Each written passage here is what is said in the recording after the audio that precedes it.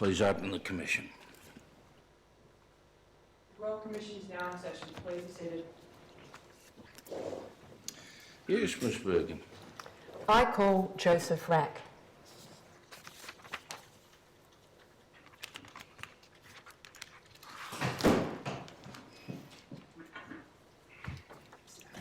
Would you like to affirm? Repeat after me. I solemnly and sincerely declare and affirm I solemnly agree and affirm that the evidence I shall give that the evidence I shall give will be the truth, will be the truth, the whole truth, the whole truth, and nothing but the truth. and nothing but the truth. Have a seat, Mr Rack. Mr Rack, there should be a hard copy of your statement in the witness box. Is there a hard copy of your statement in the witness box? Yes, there's a hard copy. And is that your statement in this matter? That is my statement that I made. Do you have any edits or corrections to your statement? No.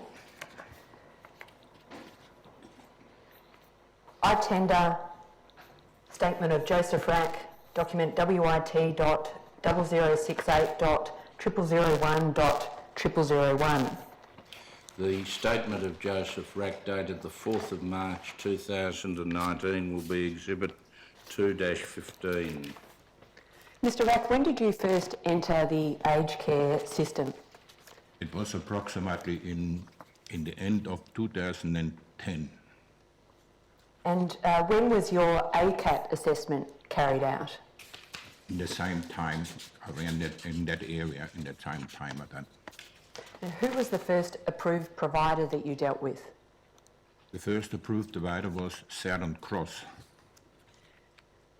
Operator, could you please bring up document SCC.002.001.0283?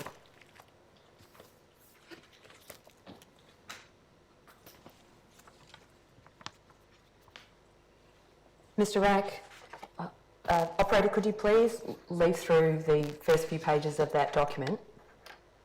Mr Rack, is this the care recipient agreement that you entered with Southern Cross Care? Yes, that is that agreement that I signed. I tender the care recipient agreement between Southern Cross Care and Mr Rack. Is the care recipient agreement between Mr Rack and Southern Cross Care dated the 14th of October 2010 will be Exhibit 2-16. Mr Rack, what services were provided to you by Southern Cross Care?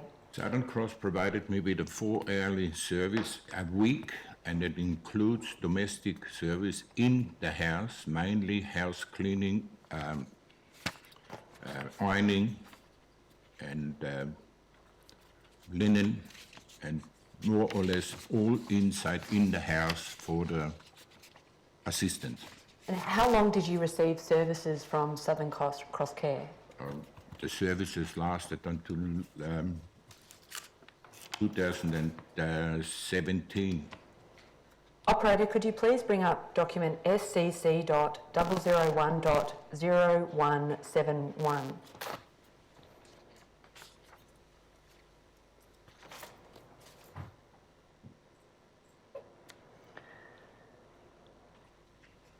Oh, it's SCC.002.001.0171.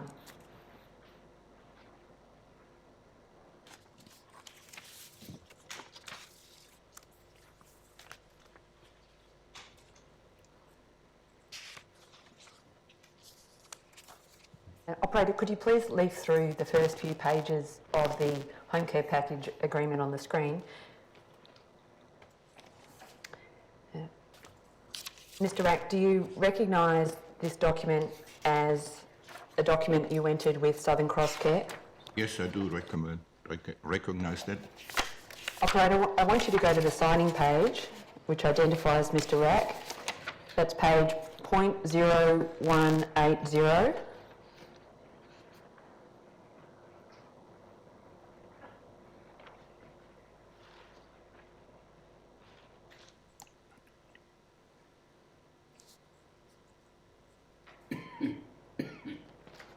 And could you please also turn to page 11. Thank you. I tender the consumer agreement dated the 2nd of December 2014 between Southern Cross Care SA and NT Incorporated and Mr Joseph Rack. Yes, the consumer agreement between Mr Rack and Southern Cross Care dated 2 December 2014 will be Exhibit 2-17. Now, Mr Rack, when you entered these agreements in 2010 and 2014 with Southern Cross Care, when you entered these agreements with Southern Cross Care, what explanation were you given about the agreements? That they will take care of all my domestic requirements, and that they will do any job that I ask them to do, and provide me with a consistent service every week. And what home care package level were you allocated by the Commonwealth? I was allocated at the level 2 home care package. And did the number of hours of domestic assistance you were given by Southern Cross Care change during the period of their service to you? The total hours did not change, but the hourly rate was divided into 5 blocks, but with the same rate of hourly charge. Okay. Instead 4 hours, it was then 5 hourly blocks, 50 minutes blocks, which amounted up to $206 and something cents for the 4 hours. Okay. Operator, could you please turn to the statement at the statement of Mr Rack at JRA.002.001.0435.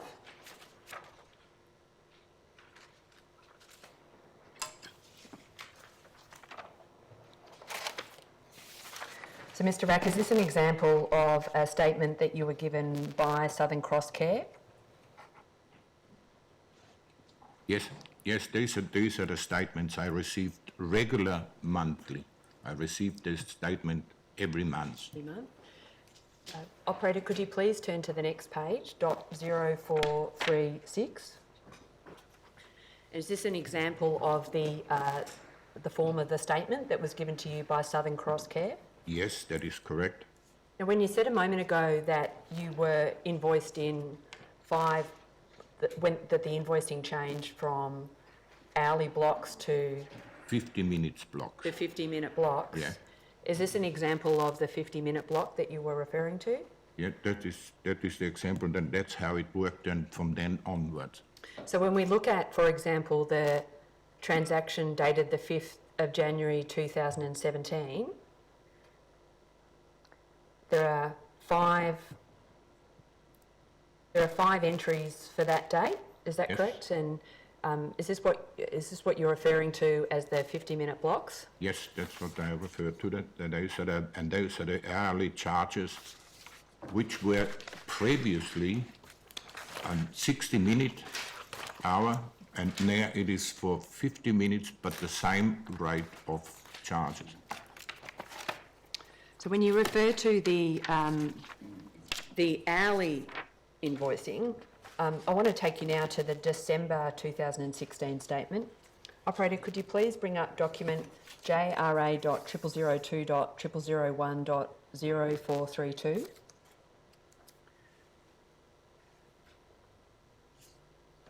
Mr Rack, is this your statement from that period? Yeah.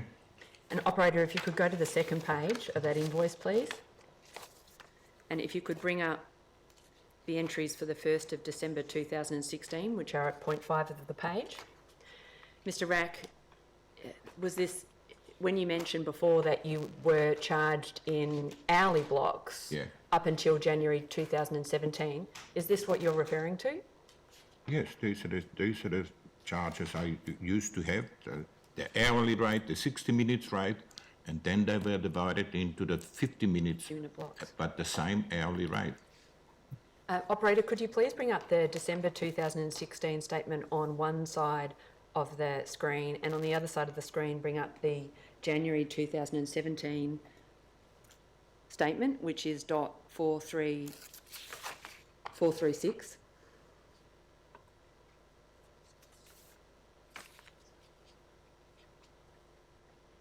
So, Mr. Rack, just to be clear, when you talked about the change that occurred between December 2016 and January 2017, is this what you're referring to, the These are change in those the invoicing? documents, yes, these are the documents.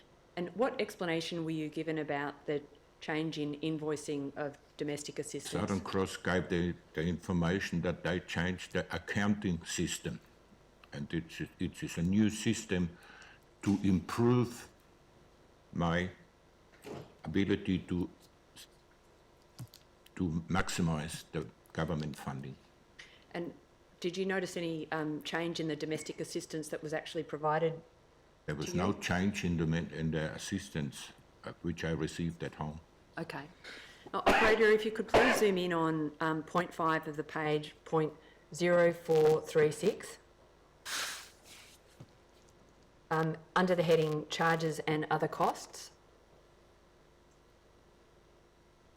Now, Mr. Rack, what did you understand the monthly SCC case management fee to represent? I understand that is the cost of providing the service to me for level 2 package. And what did you understand the monthly SC management fee level 2 to be? Come again, please. Sorry.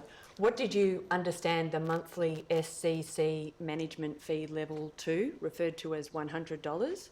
What did you understand that to be? Monthly SCC. Well, that's what I understood. That is the case manager that handles my affairs monthly. So from your perspective, was there any difference between the $536 entry and the $100 entry? No. No. Now, as you're aware, we gave a copy of your statement to Southern Cross Care. Yes. Because by way of procedural fairness, they have an opportunity to respond to that statement. Yes. Now, their statement will be tendered later. Their statement will be tendered later this morning. But, operator, could you please bring up RCD.0011.0009.0131? And could you please go to page 3 of that statement and bring up paragraph 5.9? Now,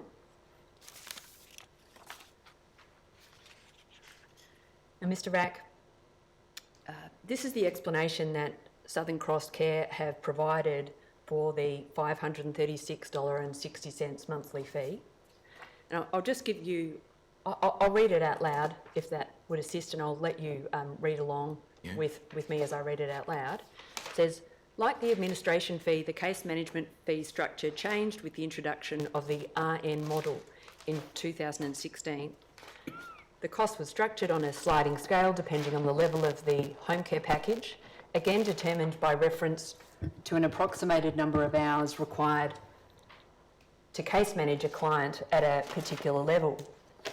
Level 2 package clients were estimated to require 92 hours of RN contact per annum with an hourly rate of $70.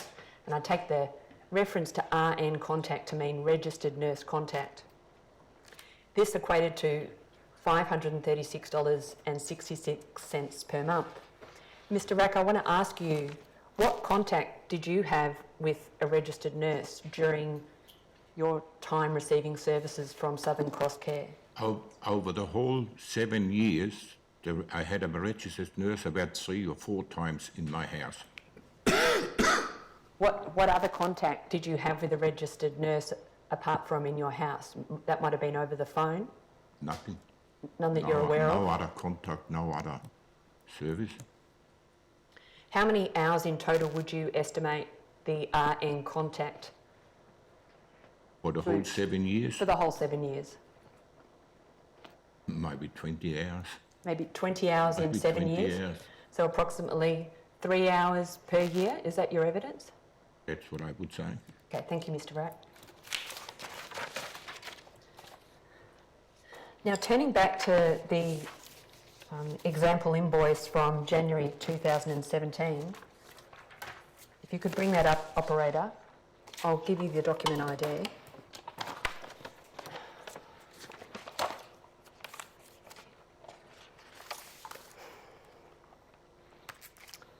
Thank you. Now, we discussed before the charges and other costs, case management fee and management fee level 2 Yes. as $636.67. Now, Yes, in ma'am. January 2017, what fee was taken from your package for domestic assistance? For the domestic assistance, it was the 4 hours in $41 a block. And those $41 blocks represent 50 minutes of time, is that right? 50 minutes a time, and the 4 hourly block counted up to $206 and a few cents. So during the month, that statement shows that Southern Cross Care visited you on 3 occasions, is that right? If you could check that for me. How many times did Southern Cross Care visit in January 2017? I cannot recall it that they came out in January to me.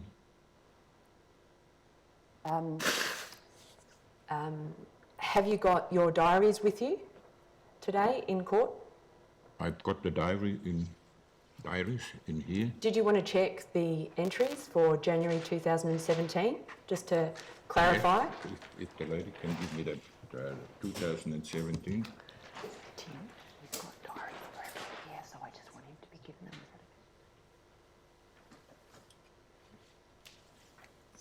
I just want to ask you to take a moment to check how many times Southern Cross Care visited you in January 2017.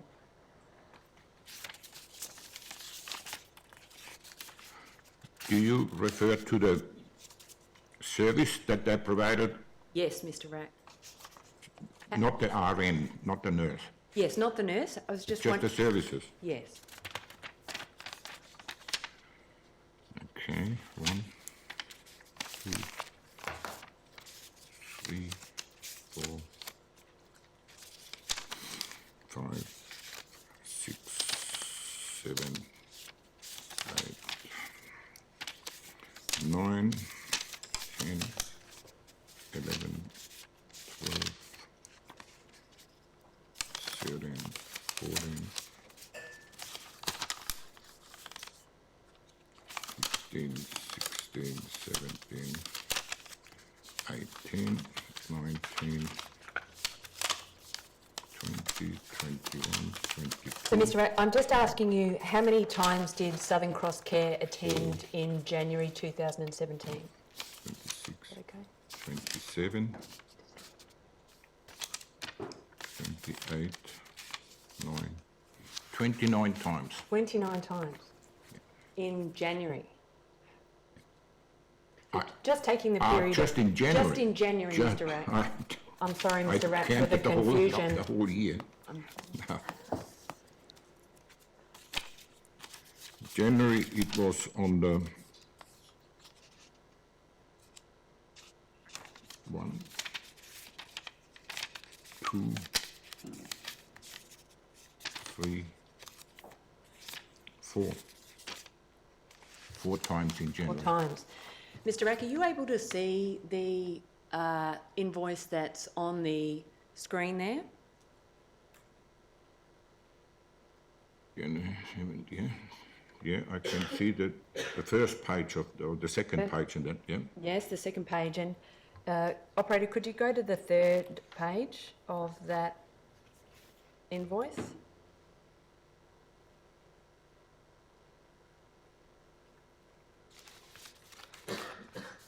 Or is that the final page? That's the final page. So, Mr. Rack, does that invoice on your screen, does that accurately represent how many times Southern Cross came to you in January 2017? 1, 2, 3. There should be another page behind it. Okay, there should be another page behind it. Yeah. So taking from this statement then, there should be another entry of Yeah, there services. should be another end, a short end, only a small page. Okay, Line. okay. Now, I'll take you to,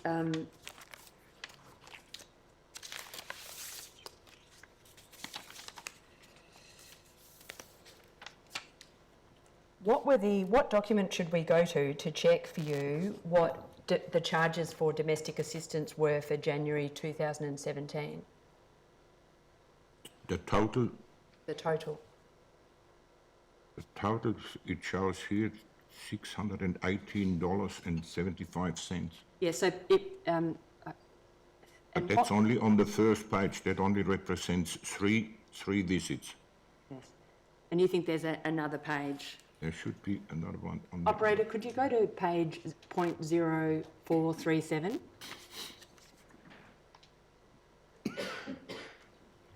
The domestic...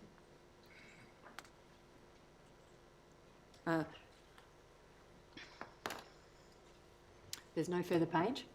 So it appears that there's a note at the bottom saying that corrections discussed will appear on your next account.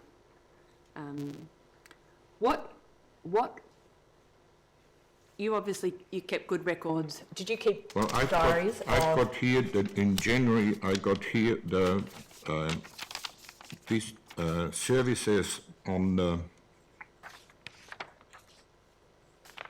on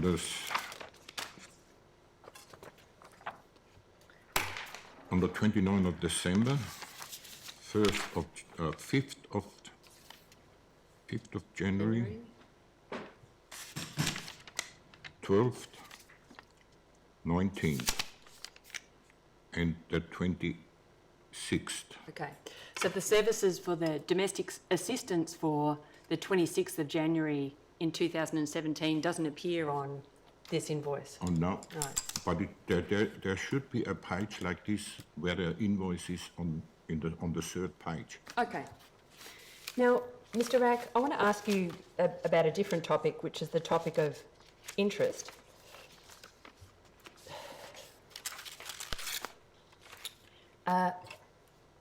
Did Southern Cross Care provide you with information about interest that accrued on your package?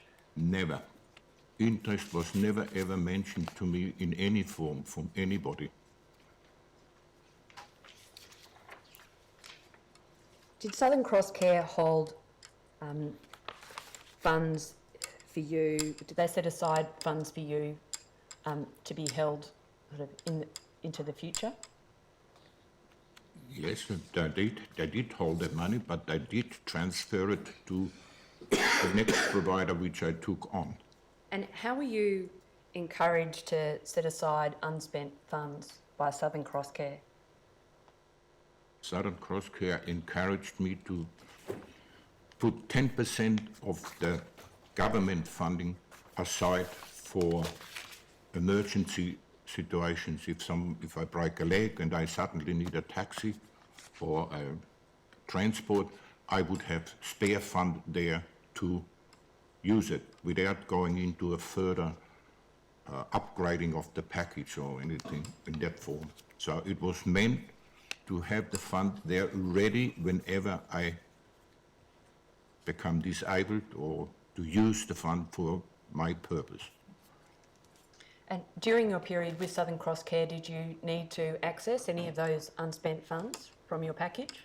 I did get always invoices where it shows up the unspent fund. It's called contingency fund. It was called contingency fund.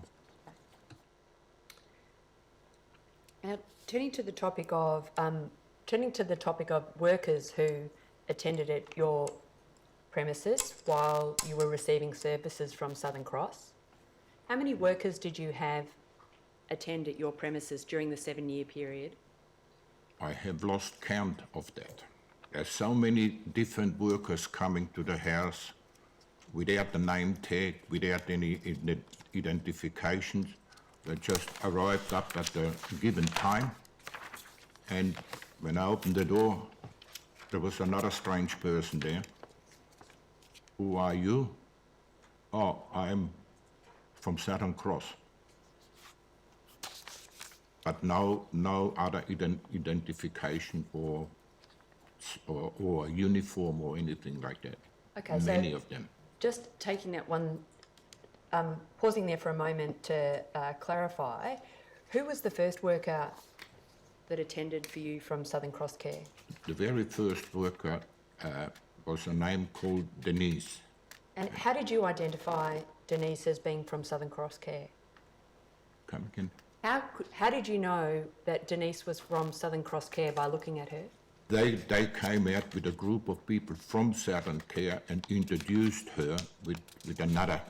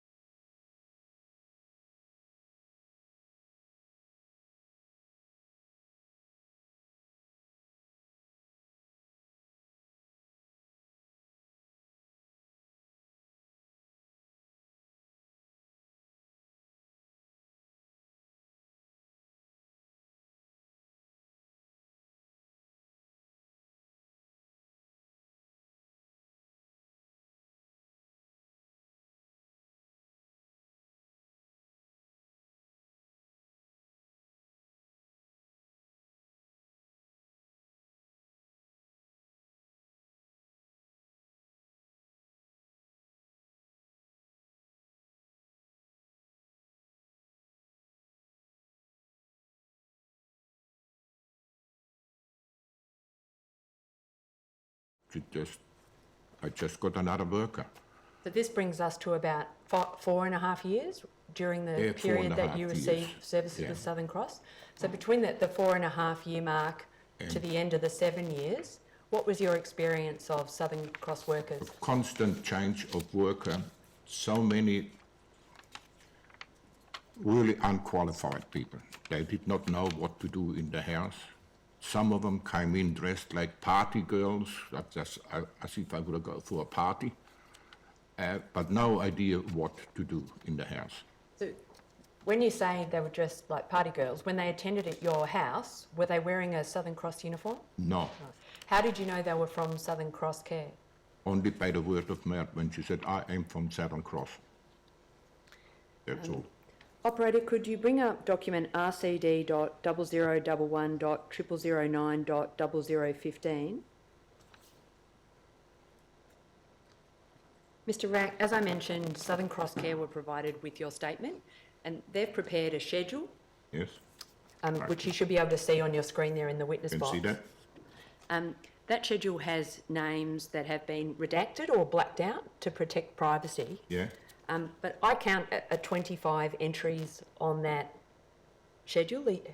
Are you happy? What's your could comment? not agree or disagree with it because it is a document here put up by a professional person to make it look impressive. Okay. Without, So could you give an estimate of the number of workers that attended from Southern Cross Care during your 7 years? Could you estimate how many? just the Southern Cross workers or all the workers? Just the Southern Cross workers. I think it would be around 7 or 8 Southern Cross workers. All the others were either from an agency or just some person from somewhere. Okay. So,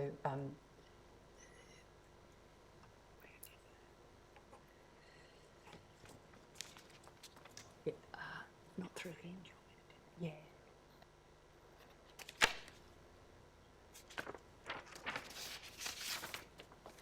Now, turning to your second service provider, who was your second service provider? Assist Home Care. And how did you find out about Assist Home Care? As I had many queries and questions for aged care people and for the Ombudsman,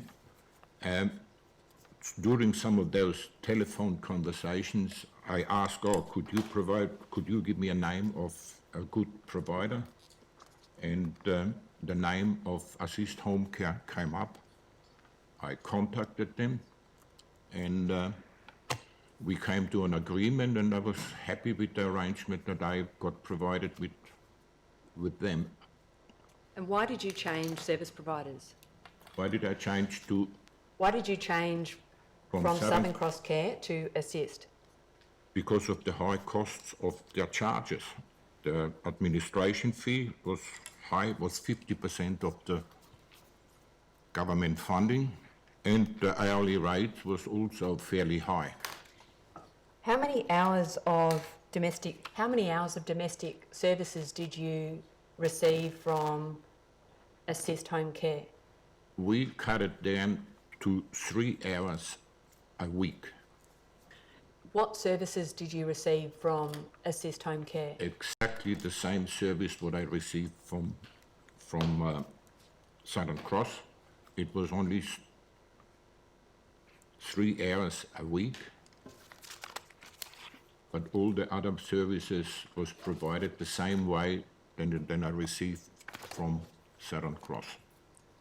And what record keeping did you do? I kept all the receipts.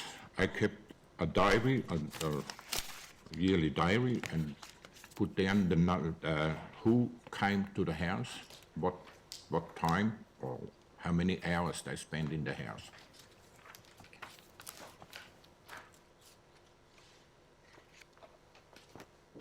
Operator, could you bring up document JRA.002.001.0134?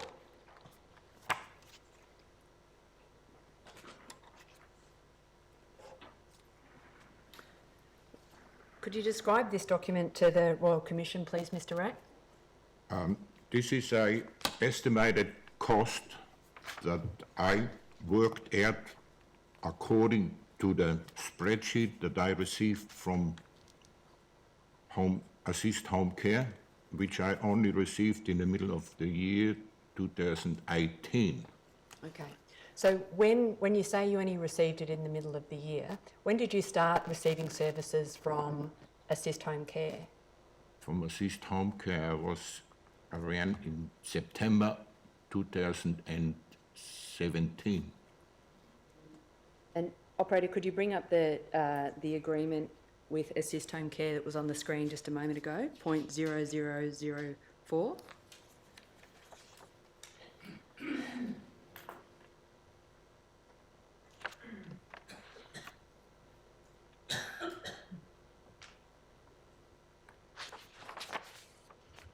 Actually, August 8.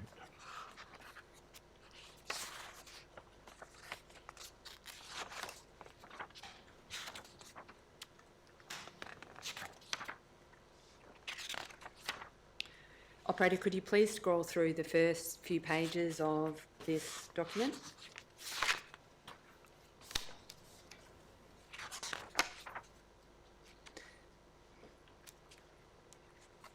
Mr. Rack, is this the community aged care package agreement that you entered with Assist Home Care?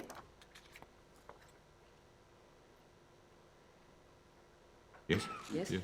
I tender community aged care package agreement between Assist Home Care and Joseph Rack. Is it dated? I think the date of the letter is the 25th of August 2017, Commissioner. Yes. And the date, August, yeah. the signing page on the copy I have is not dated, but if you go to page 13 of the document,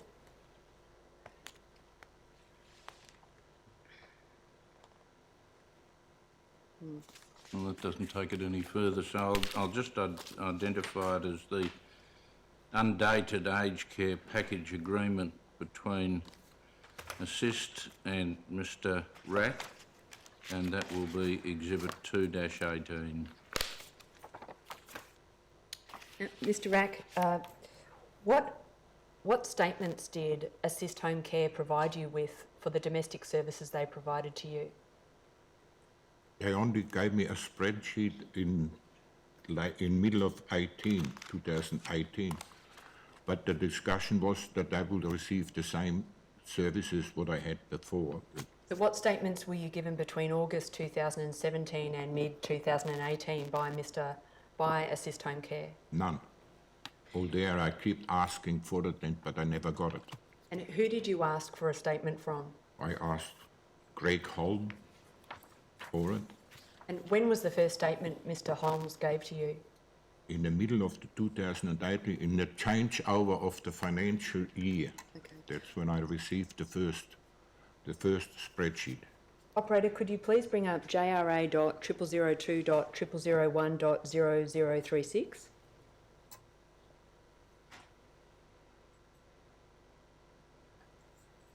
Is this the spreadsheet you're referring to, Mr Rack? These are those spreadsheets that I got, yes. And was it your evidence, Mr Rack, that you were given this document towards the end of the financial year in 2018? Around that time, yes. Around that time. So, Maybe a week up or down. Operator, could you please zoom in on the bottom right-hand corner of that page? Could you please scroll down to the very bottom of the corner?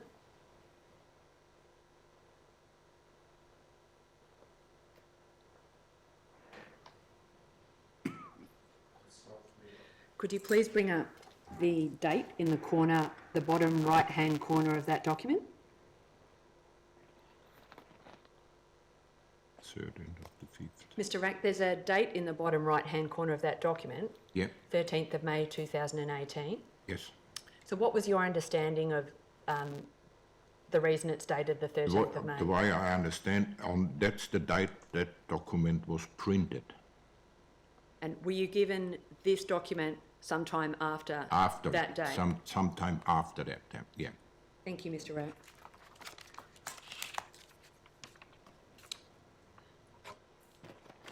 Now, you mentioned earlier the name Mr Holmes. Who was Mr Holmes? He is the manager of Assist Home Care. And what was your first contact with Mr Holmes? When I first signed up with him, that was in August 17. Now, operator, could you please go to JRA.0002.001.0134? While that's coming up, Ms Bergen, do you want to tender the spreadsheet? Thank you, Commissioners. I would like to tender the spreadsheet. Yes, the Assist Home Care spreadsheet dated 13 May 2018 will be Exhibit 2-19. Mr Rack, is this a note you prepared? Yes, that's a And note that I prepared. For what reason did you prepare this note? This is for my own satisfaction to see if the money that I supposed to get transferred from Assist Home Care to the new provider, if that is correct. So I counted all the months together that I was with Assist Home Care, added the contributions together, deducted whatever payments there was, and that's how I then arrived with the figure that it was $1,117.90 different. So why did you need to prepare this note, Mr Rack? Because I spoke with Assist Home Care provider, the manager with Assist Home Care, and told him I don't agree with that amount of unspent funds that he wanted to transfer, that I don't agree with that sum, and I then started to check through the spreadsheet, and I could identify every day where discrepancy was in the charges that he put on the spreadsheet. Okay, so just to unpack that statement, Mr Rack, the manager you refer to, was that Mr Holmes? Yes. And when you mentioned the transfer of unspent funds, is that because you were looking at transferring to a new provider? Yes. So this was a note you did sort of reflecting on your time with Assist Home Care, is that right? Yes. So how long did you receive domestic services from Assist Home Care? The services, How long did you receive domestic assistance from Assist Home Care? approximately 1 3/4 year. And when you said a moment ago that you calculated a figure of $1,117 Yes. and 92 cents, is that the figure that's towards the bottom of the page on your screen? There were on the screen, on the spreadsheets, there were charges in there which don't related to the actual services that I received. And what did you do once you'd made that calculation? I went in contact with the manager of Assist Home Care, and he said, "Oh, I'm going to look into it." And the weeks went by and nothing happened. And then when he transferred the sum of $15,038, I said, "Look, I'm not agree with that sum. We better have a talk." And he never came to the party to talk. And in the meantime, I also received a letter from the aged care department that saying that Assist Home Care is not longer allowed to employ new home care packages until his internal things is sorted out. Okay, I'll ask you about that letter in a moment, Mr. Rack, but I just want to ask you what the footnote or what the entry at the bottom of this page is about. The footnote. Yeah, that you've got an entry 1st of January 2019, telephone call. That's when I received a phone call from a person who stated he is a government assistance to get Assist Home Care's internal affairs sorted out. And that Assist Home Care is trying to come to a consensus to pay the difference of the $1,117. Okay. Now, Mr. Rack, I'll take you to the letter. Operator, could you please bring up JRA.002.001.0080? Mr. Rack, is this the letter that you're referring to? Yes. And did you decide to, was this the reason you changed service provider? That's when I was already on the move to change the service provider. Operator, I'll ask you to turn to page 00.81. So I tender a letter from Department of Health to Mr. Rack dated 9 October 2018. Before you do that, do you want to also tender the handwritten note? Thank you, Commissioners. I do wish to tender the handwritten note. All right. Well, the handwritten note prepared by Mr. Rack regarding the correctness of the material in the spreadsheet will be Exhibit 2-20, and the letter from the Department of Health to Mr. Rack dated 9 October 2018 will be Exhibit 2-21. So when did you finish receiving services from Assist Home Care, Mr. Rack? It was around the 22nd of October 18. And who was the next service provider you dealt with, Mr. Rack? I chose to go for Handicare. Operator, could you please bring up HEN.0001.001.0098?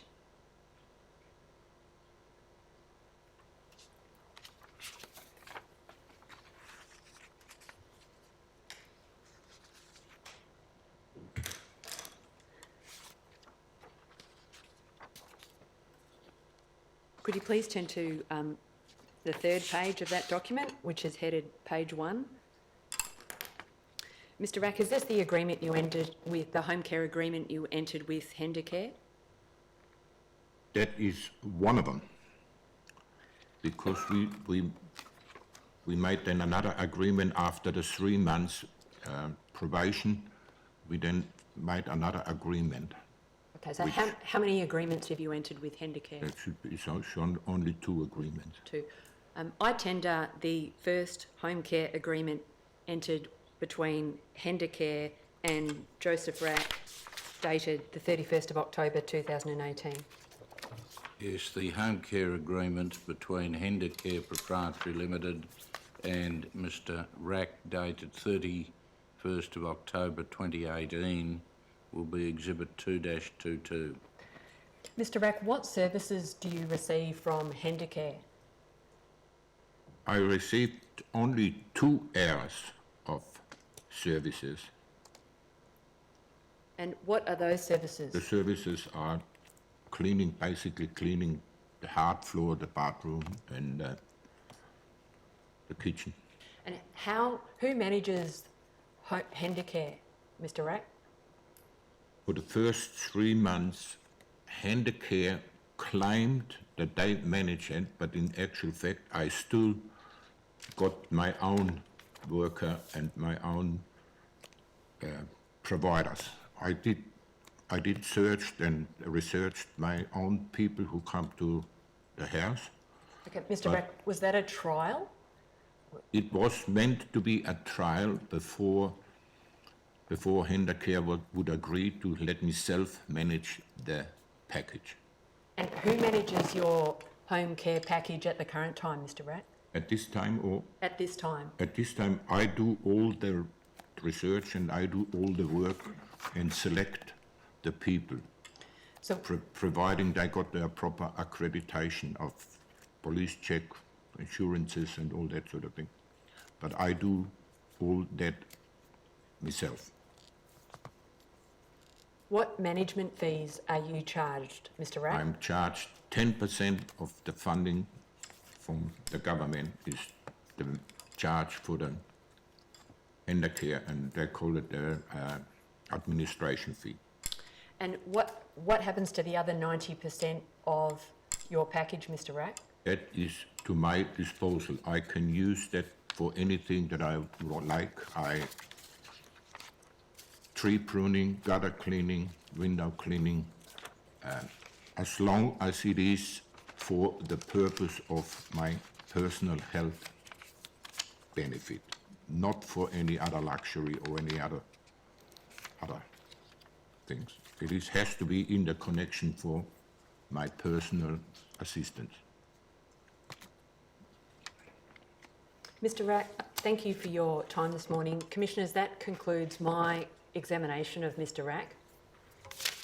Mr Rack, in your statement, you explain that after a period of regular assistance from the same lady from Southern Cross, you got a whole stream of people Yes. who you were not familiar with, Yes. who just turned up and didn't know what they were required to do, and you explain in your statement that a lot of the time allocated for work Had to be was put spent with in you having to explaining. explain Yes. to these people what you wanted to do. Yes. Now, may I assume that the consequence of that was that work you needed done and in the past had been done by the regular lady was not done? No, it wasn't done completed. It was missed out. Some of the jobs were just missed, or they were done in such a low-grade fashion that I then had to ask him, "Have you done that job?" And I was told, "Yes, I've done it." I said, "Why is it still dirty and dusty here if you wiped it over?" If I did say anything like that, they wouldn't turn up the next day. I got another person to come and job. And did you register any complaints with Southern Cross about Many times. what was going on? Many times. And what reaction did you get? The reaction was, we can't provide constant services. The people are getting sick, people are having accidents and all, so we cannot provide you a constant service. But they did in the first 4.5 years. But after that, there was people from agents, from cleaning agents coming out to my place. All sorts of people from all over the world.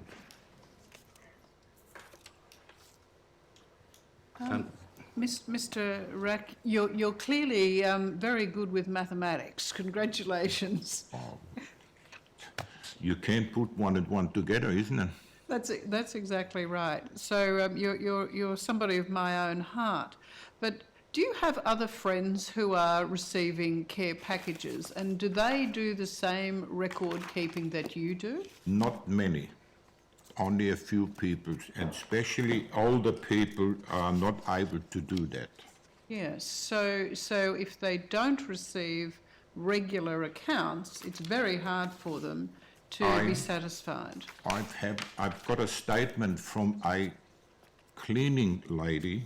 Her mother is in that position where she can't control the invoices. And she just pays as it comes in, but she has got no clue what she is paying for. And when her daughter checks it out, she finds a lot of irregularities, and the statements are always so complicated, written out, that you have to go 2 and 3 times through the whole statement to understand it. And that is a very time-consuming exercise. And I imagine if you can't reconcile, then there is potential for unscrupulous Well, you behaviour. just pay. Yeah, You just run out of funds and that's it. thank you. Thank you. Anything arising out of that, Ms Burke? No further questions, Commissioners. Mr May Rack, Mr. thank you Rack be very excused. much for your evidence. It's been of great you, sir. assistance to us in understanding the shortcomings faced by many people who are receiving care in their homes. And we trust that in the future you will get better service. I hope. Thank you, sir. Yes, Dr McAvoy, you're free to leave the witness box, sir. Commissioners, I'd call Mr David Moran and Ms Caroline Ford.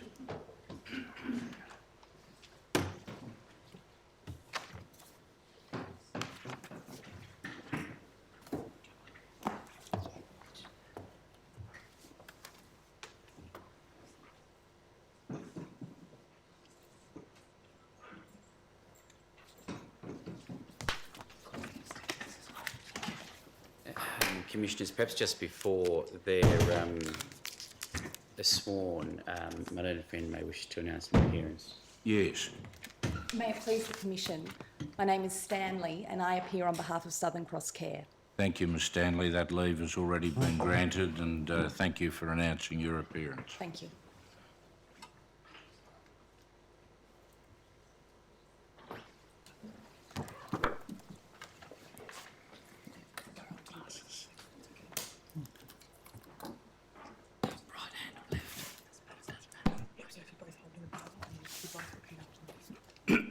I swear by Almighty God I swear by Almighty God that the evidence I shall give that the evidence I shall give will be the truth, will be the truth, the whole truth, the whole truth, and nothing but the truth. and nothing but the truth.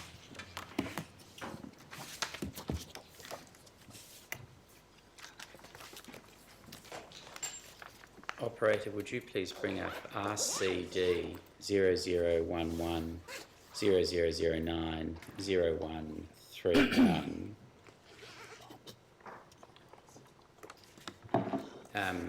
Mr Moran and Ms Ford, is this a statement that the two of you have prepared and signed for the Royal Commission?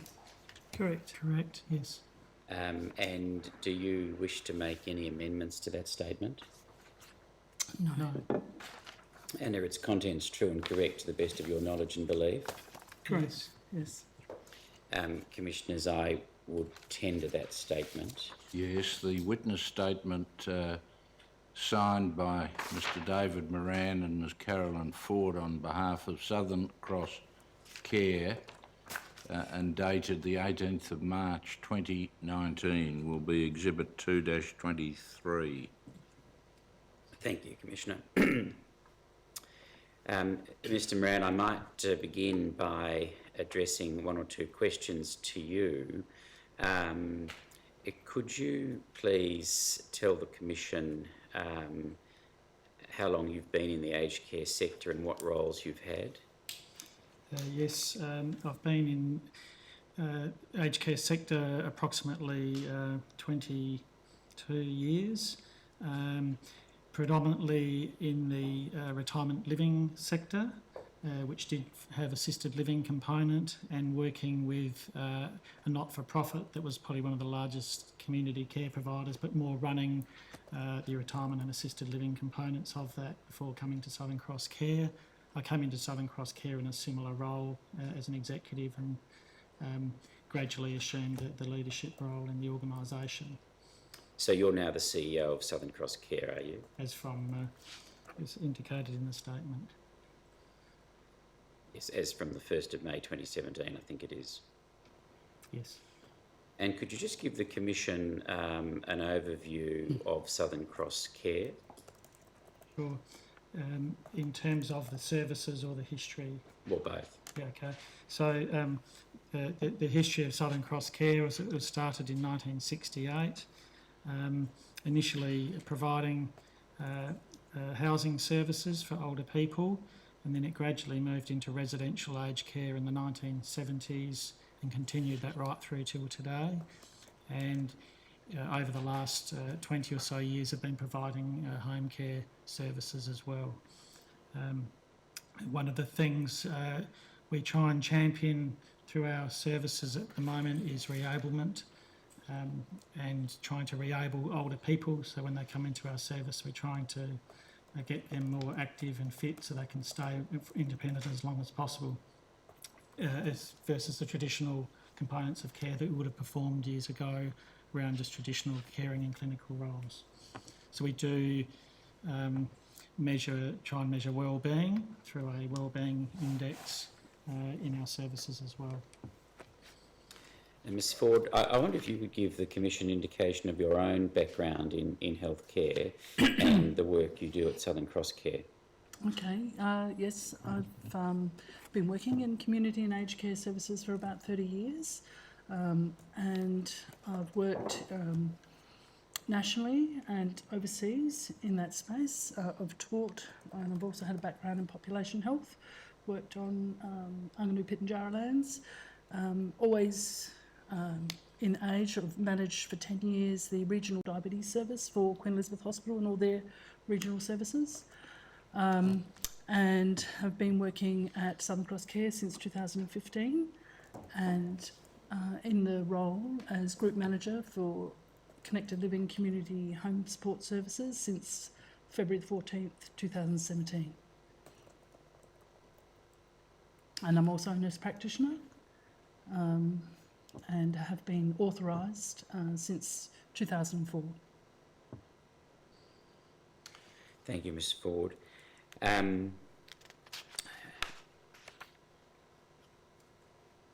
Mr Moran, if you go to paragraph 2.1 of your statement, which you'll see there displayed on the screen, you make the point that Southern Cross Care was established as a not-for-profit organisation in 1968, and that Southern Cross Care reinvests any surplus funds back into the business.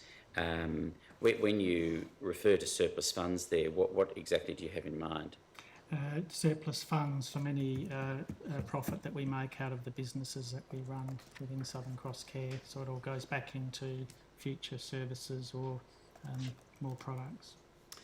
Can I take you down to paragraph 3.1 of your statement, which is towards the bottom of the page, it's just been highlighted. You say there that Southern Cross is a relatively small provider of home care services compared to other providers in Australia, and it forms only a small percentage of the organisation's services, what percentage would home support services be of Southern Cross Care's total turnover? I'll just give you some indicative numbers. So we have approximately 1,500 residential aged care beds that would have people in them. We have a population in our retirement living of a similar number, so that gets you to about 3,000. And then we'd have in our we've got the 220 home care packages that are mentioned in this statement, and we have at any one point in time approximately 600 Commonwealth home support clients getting low-level services from a different funding stream, and we also have clients that are in allied health, which are funded through a mixture of CHSP and private services. So you're really looking at a fifth, probably a fifth of our service in terms of numbers of people receiving services. So, I'm sorry, you would be saying, would you, that about a 20%? Approximately, yes. Yes, would be the answer. Based on the recipients. Yes.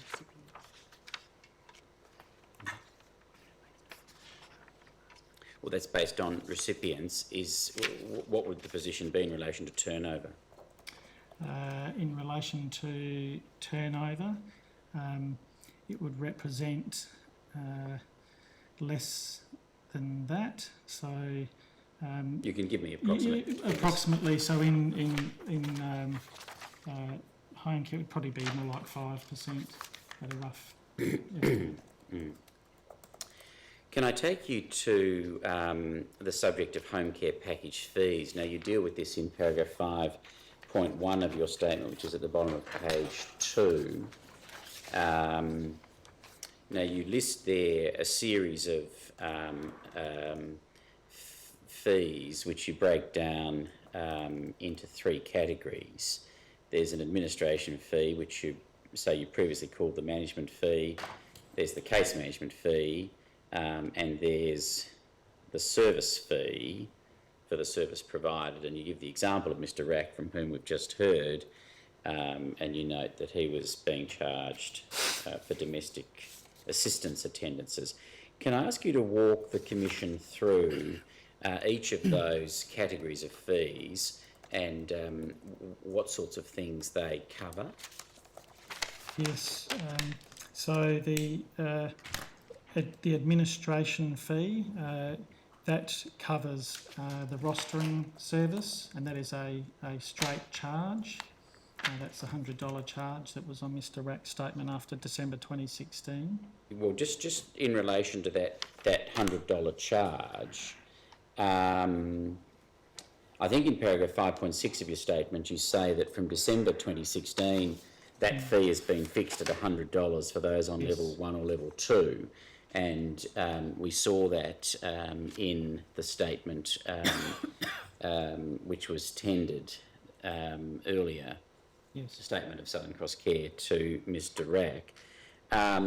Is that $100 fee the actual cost that it costs your organisation to administer care for Mr. Rack, or is that just an approximate cost? I understand that it is, because it's meant to cover... That it is what? That is the actual cost. So it's $100 that you're charging for everybody in Mr. Rack's position? Yes, so it covers the rostering of services. It's a flat fee, so it covers...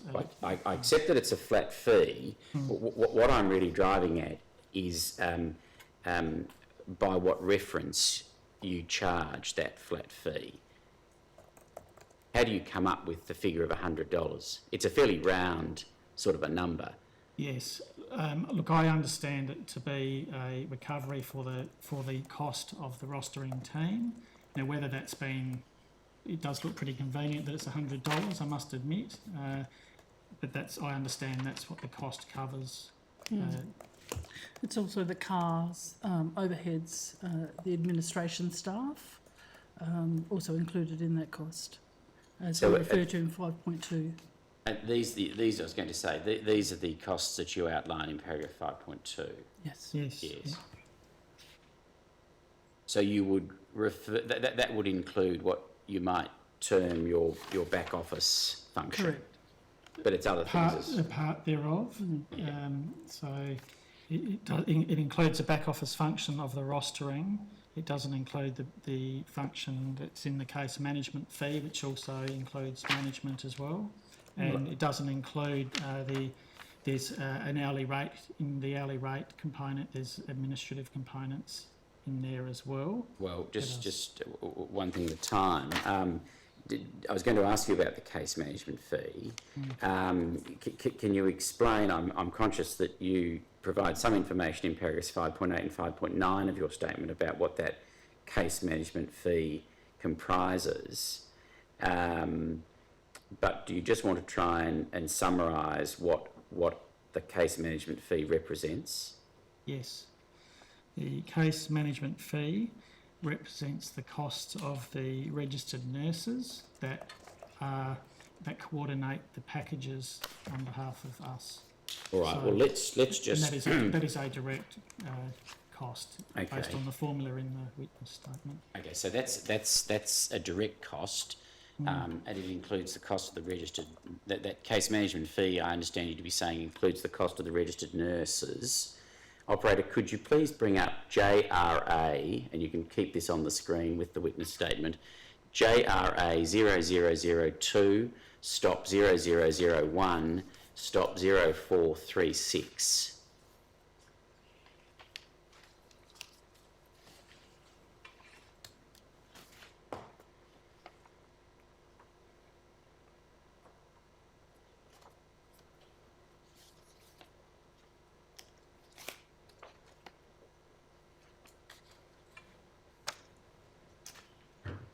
Okay, so if you could just highlight charges and other costs there in about the middle of the page. So you see there that at the end of January 2017, Mr Moran, there's a $536.67 amount for Mr Rack. Now, in paragraph 5.9 of your statement, and you've just referred to this, you've said that it includes contact with a registered nurse. And what you say precisely in 5.9 is that level 2 package clients were estimated to require 92 hours of RN, that's registered nurse, I assume, contact per annum, with an hourly rate of $70. This equated to $536.66 per month. And you say that can be seen on Mr Rack's statement, which is what we have up here, and you say that was a regular monthly fee.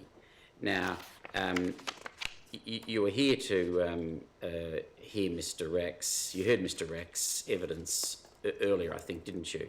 Yes, yes. And you heard Mr Rack say that over the whole 7 years, he had a registered nurse maybe 3 or 4 times, and that there was no other contact, and he felt that in total the registered nurse contact was about 20 hours, so about 3 days per year. 3 hours, I'm sorry, per year. Did you hear that evidence? Absolutely, yes. So just going back to paragraph 5.9 of your statement, is it your evidence that he was in fact getting 92 hours of registered nurse contact, or is it rather that that was just some sort of average that you applied across clients? Look, it would be an average, but can I add a bit of context? Yes. Just to the test, that this came in December 2016, so it wasn't a case of the contact over 7 years. So obviously he had services from 2010. We brought in this registered nurse model in December 2016. So he really didn't receive this service for a very long time at all. and he would have had contact with coordinators that were not registered nurses that we replaced with registered nurses. My concern was, when I listened to Mr. Rack's evidence, was I hope maybe he didn't know that they were registered nurses that were doing the coordinator roles, because that's what he was being charged for. And that's what I kind of got out of his evidence, and that's something the Commission probably needs to. Ms Ford, I could see you nodding at some times and not at others. Do you wish to enlarge upon what Mr Moran's just said? We tried not to have the registered nurse flavour. We would say we were wellbeing partners. So maybe he wasn't aware that they're actually registered nurses. So we referred to them in communications as a wellbeing partner. And perhaps he didn't understand that that's what we were doing, but the registered nurse, the wellbeing partner, would provide all the advocacy services for Mr Rack, all the communication, all the vendor negotiations that was required. A lot of the things that were done administratively before, the RN took it as a one-stop shop, so that they could provide everything and good continuity for Mr Rack. He may not have known that indeed his wellbeing partner was a registered nurse. I admit that. They would have been on initial introduction, I imagine, but because we referred to them in a wellness model as a wellbeing partner, he may have misunderstood. So just to be clear, is it actually your position that, as per paragraph 5.9 of your statement, Mr Rack, in the period, I suppose you would say, Mr Moran, commencing October 2016, perhaps we should do it on a monthly basis, so you would say that in November, December and January, November, December of 2016 and January of 2017, Mr Rack was having a level of contact with registered nurses, albeit that he didn't perhaps know that they were registered nurses, that would have equated to 92 hours of registered nurse contact per annum. Is that what you're saying? Can I answer that? Yeah. It may not have been to that amount because for a level 2 client, there is a great variance in their acuity and their morbidity and their sickness. And I agree that the level 2 is across all and that amount and that fee. And sometimes he may have need more support in the advocacy role and explanations, and we had case discussions, with not so much the formal clinical registered nurse traditional requirements of wound dressings and things like that, but he did require other forms. I'm not sure exactly to the 7 hours per month, but I know that on times when we were doing case management and we organised advocacy with ARAS, and we asked them to come into the consumer advisory group, all the preparations that go around that is done by the registered nurses. So that background work is included in that fee. So do you have records that would indicate whether, in fact, Mr Rack did get the 7 hours per month for which he was apparently charged from late 2016 at the rate of $536.67? Well, we could go back through the case notes and try to see how many entries there were. We could add them up.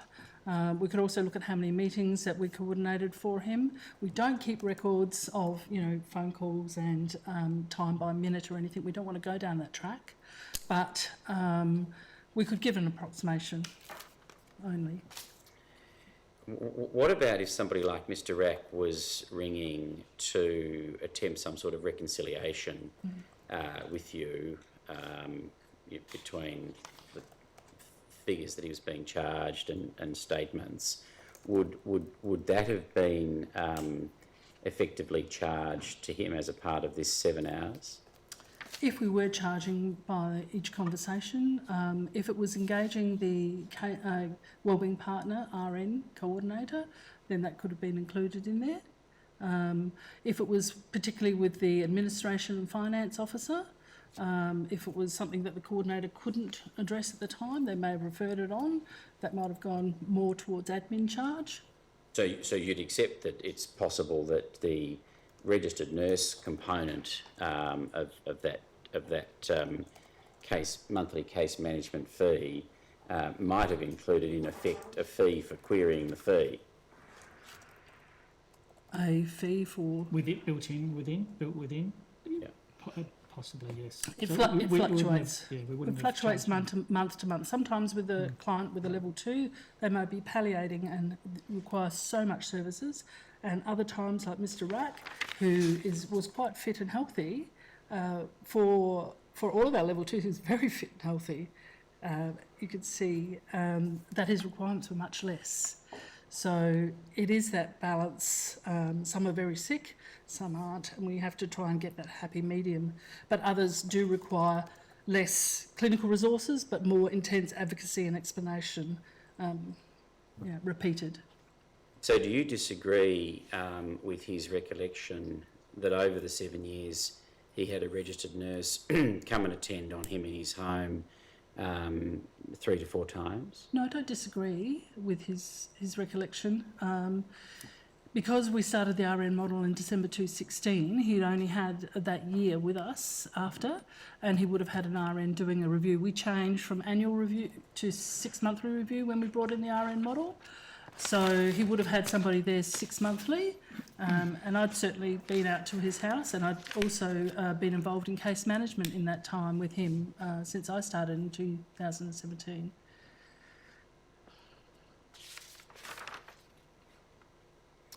So is there anything else you'd want to say about the case management fee and what is in that? No, I think just to reiterate that it is, it's difficult to have a fixed amount for everybody. Unless we go the legal model of billing by the minute, I don't think we can have, it's hard to get that equity, and I understand how people would feel, hard done by if they don't think they've got that, each month. I understand that. So the next thing you say, the final thing you say in paragraph 5.1, or the final fee you deal with, is the service fee for the service provided. Yes. So what do you mean precisely by that? The service fee is the unit hourly cost. So if he's getting house cleaning, the unit hourly cost of X, he's charged That's right. that. Or the unit service fee for the Yes. actual service. Yes. Whether it's And 15 do minutes. you put some sort of margin on that, or you just charge? How does that work? There is a margin within that fee for the components of administration that are not in the case management fee or the admin fee, which means Okay, well, let's perhaps make this a bit real. Take the service that was being provided to Mr. Rack, which was the house cleaning service. What was the fee that he would have been charged for that? $41.25. $41.25. So Decision. can you tell the Commission what that $41.25 is made up of? Sure, we've got it listed here, haven't we? That's for the wages of the home care assistant or Yes. domestic assistants. Yes. Specifically. We've got a list here of all the things that go in there. no. We haven't. It would be all their on costs. And there is... When you say on costs, what do you mean actually? well, the on cost to provide that service, they bring their own free cleaning products for every client. So that would include the cleaning products? Yeah. Mhm. Also the On annual leave. annual leaves, sick leave, the So PPE that we so these provide. people are permanent employees of yours, are they, to whom you owe obligations to pay annual leave and sick leave? Yes. Uh-huh. Yes. And, we have and superannuation and that, so it's a complete Yeah. Yes. employment package as part of the basic daily fee. Yep. Thank you. And transport? Reimbursement of mileage. That would be for- included in the 41 Yes. or that would be on top of? That would be included. Mhm. Yes. Is there anything else that there's insurance presumably, I think we haven't mentioned. Would that be in the 41.50? Insurance. Yes. Directly I think so. I think so. We have, yeah. Get back to our accountant on that if you like, for the whole Sorry, breakdown. Which insurance do you mean, sorry? Well, the workers' compensation. Yes, absolutely, yes, for the Yes. staff member, yeah. Now, I think you mentioned there might be some further administration fees, or at least there might be some component of that 4150 that's also administration fees. Is that correct? Yes. Can you just explain how they're different to the other $100 administration fee charge? So the administration fees are more the costs that aren't in those other fees. So it'd be like for Caroline and some of your support as well, and there's also for central support just around accounting and finance, IT, HR costs. Mm-hmm. They just roughly they would make up 20% of that hourly rate charge at a guess. Okay, well, just while we're on the subject of that fee, can I just ask you about the numbers of different workers who were coming to see Mr. Rack? You will have heard him, I assume, say that there were so many different workers, I've lost count, and that there was a constant change of workers. I think you have prepared a document that Melinda Frennersbergen put to Mr. Rack. Operator, could you please bring up RCD 0011 0009 0015?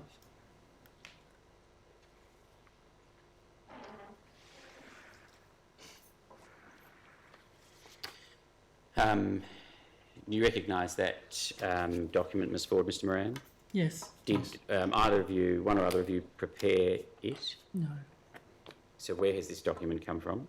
From finance. From finance within Southern Cross Care. Commissioners, I'd seek to tender that document. I think it's already in, but I may be wrong about that. I'm not sure that Ms. Bergen did in fact tender that document, Commissioner. Very well. The document entitled Mr. Rack Analysis of Schedule will be Exhibit 2-24. So Mr. Moran or Ms. Ford, whichever is the more appropriate person to answer the question, can you just explain to us what this table shows? Well, my understanding is that it's an overview of how many consistent workers attended for Mr. Rack's services. Down the bottom, it shows the consistent workers that were referred to previously when Mr. Rack was in discussion about the first 4 years of great continuity. And so in total there was 83.8% of all of his services with continuous staff. But then, as he discussed, he had quite a large number, 25 there, of ongoing different workers that came to his home. Yes, I think Mr. Rack disputes aspects of that. He accepts that he had Denise for some considerable period of time, but then after that things became a bit more variable. What would you say in relation to Mr. Rack's concern in that regard? Well, it is our ultimate aim about providing consistency of home support workers for every person. That's our aim, hand on heart.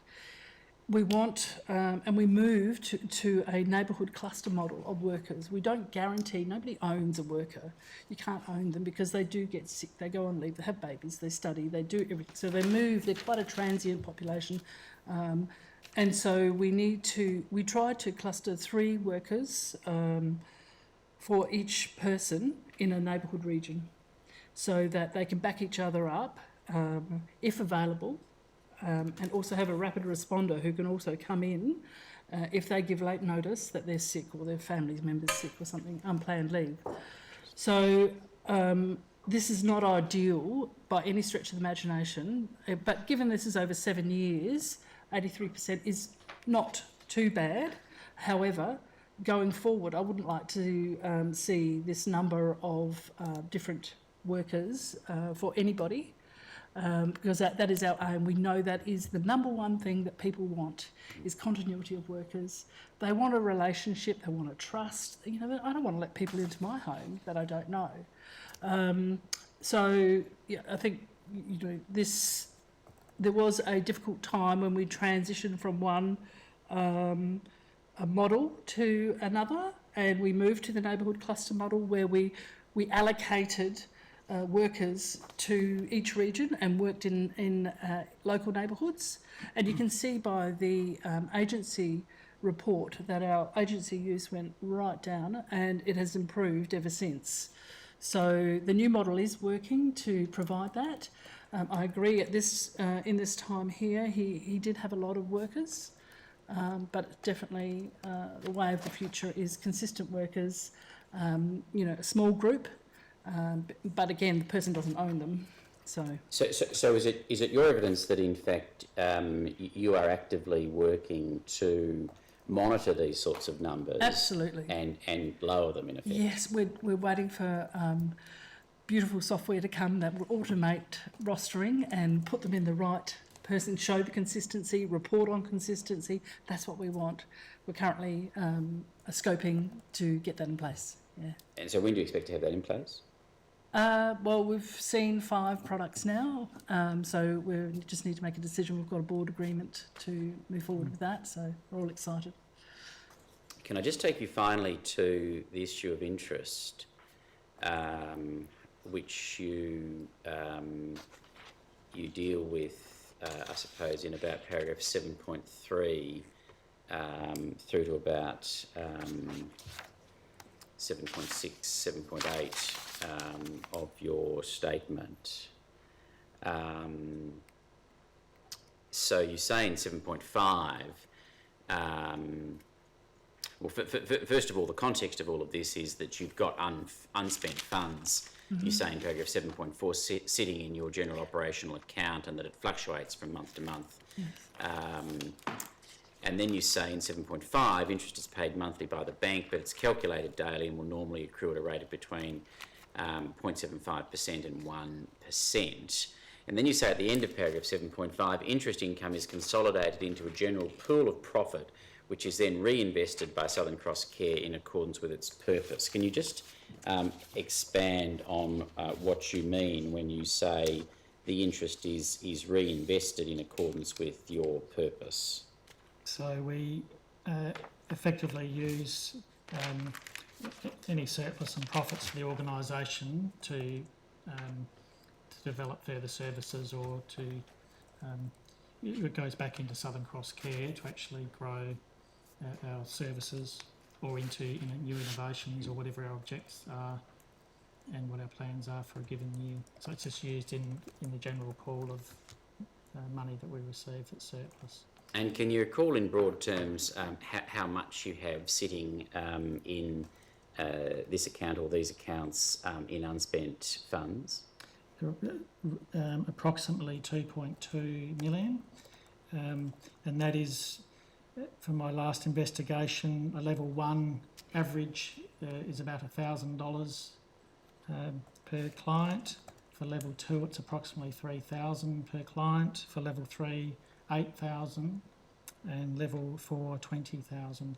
So I suppose what it highlights is that the higher level packages, which bring in a lot more money, they're actually retaining a lot more and not spending the money. So the bulk of that money is really in that level 3 and 4 band, which I think is reasonably consistent across the sector.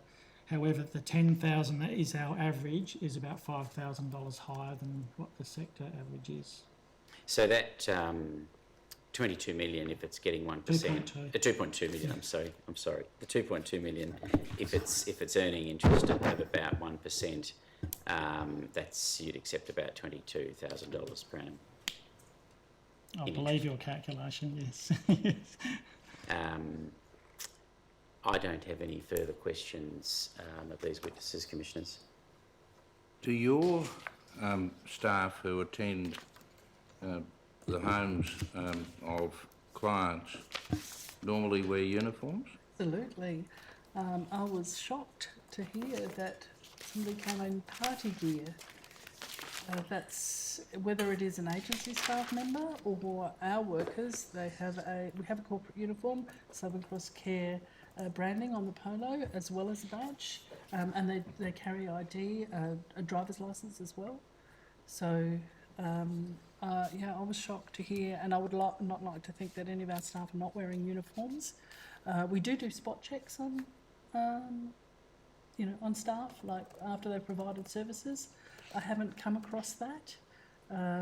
So, yeah, we'll investigate that further, definitely.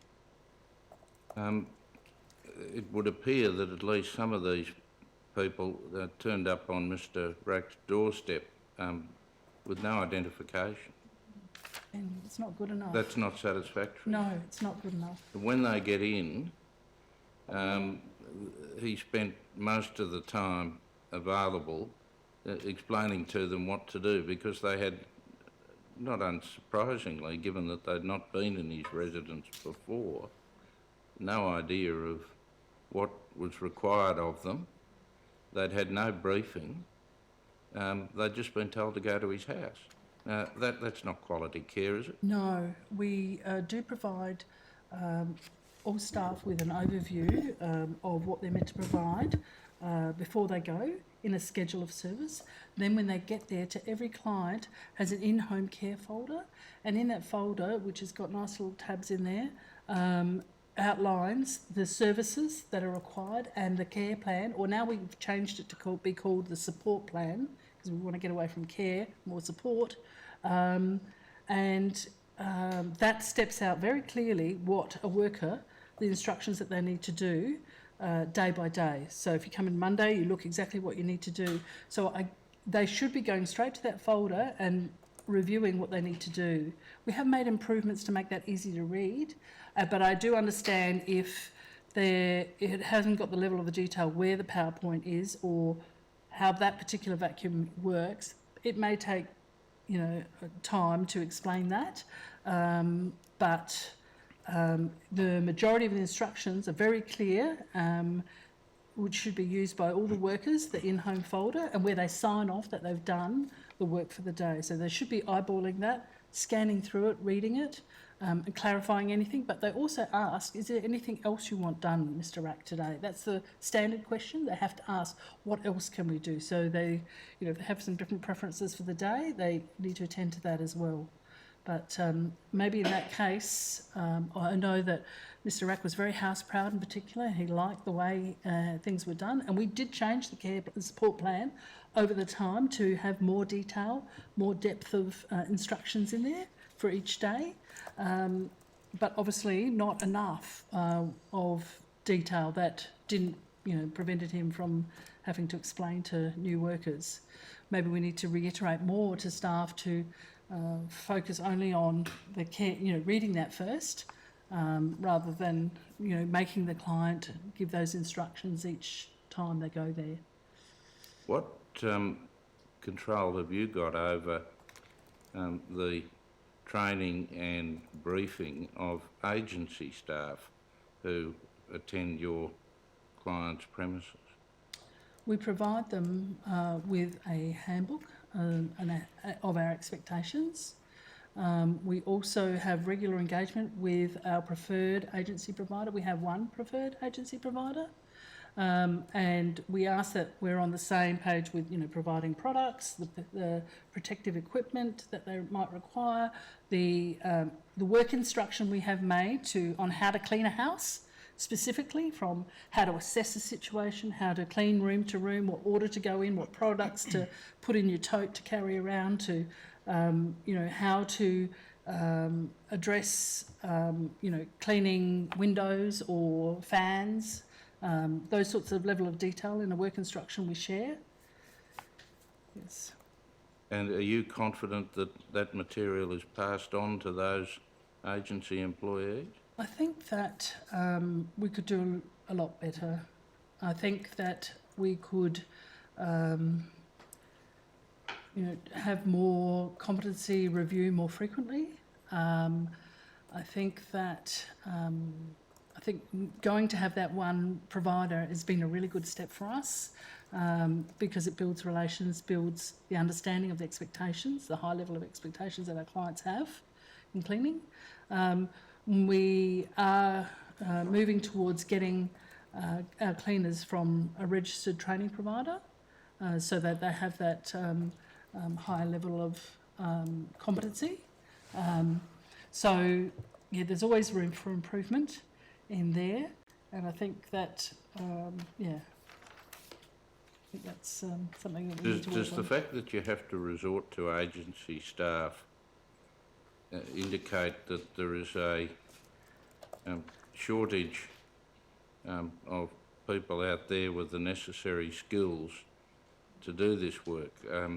The Commission has heard evidence that it is often difficult for agencies to obtain appropriately qualified staff, and the predictions that that's only going to become more difficult Yeah, in the carers are gold. future. In your organisation's experience, is that the real world? We don't seem to have problems attracting staff. It's they are all, a lot of them are casual, and that's what they want to do. So they're working less and less hours. So we're getting more staff but less availability. We don't necessarily have problems recruiting, having that predictability, because clients 1 minute might be in hospital or go on social leave for 2 months. And the level and requirements of service provision fluctuate daily. Our needs, we have to have be quite responsive. That's why we developed that new model of the rapid responder. So we've got 9 full-time workers who work centrally, and they can respond to any region, anywhere. So not the neighbourhood model, but they can go anywhere we direct them. Somebody calls in 6 o'clock, we can go there, and they'll grow across all regions. So that has been a really good model, and we're trying to bolster that, because we think that that full-time permanent work, it gives, they get to know the clients in each region. They know our expectations. The aim is not to have as much agency as possible. It should be only for emergency situations where that fluctuation, we really haven't been able to have that foresight and predictability of the staffing need. So we really want to keep it in-house, and that all of our staff who are trained and we have confidence in are doing all of those services. But it is that level of unpredictability of the client's position, and how many services they need each day, that does change. Mr Moran, could I come back to the issue of unspent funds? And I thought your witness statement spelt out quite clearly the arrangement that Dr McAvoy identified and you followed up about the interest on those unspent funds is, in effect, becomes the interest that Southern Cross accrues to themselves. Are there any government rules and regulations about the interest on those funds? No, so there's guidance from the department about how you treat monies when someone passes away or goes to another provider, and interest isn't in that. So I don't know what the standard industry practice is, but I'd say it'd be relatively common that you wouldn't be refunding interest. I think it's something for the Commission to note that we're in a low interest rate environment, so it's probably hasn't been the issue. But if you get into a higher interest rate environment, it would be a far greater issue. So it's probably something it'd be good for the Commission to have a view on that. Yes. And yes. Particularly like someone like Mr Rack, who is financially literate, picked up on it and articulated it really well. And it's a fantastic case study around transparency and the difficulty around funding. We're struggling to explain and for everyone to understand the ways of admin fee. You try and make it more transparent, you try and allocate, and sometimes that makes it harder. So I think it's an industry-wide issue that we need to try and improve, and it's something that's valid for the Commission to really have a look at closely. And you also pointed out that the people with, your clients with level 4 funding have much higher levels of unspent funds, on average $20,000. Do you think that's because they're more likely as clients to be using respite care and they really feel they need to have those funds set aside to pay for those more substantial costs of service? Look, I could not comment on whether they're getting respite, but certainly saving for a more substantial, I suppose, clinical event. And again, what that highlights, and this isn't a Southern Cross Care view, but a David Moran view, that I think that's something, again, for the Commission to look at around, you know, if you've got this amount of money being held that's been largely government funded, and the equity around people that are waiting to receive care, and there's money sitting in bank accounts that isn't being spent when it's being needed, when other people do need that. I have a fundamental issue with that. Thank you. Anything arising, Dr. Nothing Nicol? arising, Commissioner. Thank you both for your evidence. The Commission will adjourn until 12:05. All right. Royal Commission now adjourned to 12:05.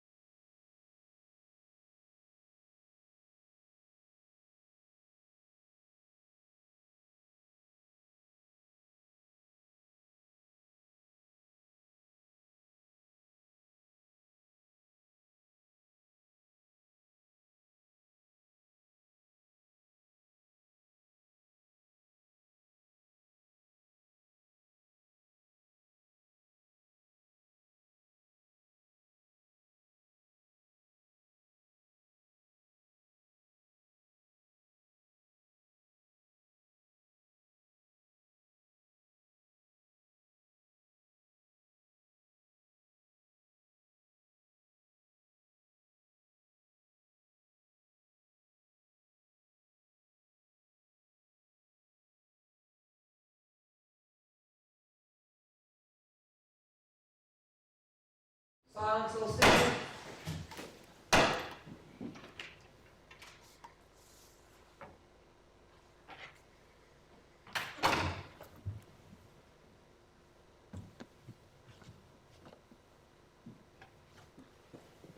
Please be seated. Yes, Dr. McAvoy. Commissioners, I'd call Claire Lynette Hargraves.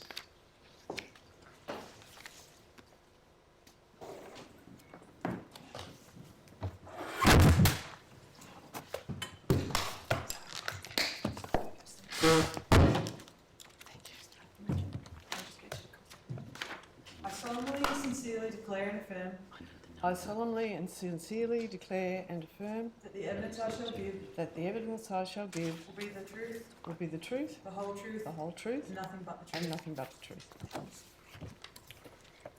Operator, would you please call up document WIT stop 0071? Yes, that's the document. Ms Hargraves, do you recognise this is a statement that you provided to the Royal Commission? Yes, I do. Thank you. Now, just leaving any typographical errors aside, do you need to make any amendments? No, I don't need to. And are its contents true and correct to the best of your knowledge and belief? Yes, they are. Commissioners, I would seek to tender that statement of Claire Lynette Hargraves. The statement of Claire Lynette Hargraves dated the 14th of March 2019 will be Exhibit 2-25.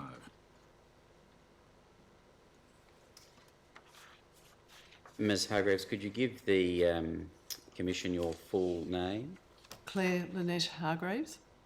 And you work for the Municipal Association of Victoria? That's correct. And what is your role within the MAV? I'm the Manager of Social Policy at the MAV, and the MAV is the peak body for Victorian local government by legislation, so we represent the 79 councils. And how long have you been in the MAV? I've been there since 1994 and in this role since sort of the early 2000s. And do you have particular qualifications? Yes, I hold qualifications as a social worker, a Bachelor of Arts and Diploma of Social Studies. Could you give the Commission an indication of the role played generally by the MAV? So, along with the other associations in other states and territories, we together form up to the Australian Local Government Association, and by that process represent the sphere of local government around Australia in COAG negotiations and such.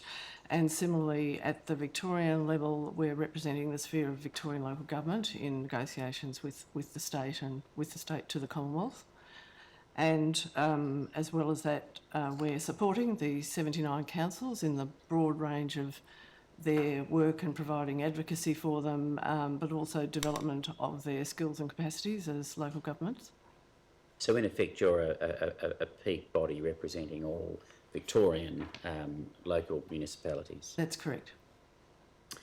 Can I take you to paragraphs 11, 12 and 13? This is really page 2 of your statement. Now, you say in paragraph 11 that the object of your statement really is to advocate for a commitment by the Commonwealth to the ongoing recurrent funding for expansion of the Commonwealth Home Support Program, preferably implemented through a national partnership agreement and bilateral agreements with each jurisdiction. So that's really the position of the MAV. Yes. On this question. That's correct. We'll come to the other states in due course, but are you able to say whether the position that the MAV adopts in this respect is shared by your kindred organisations in each of the states and territories? Yes. Our national body, the Australian Local Government Association, has just now included such a sentiment in their federal budget submission. And even though, as you're alluding to, there are varying roles played to certain extents in the home and community care program as it was previously by councils in other states, there's significant commitment to ensuring that these services are well delivered in each area, even though it might be done slightly differently in the different states.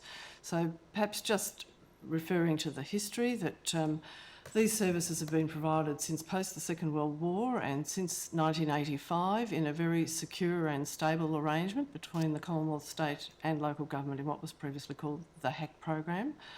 That was extremely well developed, with appropriate roles really being played by each sphere of government and the local planning and delivery done at the local level, with significant involvement and commitment for local government to ensure that all residents have access to services and are given timely support when they contact the council. So the advent of the change to the Commonwealth Home Support Program, the change in arrangements where the Commonwealth have assumed responsibility, have caused significant disruption to the previous very successful arrangements. And at this stage, the proposal that we're having is that we do need to reintroduce some stability into the system, particularly for the majority of people who receive small amounts of timely service through the Commonwealth Home Support Program, which is still the majority of the older people that we're talking about compared to the package programs and residential care. So the level of uncertainty created by the changes has also greatly impacted on council's ability to plan going forward, given that they've got very large workforces and very large numbers of clients and so on. So the key thing that they're really looking for is ongoing stability and, as I come to, block funding around these services, because they are, as I say, are really concerned about the clients and the members of their community, and we need some ongoing certainty because of, as you're aware, we've been through the NDIS changes as well, and we also serve people with disabilities. So it's caused great disruption to the service sector and to the clients. You've made a few comments in what you've just said about the historical investment that's been made in the sector, and that's reflected, I think, in paragraph 12A of your statement, which is the first of your recommendations. You say you want the MAB wants to capitalise on the historic investment and commitment of local government by providing certainty and ongoing recurrent funding. Yes. You then say in B you want to retain the block funding approach, which you say ensures appropriate access. Can you just explain to the Commission why it is that you see something of a dichotomy, would I be right in saying, between the block funding approach and the present approach? Yes, so just to explain what the block funding approach means, particularly for local government, is that we take responsibility for the whole population of older people in our community, and that any person who contacts the council will receive appropriate advice and support. So that may be to a formal service that's currently available from the Commonwealth, but it would also be to a range of informal supports if the person is not perhaps quite at that stage and they can use an exercise group or go to a men's shed or something like that. So it's taking responsibility for a whole community of older people. The key problem we see with the current sort of individualised approach is that some individuals may receive very good service, but other individuals may receive no service, not even make it through the phone system to ring up a national call centre, basically just drop off, and no one is responsible or for following up. So it's a completely sort of reverse approach, where we've had block funding that local governments embraced and in fact put their own resources in as well, to make sure that a community, a group of older people in the municipality basically is serviced, and that everyone gets a timely response. We've also introduced, I think you're aware, particularly in Victoria and Western Australia, a wellness and reablement model. So if somebody needs home care for a shorter period after having, knee surgery or something like that, but then they are able to improve, then the services are adjusted accordingly. So it's not about just putting people on services, for decades. It's also about if they're able to improve and avail themselves of other opportunities. So it's a completely different approach from our point of view, where what we would call public sector oversight and stewardship, I suppose, on behalf of the whole community. And essentially block funding enables that, because you've got a certain amount of money that you can adjust up and down according to a group of residents, and we're talking about thousands and thousands of clients here of local government. It's not about an individual making it through the system and either getting services or not getting services, and possibly nobody knowing if they don't get any. And so that's the basis, I suppose, of the block funding, particularly to the bulk of the population that sit in this group before they need, more intensive packages or residential care, which of course we accept. I think it's still quite true that the most intensive requirements for services are usually in the last 2 years of life, and I think that's still true whether you're 83 or 93. And so local government has in fact supported that whole system before people get to that point, and can help them refer them when they get to that point, but enable them to remain in their own homes in the meantime. Do you say that there's some sort of inconsistency between the sort of block funding approach that you've just outlined and what's sometimes been referred to as consumer-centred care? Look, I think it's probably what you call the definition of consumer-centred care, and we obviously would also talk about citizens and citizens' rights as well as consumers. We've elaborated further on in the paper that we think that it's a fairly simple mantra, this idea of choice and control, which in some ways, you can't argue with, but our experience would be that older people absolutely value somebody talking to them in their home, listening to what they've got to say. They value the trust in a stable provider, continuity of care, a range of other factors as well as choice, and most will probably need some support in navigating the system, and councils, are prepared to sort of go that extra mile to do that work, so that the older person themselves, particularly if they have any sort of disability, even if it's, as I say, hearing or sight impairment, it doesn't need to be dementia or something really serious, but navigating the system can be very complex. So yes, our experience is that it's worked very well at the local level with that local contact and understanding of all the options that are available to support the person locally. Well, just on the subject of councils going that extra mile, as you say, in paragraph 26 of your statement, you talk about the fact that the majority of councils deliver services that they're not funded for. Yes. What sort of services do you have in mind there? Yes, well, look, in general, the whole program previously was predicated on local government in the early days putting in an extra 20% of service, so councils have put in extra dollars to make sure that they can provide a range of services.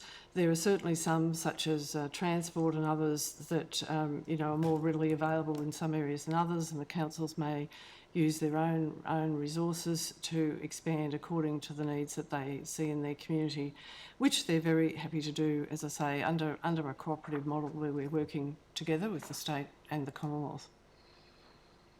So you say, I think the figure you put on it in paragraph 62 is that councils are contributing in the order of $150 to $200 million per annum. Is this money that's coming from rates or? Yeah, that's right. It's coming from rates revenue that councils have committed. They also work very actively in what we call the positive ageing and healthy ageing area, providing a whole range of supports to their older community. But this is where, as I've sort of argued in the statement, that this has been supported by a trilateral statement in Victoria between the Commonwealth, state and local government around how we'll work together to do what we call retain the strengths of the Victorian system at present. And clearly the councils are concerned and committed on behalf of their local citizens and their communities, but they are seeking to be in a sort of formal arrangement with the state and the Commonwealth. Once things are centralised in Canberra, it is very easy for councils just to be treated as just another service provider. And we, of course, really clearly see the two roles. The councils may choose to be direct service providers or have other ways of organising services, but they take their sphere of government role very seriously in terms of stewardship on behalf of older people. And that is in our statement, I suppose, really the role that we're really wanting to have recognised, that we play a role in planning and coordination of local services to make the best of the resources available, to highlight gaps and to work on those with the state and the Commonwealth. And as I've also said throughout the paper, we think that these services are very much ones that benefit from being delivered closely at their local level and not a step removed, and also by not sort of absentee providers, as we would call them. So the feature of absentee providers has become quite common, particularly in rural Victoria, where agencies might claim to be able to deliver a service, but they're actually based in Adelaide, for example, or wherever they may be based. They don't actually have a local presence. And the councils usually are the ones, the home care staff, home care coordinators are usually the ones that it comes back to solve the problem for the individual in their municipality.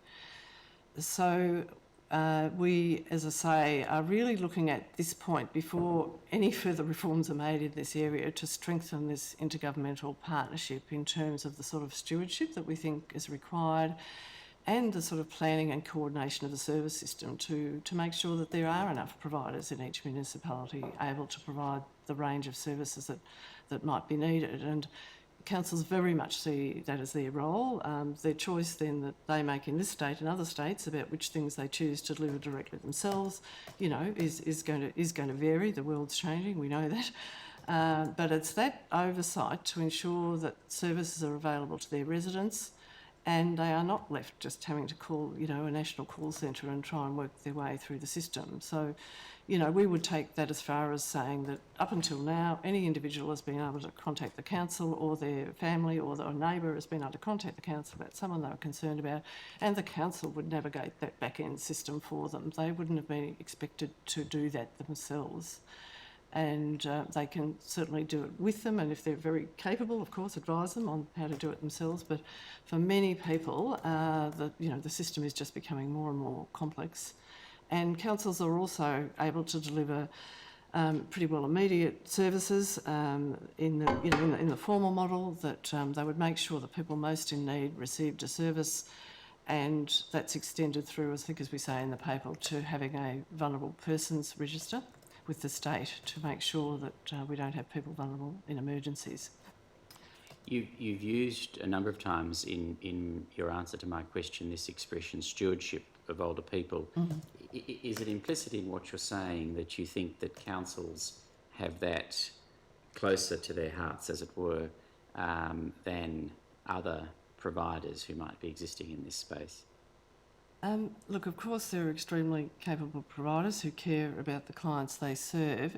I think I'm more talking about the sort of public sector, the sphere of government stewardship, essentially, that councils have responsibility in relation to all the residents in their municipality. There'd be very few other, in fact, I don't think there's anyone else that you can say has that apart from the state and the Commonwealth. So, of course, a very capable provider will be concerned about the clients that come under their purview, but they're not responsible for those that don't, or for providing advice, you know, to all older people in the community about where to start to enter the service system. Ultimately, your view is that governments can more reliably perform these services. Is that fair? Yes, absolutely. And I think it goes without saying when it comes to the hard-to-reach clients for various reasons. We have clients through 10 farm gates 50 kilometres away from the council office that you might need to send 2 staff to because there's perhaps a person's got particular difficulties.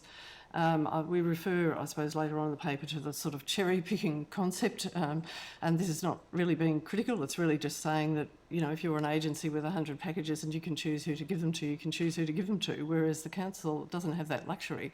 They have the same responsibility as the state and the Commonwealth for ensuring that residents' needs are met, and for working out a system where, you know, possibly the hardest to reach and the most difficult clients are absolutely not dropped off the list.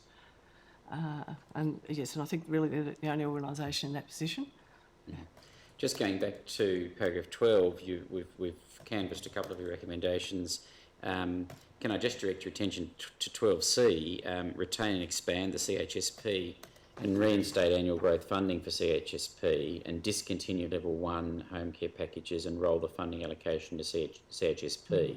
So your view is that in effect the level 1 CHSP is unnecessary or could be better spent in other ways. Yes. Level 1 home care package. Yes, that's could be right. Better spent as part of CHSP. Yes. Yes, the actual amount of the package and the service able to be provided is very equivalent to CHSP, and in fact when you look at it in detail, as you've had described this morning, often more of the funding actually gets taken in administration, and the CHSP is very cost effective, I think, as I've said throughout the paper, in terms of you've got a bulk amount of money, it's largely going directly to the client service. There's not that same capacity, it just doesn't rely on that administration of an individual package in the same way. So we would suggest that that's rolled in, that the majority of people benefit from, it may only be a small amount of service, entry-level service they need under CHSP, but they can often benefit from that for many years before they need a more intensive service. And, you know, in terms of fiscal planning by the government, any idea that you'd go to individual packages throughout this whole system is just it would just be impossible financially.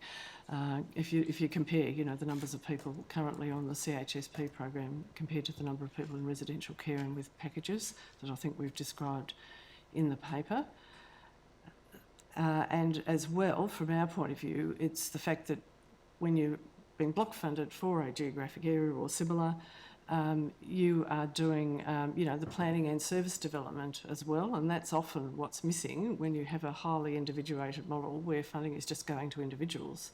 So no one is actually planning for the geographic area to make sure that there is a service system available and a range of services available. So I think we need a balance between the two. Obviously, the individuated model's been, you know, very well prosecuted through the NDIS. We understand that, and we understand the importance of people having the rights over their own, the resources that may be, you know, may be possible for them. But without a planned system, you actually end up with nothing for them to appropriately choose from if you're not careful.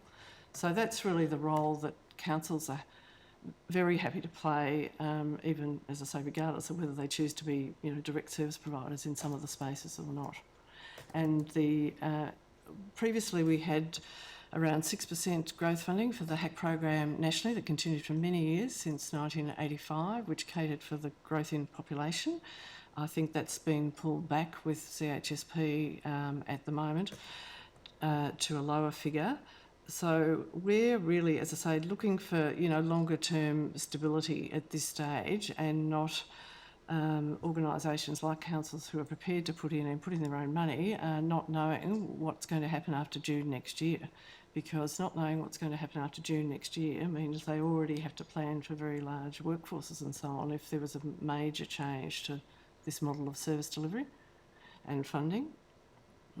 I mean, you're pretty critical generally about the home support system, I think it'd be fair to say, wouldn't it? I mean, you list a series of negatives in paragraph 64 of your statement, and you say that level 1 and arguably level 2 home care packages are nearly identical.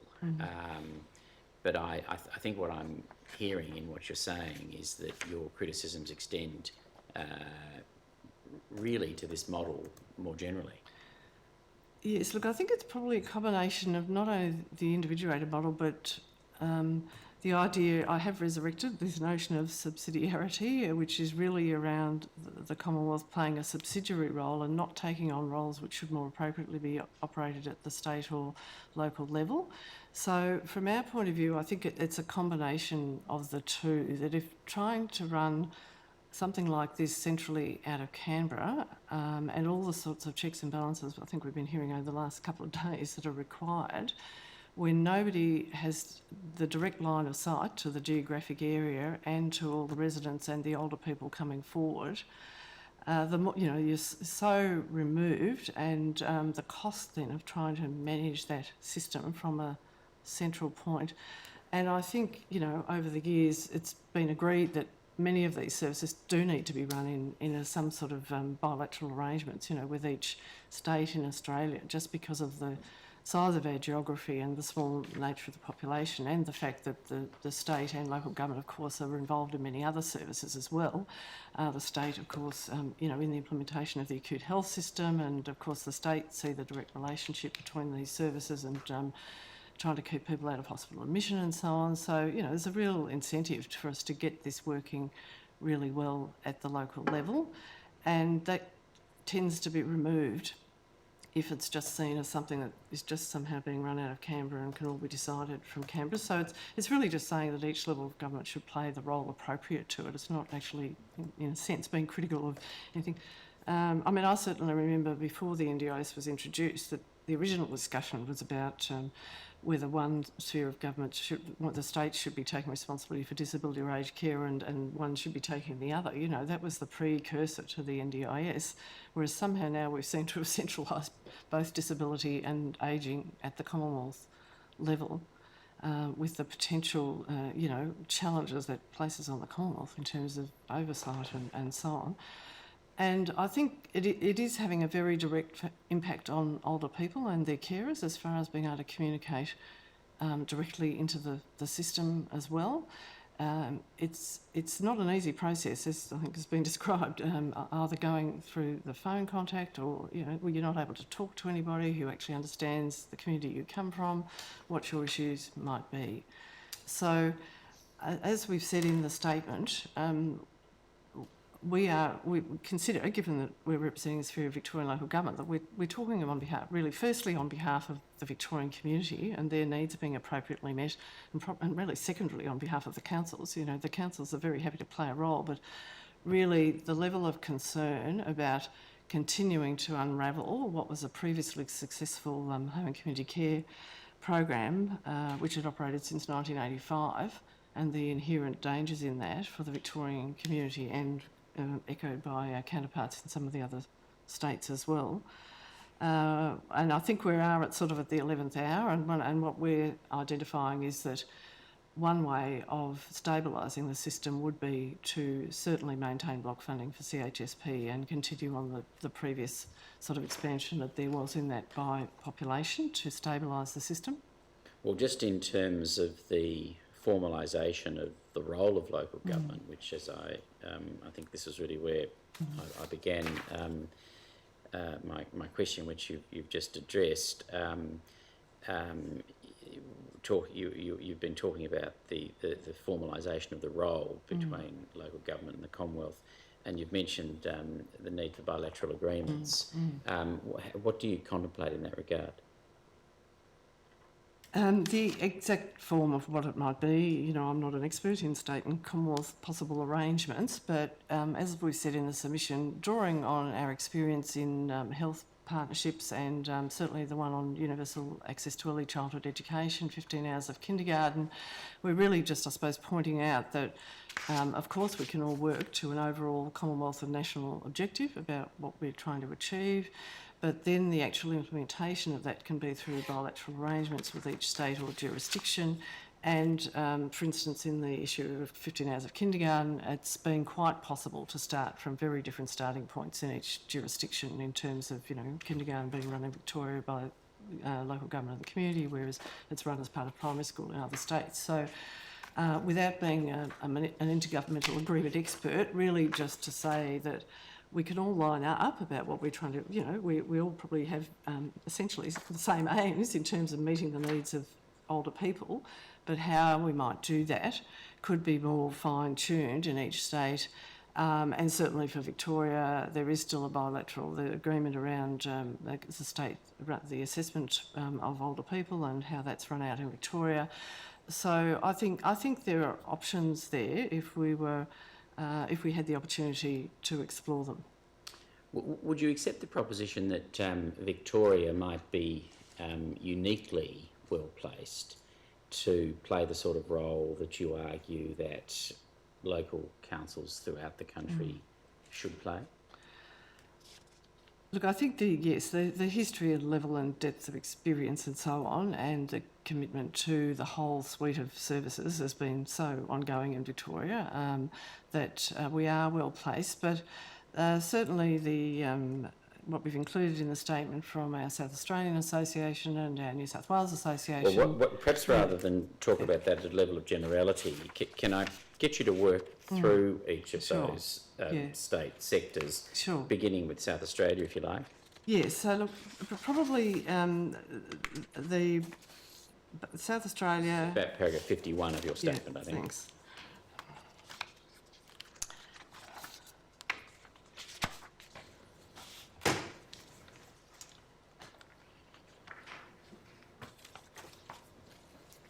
Yes, so I think South Australia identify, the range of services they have worked with in home provided to the community in home and community care, and certainly advocating on behalf of their citizens. As we've said, while they might not provide quite all the range of services that are provided in Victoria, they've similarly had a significant ongoing commitment in this area that would have been supported by previously their relationship with their state government in the same way that Victoria had. And similarly, New South Wales. Well, just with South Australia,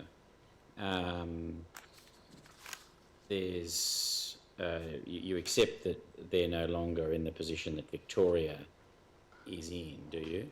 No, they would still be providing, a range of probably social support and other services. So some components of the service offering. Would you say it's a comparable spread of service to Victoria? Probably not as extensive. No, that's and right. Is that a function of the fact that the state's bigger with a smaller population, or is that for other structural reasons? I would say that they probably have had a wider range of providers historically, so that the council may have played a range of services, but perhaps not as extensive in some of the councils. Yes. Mm-hmm. I think you were going to turn to New South Wales. Yes, look, I think really that's a similar situation without them being here to give evidence on their own behalf. That clearly there has been a major home care provider as well in South Australia, in New South Wales, excuse me. So I suppose the overall point being that the sort of public sector oversight and ensuring that the services are available in an appropriate manner is something that certainly the other state associations and councils are expressing a commitment to because of their historical involvement. And, as that entry level and certainly contact point for their community about navigating the system, whether all the services are provided by the council or not. And unless that role is formally recognised, it will just slowly dissipate over time. Are you able to say anything about any of the other states? Western Australia, the involvement of councils, but the arrangements there, I think, have mostly been driven through the state government, given the size of population and so on, and the spread of population. But as we've alluded to in the paper, it was Western Australia and Victoria that held out for a very long time to actually joining the new system because we were so concerned about the potential consequences of that until there was really no choice in the final financial arrangements with the NDIA.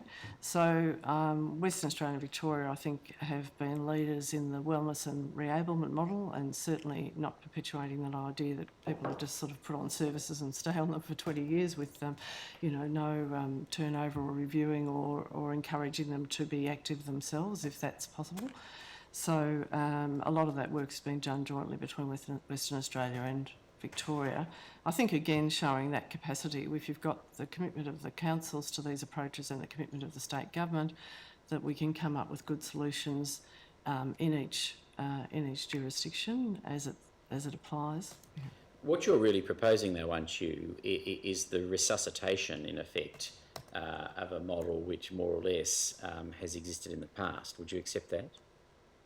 Yes, without wanting to seem back to the future, but when you've got a tried and tested model that's strongly supported in the community know where to go as the first point of contact. The whole system's not a complete mystery to them.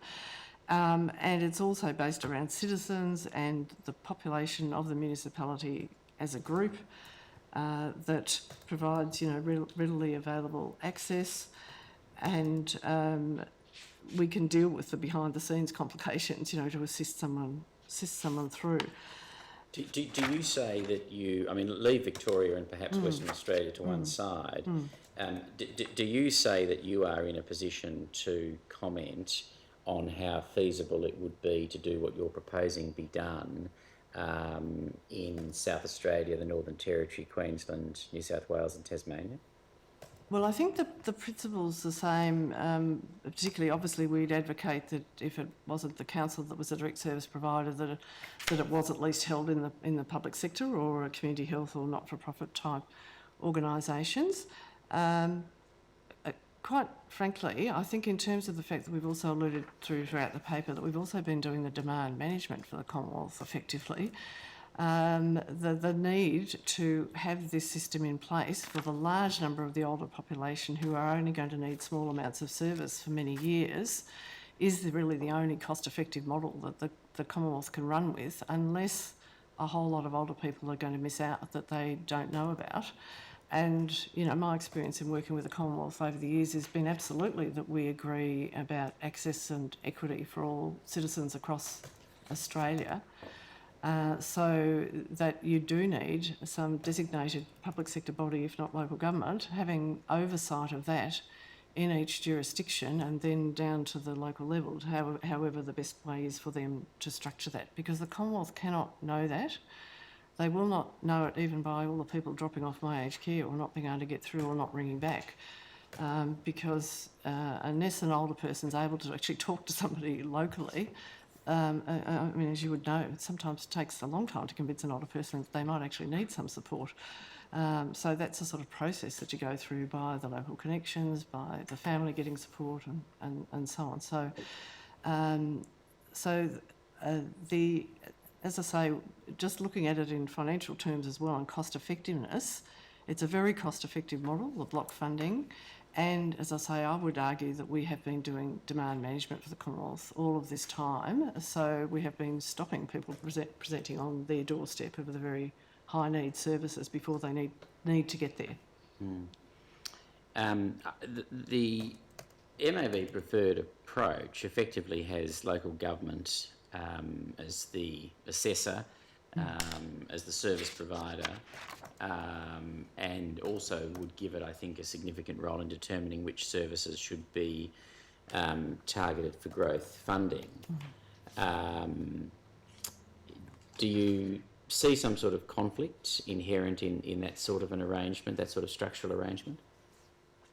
Well, I think one of the, certainly the processes that has now been put in place, as you're probably aware, is that assessment has been completely separated out as a separate structure. So that would not be so necessarily under the approach that you have in mind, would it? Or would it? No, I think that's similar to what's always, in a sense, occurred in the past, because councils would have always seen they actually, they have to wear many hats, and they would have the capacity to be assessing overall and then looking at their total population in terms of who's coming in. No, those structural arrangements would be able to certainly to continue to exist. We would certainly want to continue the bilateral arrangement with Victorian State around assessment and to be able to have the devolved assessment model that we've got, which means that it's possible for there to be local assessment staff, essentially in each municipality who have a knowledge of that area. So that there's really no difficulty with that.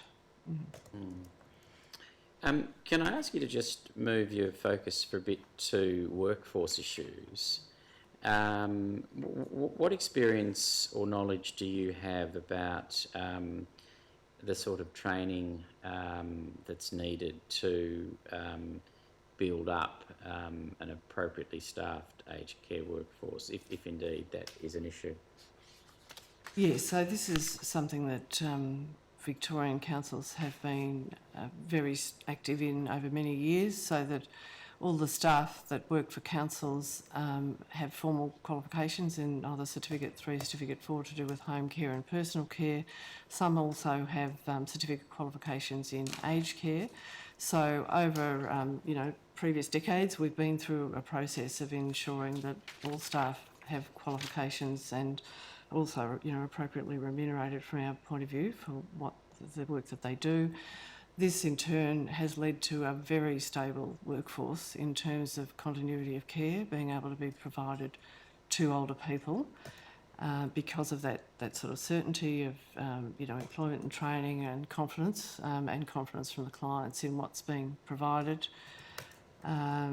Again, we would say that the level of uncertainty that surrounded these reforms over a period of time, is not contributing to the certainty that staff have about where they may be placed in the future. And any model that doesn't have some public sector oversight, we do certainly see the danger of, staff workforce conditions and qualifications being, reduced right down, for the sake of expediency potentially.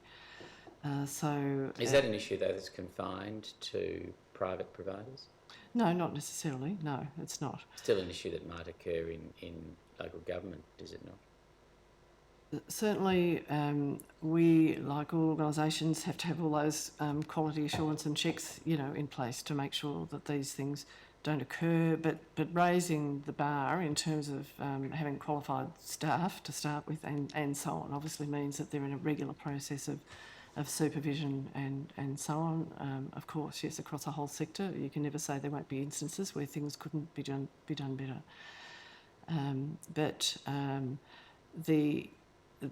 As I've said, particularly when you come to rural areas, there's limited workforces available, the people available on the ground. It can be very hard for organisations that, coming newly into the system or don't have any presence to actually maintain a workforce with any consistency.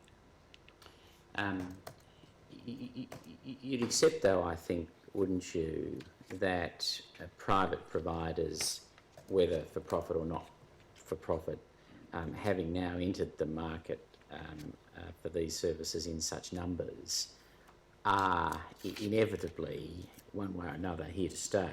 Would you accept that?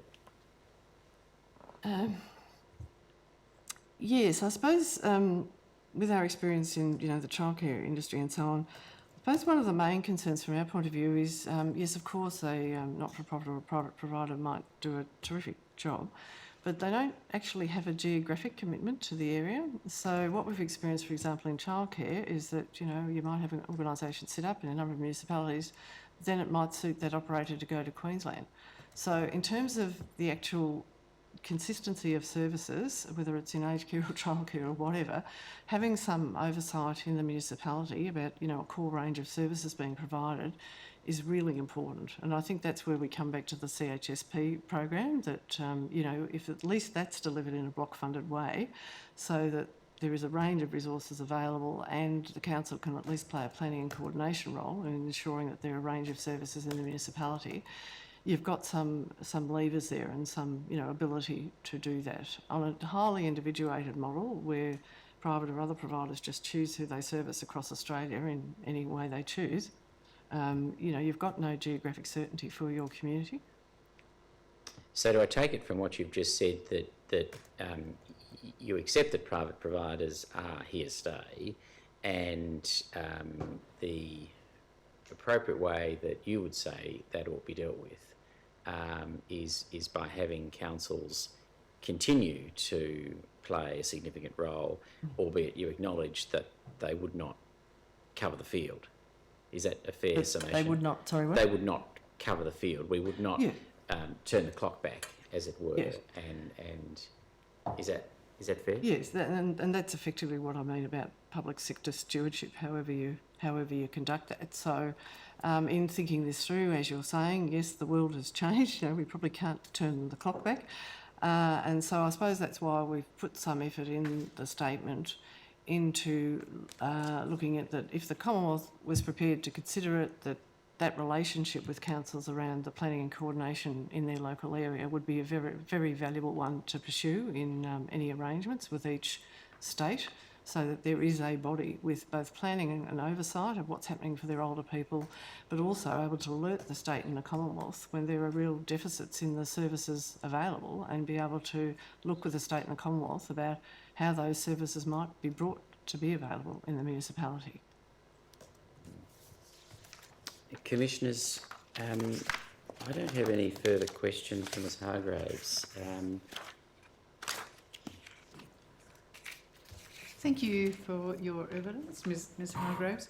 How do you see the return to the old approach with HAC, working for people in remote areas? It's always been difficult, as it is now, servicing remote areas, particularly Indigenous areas. How should this work, or how would it work? Well, certainly from the Victorian experience, we would have obviously a council that was responsible for that area, and working, as I say, with other providers, but with the state and the Commonwealth around, as you would say, perhaps injecting not only the HAC services, but also, you know, Aboriginal health services, others, whatever might be required. In terms of, if you're asking me about more remote parts of rural Australia, I think that there are frequently additional strategies required to be overlaid, you know, on the basic service system because of the geographic spread, as you say, and a particular targeted approach that often involves broader issues in those communities. Again, I would think that councils would be wanting to play a strong role in that. Obviously, we have a whole range of other roles in public health and wellbeing and so on. But yes, if you're sort of alluding to the fact there might need to be still targeted strategies to ensure that some groups are covered. But certainly in Victoria, the approach that's worked for us is that all councils are involved, as we refer to the extent of arising out of the bushfires nearly 10 years ago, that we have a vulnerable persons register that's been maintained by councils of people who are very hard to reach in circumstances such as that, which is actually you know, much more difficult to maintain under these new arrangements. Yeah. You travel between the Commonwealth having agreements with the states and then you managing the services locally, and that's absolutely been the traditional way here. Is it possible to conceive of the Commonwealth block granting councils, or indeed Indigenous land councils, for the delivery of these services? Oh, absolutely, and I'm sure there's history under different, as I say, Commonwealth health promotion programs of that sort of thing. Yes, depending on, you know, which where it's seen to be appropriate for the whether it's federal or state dollars that should be injected and how that's arranged. But I think again that's where having, you know, a formal written agreement about the roles the spheres of government are playing is very helpful, and essentially under the CHSP, the Commonwealth is block funding through the, you know, the local government at the moment to provide the Commonwealth Home Support Program. Yeah. I was interested in your comments around navigating services, and you've listened quite carefully to the evidence we've heard the last 36 hours. And there's a genuine issue around navigation of services through packages. So do you see the council's role in your proposed model being contained to house cleaning, gardening, whatever services, or do you see it up through the range of packages from what would then be package 2 to package 4? Historically, councils have been involved in delivering more package services and some, in fact, residential care. I suppose the way the model's evolved now, and as you say, with more entrance into the sector, it has become more of a mixed market that we're dealing with. We certainly have some councils who are very interested in that and see the benefits of being able to provide the whole range of services and packages and more intensive services. I think probably, as though we've said, the bigger concern would be on behalf of their residents and making sure they get, you know, timely advice and support when they need it, and that's probably still going to be a more universal role that local government's going to be able to play. I guess the direction of the Commonwealth around this highly individuated approach, with potentially in the absence of any service system planning, is very hard for local government to relate to, and often does lead to council sort of getting dealt out over the period of time. If there's sort of 3-year rolling contracts, and then they may not, be funded in the future. Whereas councils are in for the long haul and, making a commitment and needing that sort of ongoing certainty. So I suppose that's why in the submission we have focused around CHSP and level 1 packages. I'm aware, talking to colleagues such as Dr. Anna Howe, she would probably argue that we should put the whole thing back together again, but we are so concerned that the block funding is retained. We, I suppose, chose to focus on that in our submission to make sure that doesn't all get swallowed up as well. Thank you. Anything arising? Nothing further, Commissioner. Yes, thank you.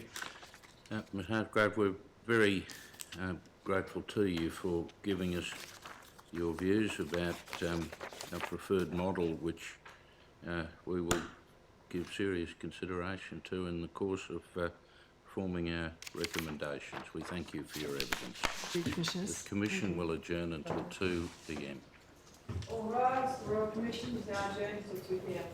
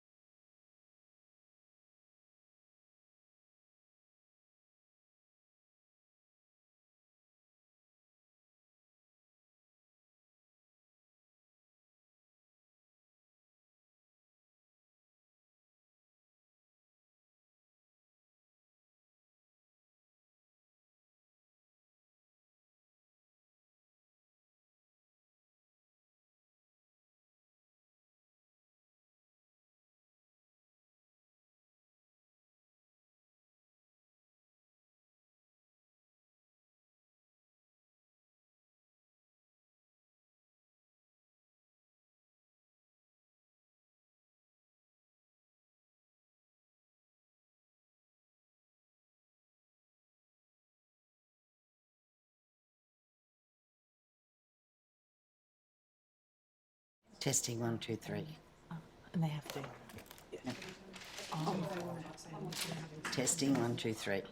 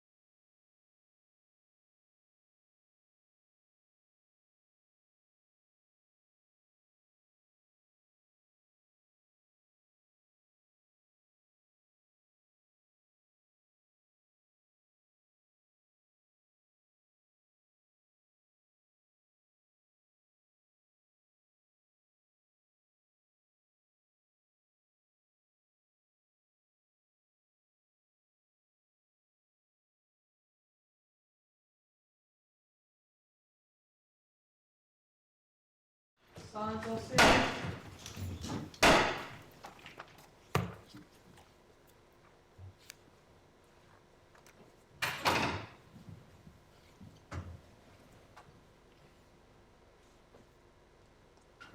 Please be seated.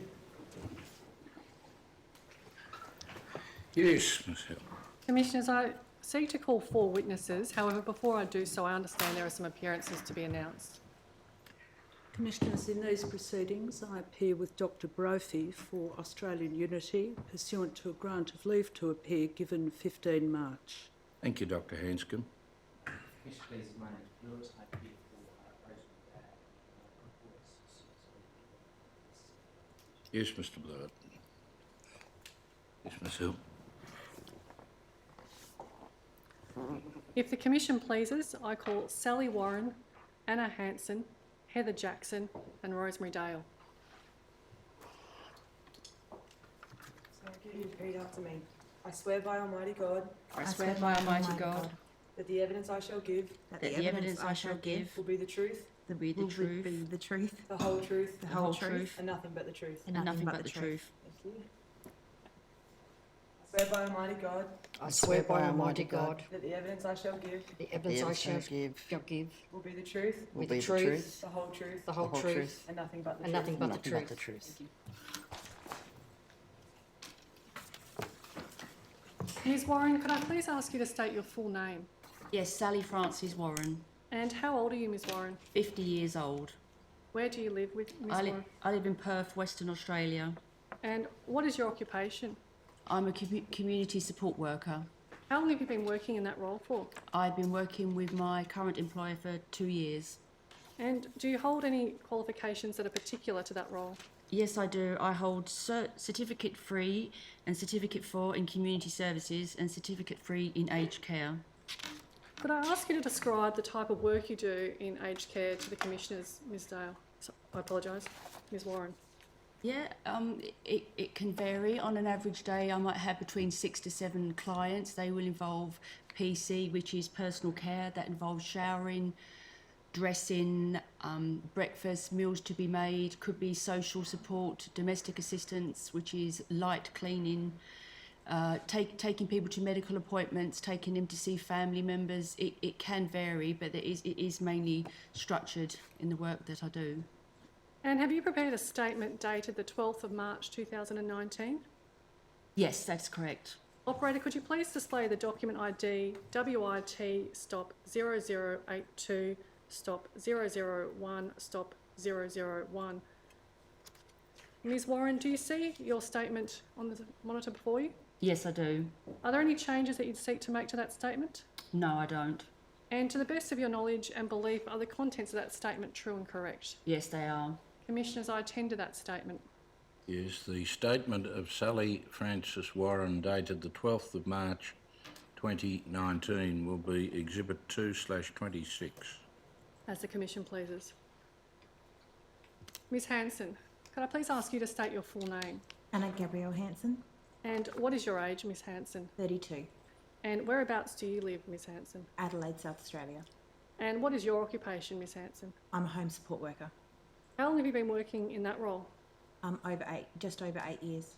And do you hold qualifications particular to that role? Yes. And what are they, Ms Hanson? I have Certificate 3 in aged care. I have Certificate 3 in home and community care, and Certificate 4 in home and community care. Could I ask you to please describe the type of work that you do in aged care? My role varies every single day. We do cleaning, we do shopping with clients, we take them out, the social, we give them, help them have a shower. That involves getting dressed, getting them in the shower, sometimes washing their hair, drying their hair, getting them to have appropriate clothing on. If it's clean, if it's not clean, because some people don't know the difference, and some choose not to acknowledge that they do have soiled clothes on, so you have to make that decision quite rapidly. Taking them to see their families in residential care, it varies every single day and depending on the client, their needs and what the visit is for. Ms Jackson, could I turn to you and ask you to state your full name, please? Heather Virginia Jackson, And what is your age, Ms Jackson? 54, And whereabouts do you live? Brisbane, Queensland. And what's your occupation, Ms Jackson? Personal care worker, And how long have you been working in that role? 24 years. Do you hold qualifications particular to that role? Certificate 2 and 3 in aged care. Could you describe to the Commissioners the type of work that you do in aged care? Well, we are pretty much classed as multi-skilled. We do the cleaning and the personal care, escorting clients to different appointments. We might get them ready to go on a respite bus for the day. There's meal prep, assisting medication, which is done by the chemist in a Webster pack for us to assist to make sure that and remind clients to take that medication as well. Yeah, that's pretty much it. And did you prepare a statement dated the 12th of March 2019? Correct. Operator, could I ask you to please display the document ID WIT stop 0080 stop 001 stop 001. Do you see your statement there displayed in front of you? Yes. Are there any changes you'd seek to make to that statement? No. Are the contents of that statement, to the best of your knowledge and belief, true and correct? Yes. I tender that, Commissioners. Yes, the statement of Heather Virginia Jackson dated the 7th of March 2019 will be Exhibit 2-27. Thank you, Commissioners. Now, Ms Dale, before I jump to you, if I could go back to Ms Hanson, I believe I skipped over your statement there, I apologise. Did you prepare a statement dated the 12th of March 2019? The 7th of March. The 7th of March 2019. And I see that the operator has displayed the document ID there, WIT stop 0081 stop 001 stop 001. Do you see your statement there on the monitor before you? Yes. Are there any changes that you'd seek to make to that statement? No. Are the contents of that statement, to the best of your knowledge and belief, true and correct? Yes. I tender that, Commissioners. The statement of Anna Gabrielle Hanson dated the 7th of March 2019 will be Exhibit 2/28. As the Commission pleases. Ms Dale, could I please ask you to state your full name? Rosemary Ann Dale. And did you prepare a statement dated the 6th of March 2019? Yes. I see that the operator has displayed the document ID WIT stop 0079 stop 0001 stop 0001. Ms Dale, do you see your statement displayed on the monitor there before you? Yep. Are there any changes that you'd seek to make to that statement? Any amendments to that statement or The ones that have already been made, or, yeah. beyond that? No, beyond that, no. Thank you, Ms Dale. And are the contents of that statement, to the best of your knowledge and belief, true and correct? Yes. I tender that statement, Commissioners. The statement of Rosemary Ann Dale dated the 6th of March 2019 will be Exhibit 2-29. As the Commission pleases. Ms Dale, whereabouts do you live? Sydney, New South Wales. And what is your age? 63. And what is your occupation? Grade 3 childcare worker. Not childcare, healthcare worker. And how long have you been working in that role? Nearly 10 years. And do you hold qualifications particular to that role? Yes. And what are they, Ms Dale? I have a Certificate 3 in Health Services, Certificate 4 in Disability, and a Diploma in Community Care and Mental Health. What type of work do you do in aged care? I do a varied role. It changes weekly, daily sometimes, but ranges from personal care, getting people out of bed and showering them, dressing them, sometimes putting them into wheelchairs if they're a disabled person, feeding them, washing, doing washing for them, doing shopping for them. And I work split shifts, so I come in and I'll do meal breaks at night and put people to bed as well. And do you hold a position within a union? Yes. What union is that? A United Voice. And what position do you hold? I've just been recently, in the last 12 months, was achieved to be a delegate. And are you aware of enterprise agreement negotiations that are currently ongoing at the moment? Yeah, I know about them, yeah.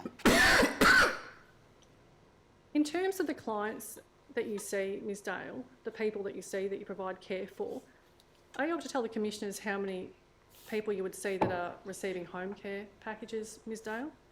I don't know whether they receive home care packages. The only ones I know for sure because they're disabled are the ones on NDIS. But as for the other packages the other clients are on, I wouldn't have a clue. Would you be able to say how many people you see that are a receipt of the CHSP, the Commonwealth Home Support? I don't know. And is that for that same reason? Yes, yes. In paragraph 4 of your statement, you identify as being from an Indigenous background. Yes. You don't currently see any Indigenous clients, do you? No. But that's something you'd like to do in the future, isn't it? Yes, yes. You've given evidence to the Commission that you hold a Certificate 3 in Health Assistance, a Certificate 4 in Disability and a Diploma in Community Care and Mental Health. Yes. When did you obtain those qualifications, Ms Dale? Okay. I did my Cert 3, I think it was 2014, then 2015, and I did my diploma in it must have been 14 as well. That's approximate, I can't remember the exact dates off the top of my head. And you also did the University of Tasmania course on dementia, is that correct? Yes, I did too. What courses were they, Ms Dale? They were done through the MOOC system, which is an online course in preventing dementia and living with dementia. And I did those of my own free will. Thank you, Ms Dale. Has your study assisted you in your role as a personal care worker for the aged? Yes, amazingly so. And how's that been? It's been really good because it gives you a better understanding when you walk into a client who does have dementia, for instance. Some days they'll have a good day, they'll remember you. Another day they won't remember you. So you have to step back that day and go through slowly what you're going to do with them. Because if you do things too quick, they get upset, they don't understand and they get very frightened. So it's a day-to-day things with people with dementia. The other clients, even the elderly clients, you've still got to go slow because sometimes they're the only people they see. They don't see any, their families have gone, their partners have gone, we're the only people they see. So it's a slow process. You've given evidence in your statement that you've previously been a mentor to newer or more junior workers in aged care. Why was that important to you, Ms Dale? Oh, it's amazing, so because doing that mentoring program has saved me a lot of injury. I've learnt now that I even take it home and do it at home. What do you mean by that, Ms Well, Dale? it's just how you look after your body, how you move, how you hold your back. You work with your legs, not with your back and your arms, even though you use them, but you take the weight of your job on your legs because that's the biggest muscle in your body. And by running through that program, which I went to Parramatta under a lady at Parramatta, and she took us through a week course that we had to do to obtain that so that we could say that we were, well, I suppose you'd call it qualified to mentor other care workers in your organisation. So that's what I did, and I passed that, and we used to do it. And so we used to go and mentor every care worker to a limit. Every 2 years you'd go around the whole organisation and then you'd start again, and they would get a refresher course every 2 years.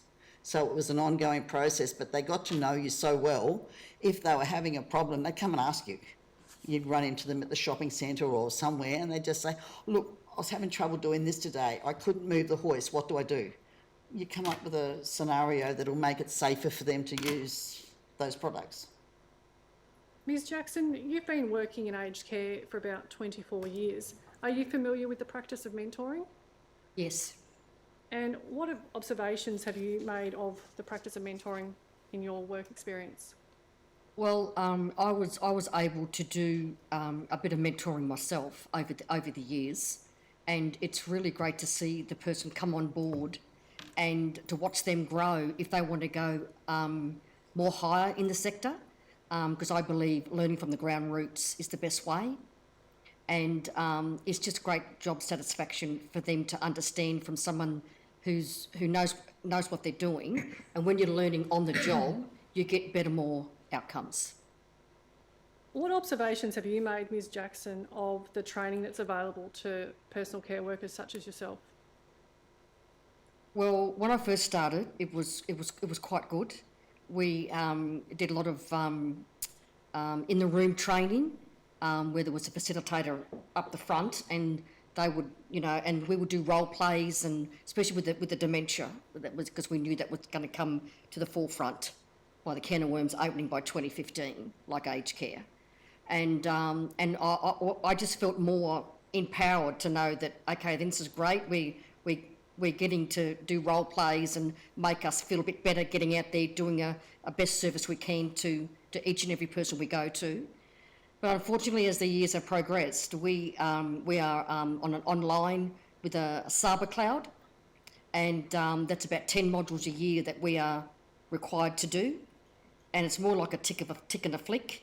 And if you do get into a bit of trouble and what have you, there's no one around you in the offices. They're too busy doing whatever they need to do. And you're thinking to yourself, okay then. So you pretty much guess the answer. And most people, in my experience, most people say to me, when I walk out from that computer, I walk back to my car, it's like, it's just gone. Nothing's consumed.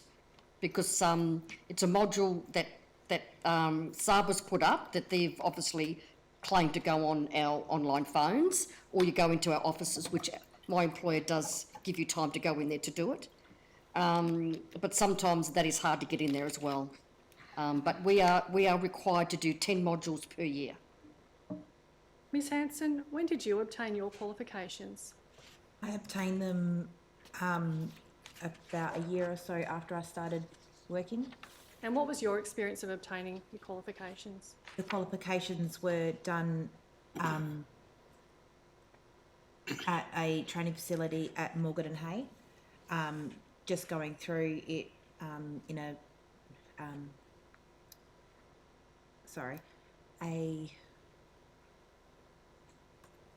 student with teacher environment. It was fantastic just to get the qualifications that I needed to continue my work in aged care, and the training was just excellent.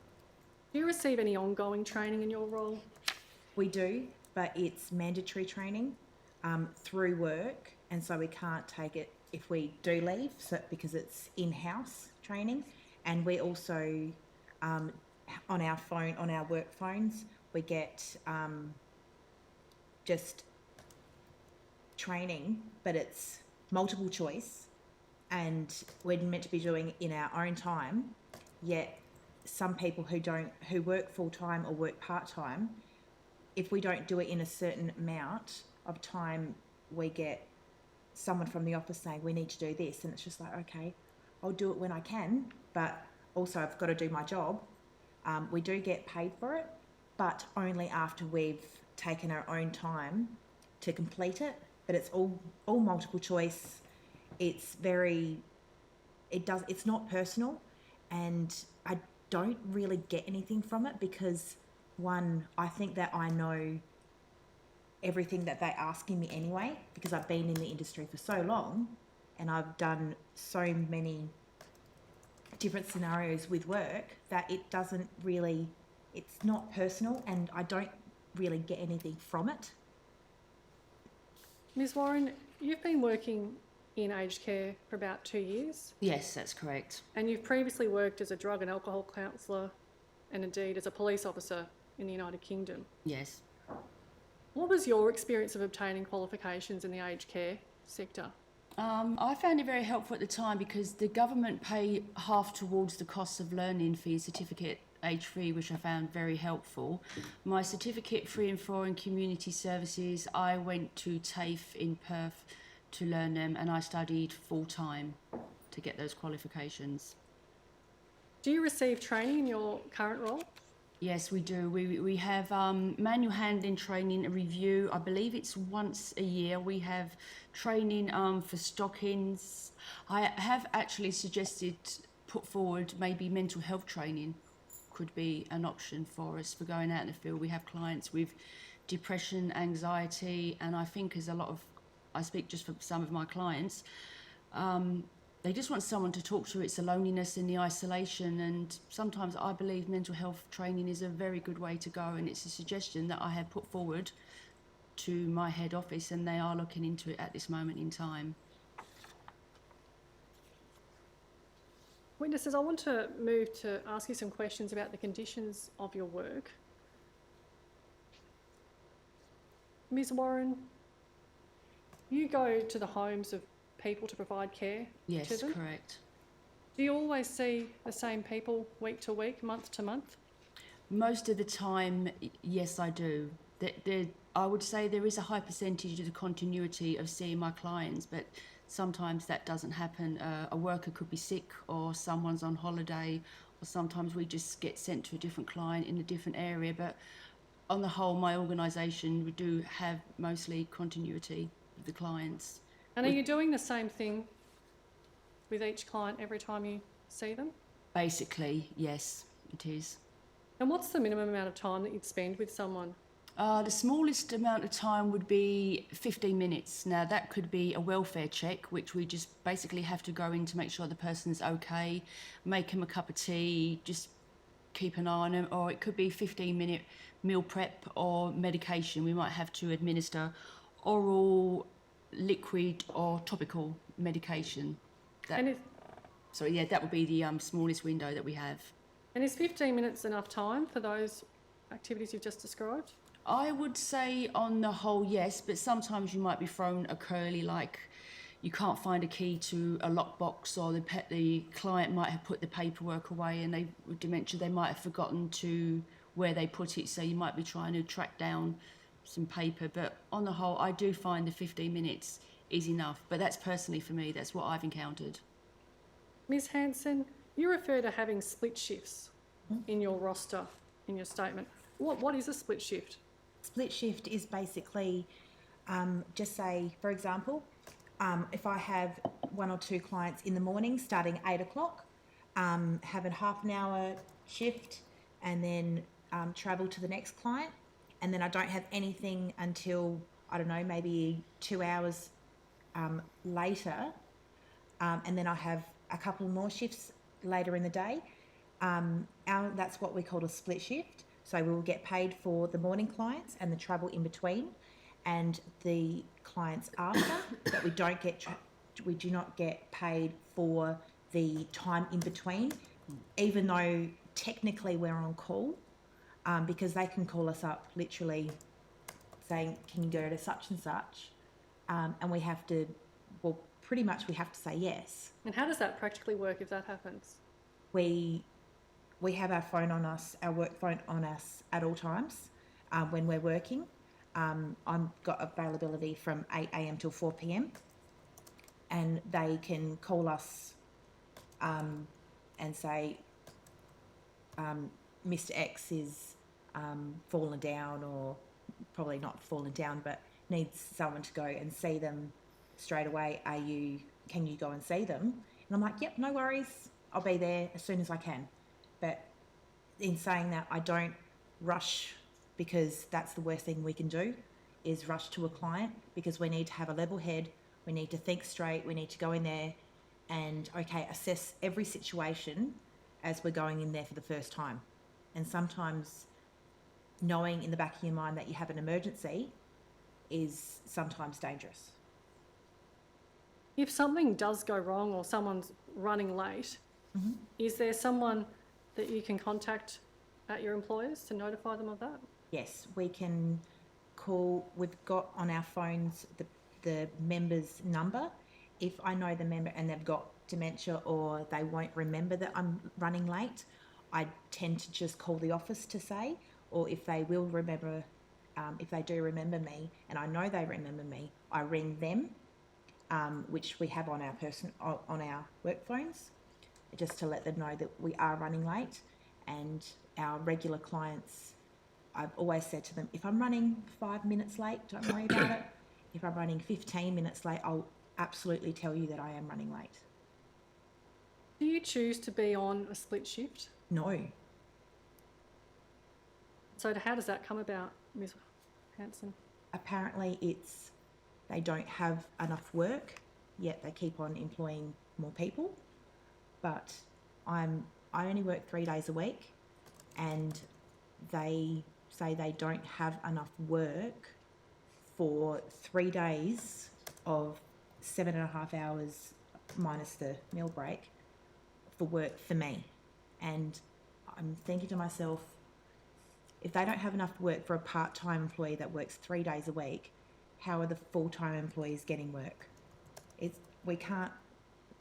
I don't know how they expect us to live off split shifts. And this is after constant emails, constant phone calls saying, I need work. I've been working with them for over 8 years, yet I'm still struggling to find work because I don't know the reasons, they just don't give me enough work. Do you think you'll stay working in aged care, Ms Hanson? I love my work and I love my clients because I get so much value out of my work working with clients who need the help. I'm very much of a caring person, and if I wanted to be rich, I wouldn't be in aged care because I would get another job. But I value my work and I value my clients, and I want to help them stay in their homes for longer. That's it. Yeah. Ms Dale, what's the minimum amount of time that you are allocated to a client in your role? 15 minutes. And what sort of work are you doing in that time frame? It's mainly, I do the 15-minute jobs mainly with a quadriplegic client that I have, and he needs you to go in. Sometimes it's to have medication, sometimes it's just to give his eyes a wipe and empty his urine bottle. And do you feel generally that you've got the time that you need to do the work you need to do? Yes, yes. Ms Jackson, do you have the time to do the work that you need to in your role? It varies from client to client. As the panel was saying, we can go into, we don't know till that door gets opened. And I am lucky that I have the continuity as well. But if you are continuously going into somewhere, you see the deterioration in some of the clients, and it can be quite rapid. And that 15 minutes might turn into 35 minutes. And of course, the funding that is out there, and every minute you go over, it's every minute they get charged. And so we are on a time clock. And it can be quite distressing for myself trying to get the job done if the person is not quite right that day. Does that impact on the quality of care that you are able to give? Yes. Have you had any discussions with your colleagues as to the effect of this situation on their wanting to stay working in aged care? Yes, unfortunately, where I'm employed, the turnover is quite substantial. For the simple fact is that it is the wages. The generations under me again, they like to have many eggs in their basket. They don't want to have the one job or the two job in their career, and they've very much stated that it'd be great, but there's no career going forward in aged care, and the wages don't cut it when they want that family dream home. It's very hard to get a loan and with the family, and some of them have to do second jobs because they just can't live and try and get what they want in what they want to do for their lifetime. Witnesses, I'd now like to turn to safety issues in your roles. Ms Hanson, in your statement, you talk about transporting clients in your own car. Does that present particular risks to you in your role? It can. And what are they, Ms Hanson? Well, it depends on the client because some have dementia, some have mental health problems. It depends if they're having a good day. It's as simple as if they're not having a good day, then you have to watch every surrounding. the traffic, if they're buckled in, if they're taking their seatbelt off. It's every single little action that they do sometimes, because if they're having a bad day, and if I don't feel comfortable having them in my car, I say so, because if it's not worth me losing my life or crashing or having something happen to not only me but the client, if they're not having a good day, I say something, and I refuse, because it's not worth it. But if they are having a good day, they get into my car. Sometimes we have a nice chat, sometimes we don't, but that's every individual's different. But when they get into my car, I have to basically know the scenario, know where we're going, and I have to think on my feet 100% of the time until I get that client to their destination, or and get them in there safely. And how do you manage that type of situation? In what situation? How do you look after Dangerous yourself in that situation? situation? I take every step that I can. I think on my feet 100% of the time if I have to. And you have to not only think of myself and the client, but also the surrounding people, because I'm responsible for that person. Like if we're going to a nursing home, I'm responsible for that person, taking them in there, taking them to who they want to see, and until that person's in there and until I leave them and then go back into my car and finish that shift, I'm still responsible. So I have to do everything that I can in my ability to make it safe. Ms Jackson, in your statement you use the word isolated to describe the nature of the work that you're doing. Why is that, Ms Jackson? Well, we are the lone workers. We are the frontline workers of this great industry. We are the ones that front up at the front door or the back door, morning, noon, night, sleep overnight. Some people have left the industry because they don't like the isolation. They don't feel as though they've been supported enough, because everything is put through the phone now. Whereas once upon a time we go into the office maybe 2 or 3 times a week in the afternoon. Now they don't want us. They don't want us in the office. Everything's got to be put through the phone app, or phone your team leader.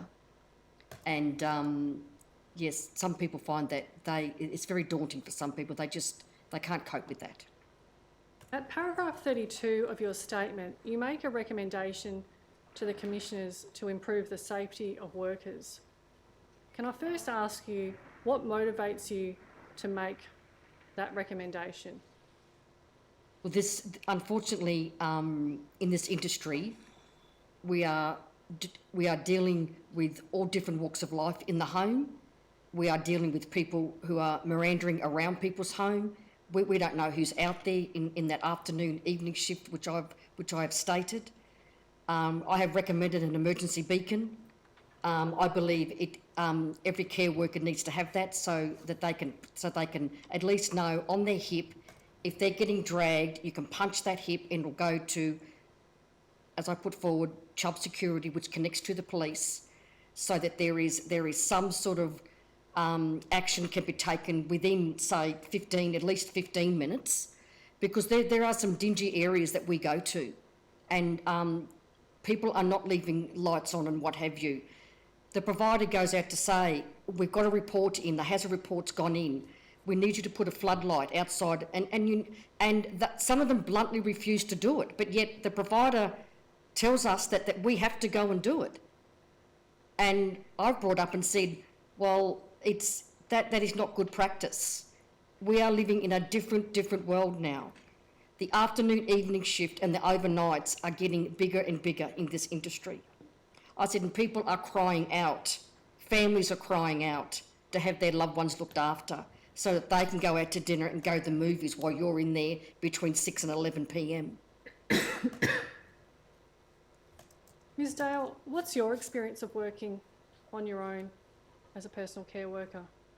Oh, it can vary. Like the other girls have said, it's very hard, and especially if you're working late at night, because I work in the inner city, in and around. I go to Redfern, I go to Maroubra, I've got La Perouse, and that. So at the night time, it actually can be scary. And yes, you are on your own, and sometimes you've got to park your car within a distance to your client. It's not right outside the client's home. That takes up time, and yeah, it actually can be very scary, and that. But the clients need us, so we do it. Ms Warren, can I turn to your experience of working on your own as a personal care worker and ask you to describe that experience to the Commissioners? It can be lonely at times, but I do like working autonomously, but within a team. If, as I said in my statement, if I have any problems at all, I can ring my team leader or the inquiry line, and someone will generally ring back within an appropriate amount of time, unless they're really, really busy. But like I said, it doesn't bother me to work autonomously, but I'm still working within the guidelines of my employer, and any issues or any outstanding problems, I will just ring straight away, and I will never willingly put myself into a hazardous situation. If there's a client that is too challenging, or I feel the danger of an imminent threat, I will say, I'm sorry, but I have to leave now, and I will leave the building. I will not put myself into any danger. But we have the backing from head office as well, who have said this to us, not to put ourselves into any danger. But I'm lucky so far that hasn't happened to me personally. Ms Warren, can I ask you to take the Commissioners to what you do, step by step, when you're allocated a new client, a new person to care for? When I'm allocated a new person, all the details come up on our Samsung phone, which has the Comcare system, and it tells us the name of the person, the date of birth, obviously the address, and it will have on the second page of the Comcare what the visit will be. It will have DA, social support, everything that we need to do, and the background. And if there is any alerts, such as could be dementias, if there are high fall risk, Alzheimer's, us workers, we know before we go into the situation. But obviously things can change, clients can deteriorate within a very quick period of time. So, but on the whole, it doesn't sort of change that much. But any questions, I will always ring before, and because I like to be well organised, I will check my roster a week before. But it changes, because you know it's the nature of the industry. People call in sick, or a client might get taken to hospital, or they might just cancel a service. So it can vary, but I do like to keep informed of where and who I'm going to see well in advance. So any issues, I will always ring up. And do you have much to do with agency staff then, Ms Warren? No, I don't. Now, Ms Warren, you've referred in your statement and in your evidence this afternoon to using a Comcare system. Yes. Could I ask you to tell the Commissioners what that is? Well, basically, a Comcare system, it's, I suppose in the olden days, it would be equivalent to having a little notebook on a person or a file. It gives us the background, as I say, the address, and it also gives us the GPS tracker, so we don't have to consult any books. We just press the button and it locates the quickest time for us to get there to. And Comcare will alert head office when we get there. We press the start button. Literally, you will turn up to the service, you'll either knock or ring the door, then you'll press the start button, and that's when the time is what they call the window starts. And then we finish, obviously when we finish it, we press the stop button. But there's also, like, if we go 15 minutes over the service, we have to notify the inquiry line and let them know the reasons why we go over. Otherwise, the client gets charged for that service. So they are kept abreast, and also they know at all times where we are. So if, for argument's sake, someone says there are clients and they're not, the Comcare and the GPS system will let head office know. I find it a very, very good system, apart from on the odd days where it just doesn't work, but that's life, that's technology. Ms Hanson, you've described using a work phone. Is that similar to what Ms Warren's just described to the Commissioners? Yes, we're actually using Comcare as well. And how do you find the phone system? I do find it quite useful in the fact that if I haven't been to a client even a week before I get there, I can look up who they are, any alerts. I can look in the notes that previous people have written. any falls, any, like if there's any alerts, if they've got dementia, if they've got dogs, anything that I need to know. But I do find it quite useful.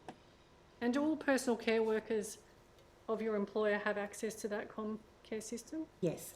And is that true of if there's agency staff? Agency staff don't have access because they don't have the Comcare system. Well, that's what I believe. But I'm not sure what the agency is told. Ms Dale, you've described a change in your workplace where you now do everything by a phone system. Is that similar to what Ms Warren and Ms Hanson have described in their evidence to the Commission? Our system is Procura, and it does break down a lot. We have a lot of trouble with our phones. And yes, everything is reported, hazards, everything is reported onto the phone. And is that you reporting onto the phone or your employer reporting? No, I report. If I find a hazard, I've got to report it, fill the form all in on the phone. Don't have the glory of, I can look ahead and see what clients I have got, but I can't access their care plan. And not all my clients have a care plan on the phone. I have to ring the office or email my coordinator and ask her, okay, going to Joe Blow tomorrow, haven't been there before, can you give me a rundown on what his service is? That's not always on my phone. Is there anything about using that phone that works well for you? Oh, I don't have a problem with the phone, as it's such of itself as signing in and out of my clients is no problem at all. It's the extra stuff sometimes that gets to you. If you go to a client and say I'm going to a client and I'm giving them their dinner, but on my phone I've got to mark off showering, toileting, personal care, shopping, bowel care, which is irrelevant to what I'm actually there for that client, and I've got to mark all of them off or the phone won't let me go any further. I can't even finish the service until I've ticked all of those boxes. And what does that mean for the quality of care that you're able to provide for that Well, person? that's either got to be done in my time, my travel time, or the client's time. So either way, it doesn't work when you've got a lot of things to cross off. So most of the time you've got a client who won't have any of those on there. But now, the way the system is working now, it's becoming more and more prevalent. Ms Jackson, do you have you've had experience of using the phone system? That's right. We have Procura as well. And how does that work for you? It works fairly well. Unfortunately, it's only 3 days in advance for us. We're trying to get that extended, but nothing has come forth with that as yet. Our tap in, tap out is we have to do it at the car, and there are some times in a city where the care staff have to park quite 3 or 4 streets away, so therefore it might take a couple of minutes, 2 or 3 minutes to get to the client, which is already eaten into their time. And then when they suddenly realise that, and you're saying, I'm so sorry, but I've got to get back to the car, and they go, what's going on? I said, I have to tap out when I get back to the car. And so then the phone call comes in, quite upset, da-da-da. So, powers that be have got to go out and have that conversation to add another, say, 8 minutes onto their visit, which they're going to be charged 15 minutes. And every 1 minute or so you're over, I believe it's 60 cents every time you go over. So you are forever checking your phone to make sure that you are out of there. And in some circumstances are quite unavoidable. And the providers are, you give the explanation and you put it through the phone and you ring our directive that we ring. They go, okay, then we'll make sure, da-da-da. But then when the bill comes in, we're the frontline workers, so therefore they start to get really upset with us. And I just say, you need to phone this phone number to speak to these people. And of course, it's a butterfly effect where they're on the phone, they get frustrated, they have to wait so long, they give up, they hang up the phone, it's just all the anxiety just settles into the client, which is not good for us. And what does that mean for you and your ability to perform your role? Well,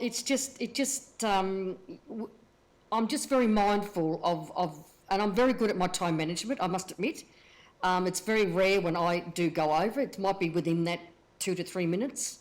But if I really can't finish that procedure in that time, I'm not going to rush. I do the job that needs to be done. I'm only there for that, the 15 minutes to 45 minutes, and whatever needs to be done for that client, they deserve it.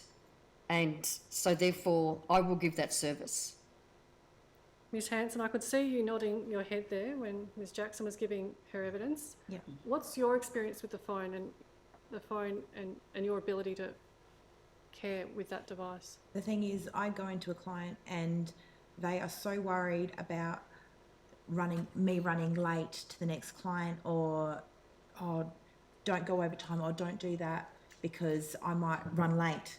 And I always say to them, don't worry about the time. Please don't worry about it. Let me worry about it, because if that's another thing that they don't have to worry about.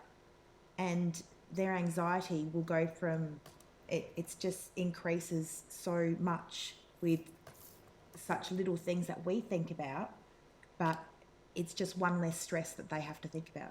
And how do the clients respond to you when you say that to them?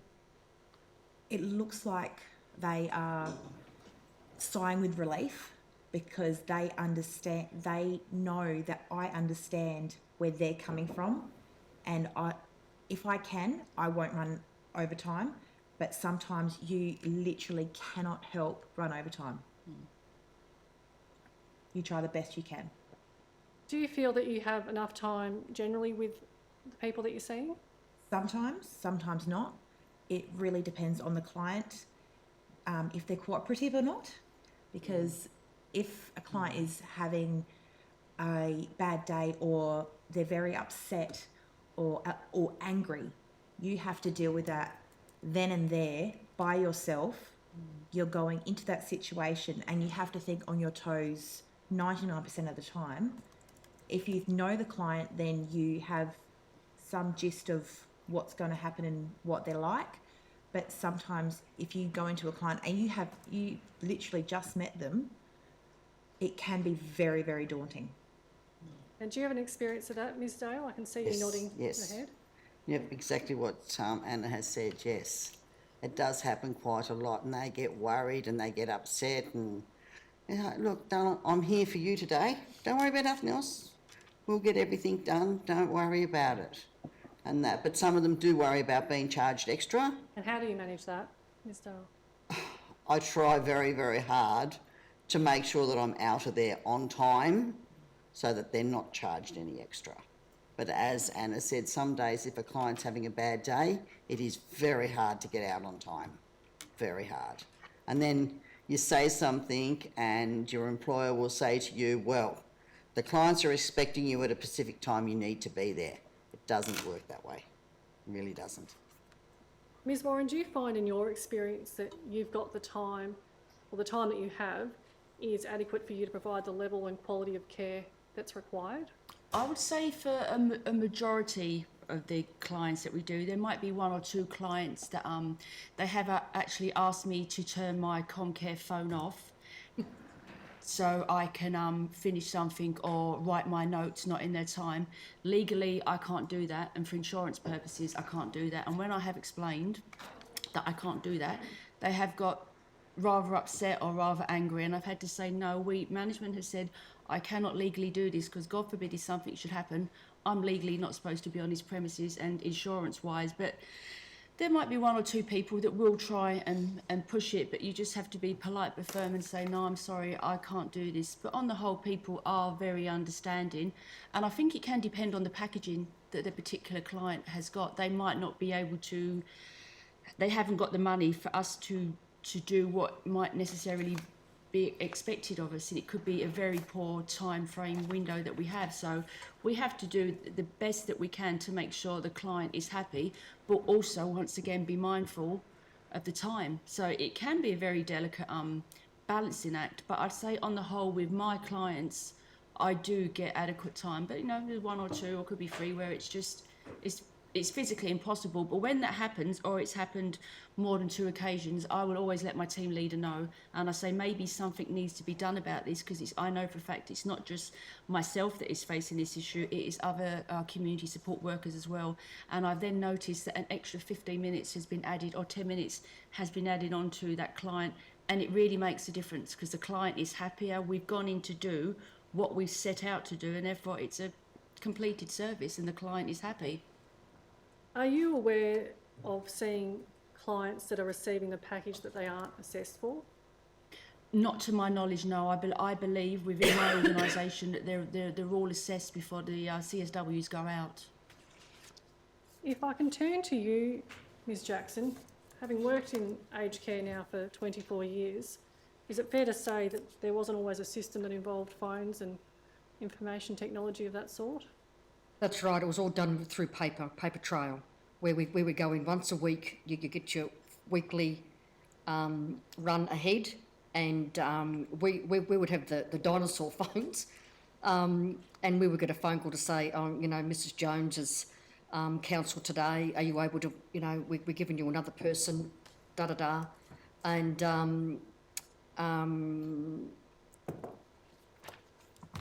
the communication was really a lot better. Why was that, Ms Jackson?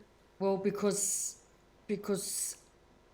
through the phones, you can put in so much information through your phones, but when you have the contact with the officer more frequently, if they were available, because you know their work commitments, what they have to do is full on throughout the day as well. It's just that we could always pop into the office where we needed to, because we were in a bit more grouped area, whereas I find now you do get shoot out a little bit further out than you need to, or you might be way out of your area because of sick leave or whatever's going on for that day. And I just found out that we were able to pop into the office a little bit more regularly, whereas now they tend to say, no, you need to put it through your phone. Do you think that there's a balance to be struck between the paper-based dinosaur phone of years gone by and the current arrangements? Yeah, well, look, technology is certainly much better. It's just that I'm hearing and experiencing through a lot of providers that a lot of cut costing is going ahead. So therefore, the teams that were there were like 3 and 4 and 5 is cut down to maybe 3, 2 in a base area. And so therefore they're on the phone and you're trying to make that call, and there's no one really else that you need to have that contact with. And that's when you're trying to get back to head office. That's right, yes. Because see, in some situations too, you know, with going back to timing and that with clients, is that we sometimes we have to deal with very difficult families, and most of the time, or some of the time, we are unable to even start the procedure that we're supposed to be starting because the family member's too busy saying, you know, this is not being done, that's not being done, where's your duty of care done? I don't go, excuse me, we please just, okay, what is your issue? This is the procedure that I can put a request in for someone to phone you, and so by the time that situation's been calmed down or what have you, it might be the visit's going into 10, 15 minutes and you've got to go and shower this particular person. Well, that's when you go over to that, up to that 50, 55 minutes, and you know, okay, that 30 minutes has now gone into 1 hour. Then I literally, if it gets a bit too hectic, I just say, you need to reframe the way you're speaking to me right now. I will leave this house. I will phone my supervisor, and it will be sorted out from their end. I said, but at the moment, your loved one needs my care to help her to be hygiened for the day. You know, she's very incontinent, whatever. And usually I can pretty much deter it, but there are times when, unfortunately, the loved ones that are looking after their elderly has the mental health issues, and they need the help as well. So it's a real diverse of what we're seeing out there. Ms Hanson, do you have much contact with your office? Not anymore. I'm pretty much out there by myself, day in, day out. And what does that mean for your day-to-day role? In my car.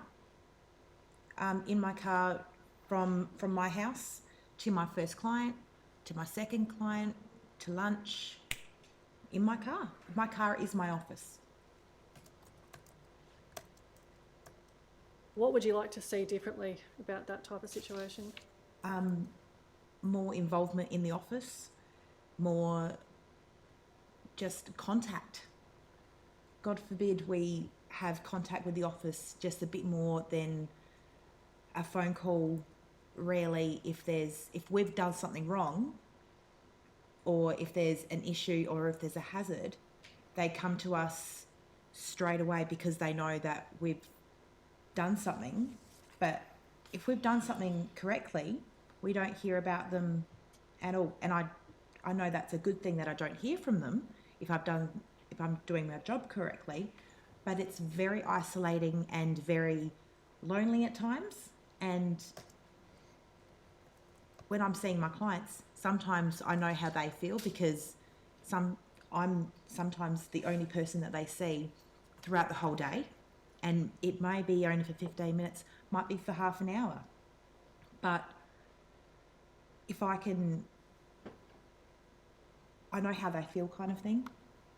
But I would like to see much more communication through the office, even if it's a phone call to say, how are you doing? Just, getting in touch really. And have you made that request or that suggestion to your employer? Constantly. And what response do you get? The famous phrase that they love to say is, we're looking into it. And I've heard that response so many times, it doesn't make any sense to me anymore. Ms. Warren, can I turn to you and in your statement, you state that about 65% of the people that you see are diagnosed with dementia. Yes, that's correct. What does that mean for how you carry out your role? I think it can vary with the client. As you know and aware, there are varying stages of dementia. Sometimes it can be absolutely full-blown where they've got like 1 minute of coherency and then it goes again, or some days you can have a very in-depth conversation with them and they will remember something, and then the next day or the next time you come back it can be completely different. But I'm finding with a couple of my clients lately, the dementia, the decline is very, very rapid, and it makes your job, as much as it's rewarding, it is very challenging. As much as a simple task one day could be a PC, shower, assistance. If they're having a lucid morning, it's fantastic. I can go in, boom, it's done. The next morning, it might not even be achievable, even with the help of a loved one. And you talk to them because I have that continuity that sometimes they might recognise my face, but they're just having an episode. It can be nigh on impossible, and all I can do is write in the progress notes so the next workers know, and just inform team leader of declining behaviour. It can be very heartbreaking because there can be no rhyme or reason. As I say, it just changes day to day. But that one moment you get like a blessed window and a very lucid it makes it worthwhile in a nutshell. And does continuity of care, so going back to see the same people, have a role to play there in your view? Definitely. I'd say definitely so with dementia. And I know this for a fact because I had a case with a client and a family last Friday morning it was, and I'd only been seeing the parent for 3 weeks. And they'd been with my organisation for just over a month, and they said the joy that the mum gets from knowing that there will be workers going around there, even with the dementia, she's recognising our faces, she's recognising our voices, and there's been a real upturn in her mental health. And that's good to hear that, because it means that when I'm there, the mother is feeling better. It's got a trickle effect on the family because the family are happier, and the other ladies that are going in to do their jobs in the same role as myself, it's having an impact on his family. It's not just the client, it's the whole family. Ms. Dale, turning to that topic of continuity of care and contact with family members of people that you're caring for, Do you have contact with the family of those people that you're caring for? With some of them, not with all of them. A lot of the clients that I see, they're by themselves. As I said before, I can be the only person that they will see all week, or 3 times a week, depending on how many times I go to that client. And some of them don't leave their house, so they don't go out anywhere. It's really hard sometimes, because they go there and they want you to stay, they want you to talk to them, and that just to have someone, apart from a television, talking to them, someone that's going to answer them back, and they'll tell you stories about when they were little and what they used to do with their mum and dad. It's amazing. So even the clients with dementia can remember what they did when they were little. When they were little girls and boys, they like to talk about it, or they like to talk about their sport and that, or the old movies. It's the recent memories that they lose. They can't hold on to those ones. But a lot of them, apart from sundowners, can remember what it was like to be a little girl. In your statement, Ms Dale, you say that continuity of care is important for the people that you are seeing. Yes. Is it important for you as well? Oh, yes. And why is that, Yes. Ms Dale? I love this job. I used to do a different job altogether and work with young children, but now I retrain to do this. These people give back as much as what we give them. You learn from them. You're learning from their old memories about, different types of stuff, any old movies. It doesn't matter what it is. They teach you something each time you see them, as well as you're helping them. So you work up a good relationship with them. And it's really sad when they're not there anymore. Considering those relationships of trust that you build, Ms Warren, in your statement you give evidence about completing an elder abuse report. Yes. Could I ask you to take the Commissioners, please, to the circumstances of that report? Basically, I was doing a transport service with a client, and I see this particular client once a week, and it was just a general conversation, how are you, how was your week, because he calls me action woman, because every weekend I'm out doing kayaking or on a stand-up paddleboard. He says, I like it when you get in my car because you're action woman. So it's just a general conversation. And I said, oh, how are you, how's your week been? And then he just launched into very upset and very agitated, and obviously I've got a duty of care, and I didn't sort of ask too many questions. I just let him talk, and it was quite a long service that we had, and as soon as I came home from that service, I completed a very in-depth report to work, and I phoned my team leader, and basically it was verbatim. Every word that he'd said to me I tried to remember, because there was mention of self-harm, so I had to put that down, because that is part of my job description, to do that to the best of my abilities. Can I shift topics then and stay with you, Ms Warren, and ask you about what your view is about how to attract workers in the aged care sector? I think first up would be the money.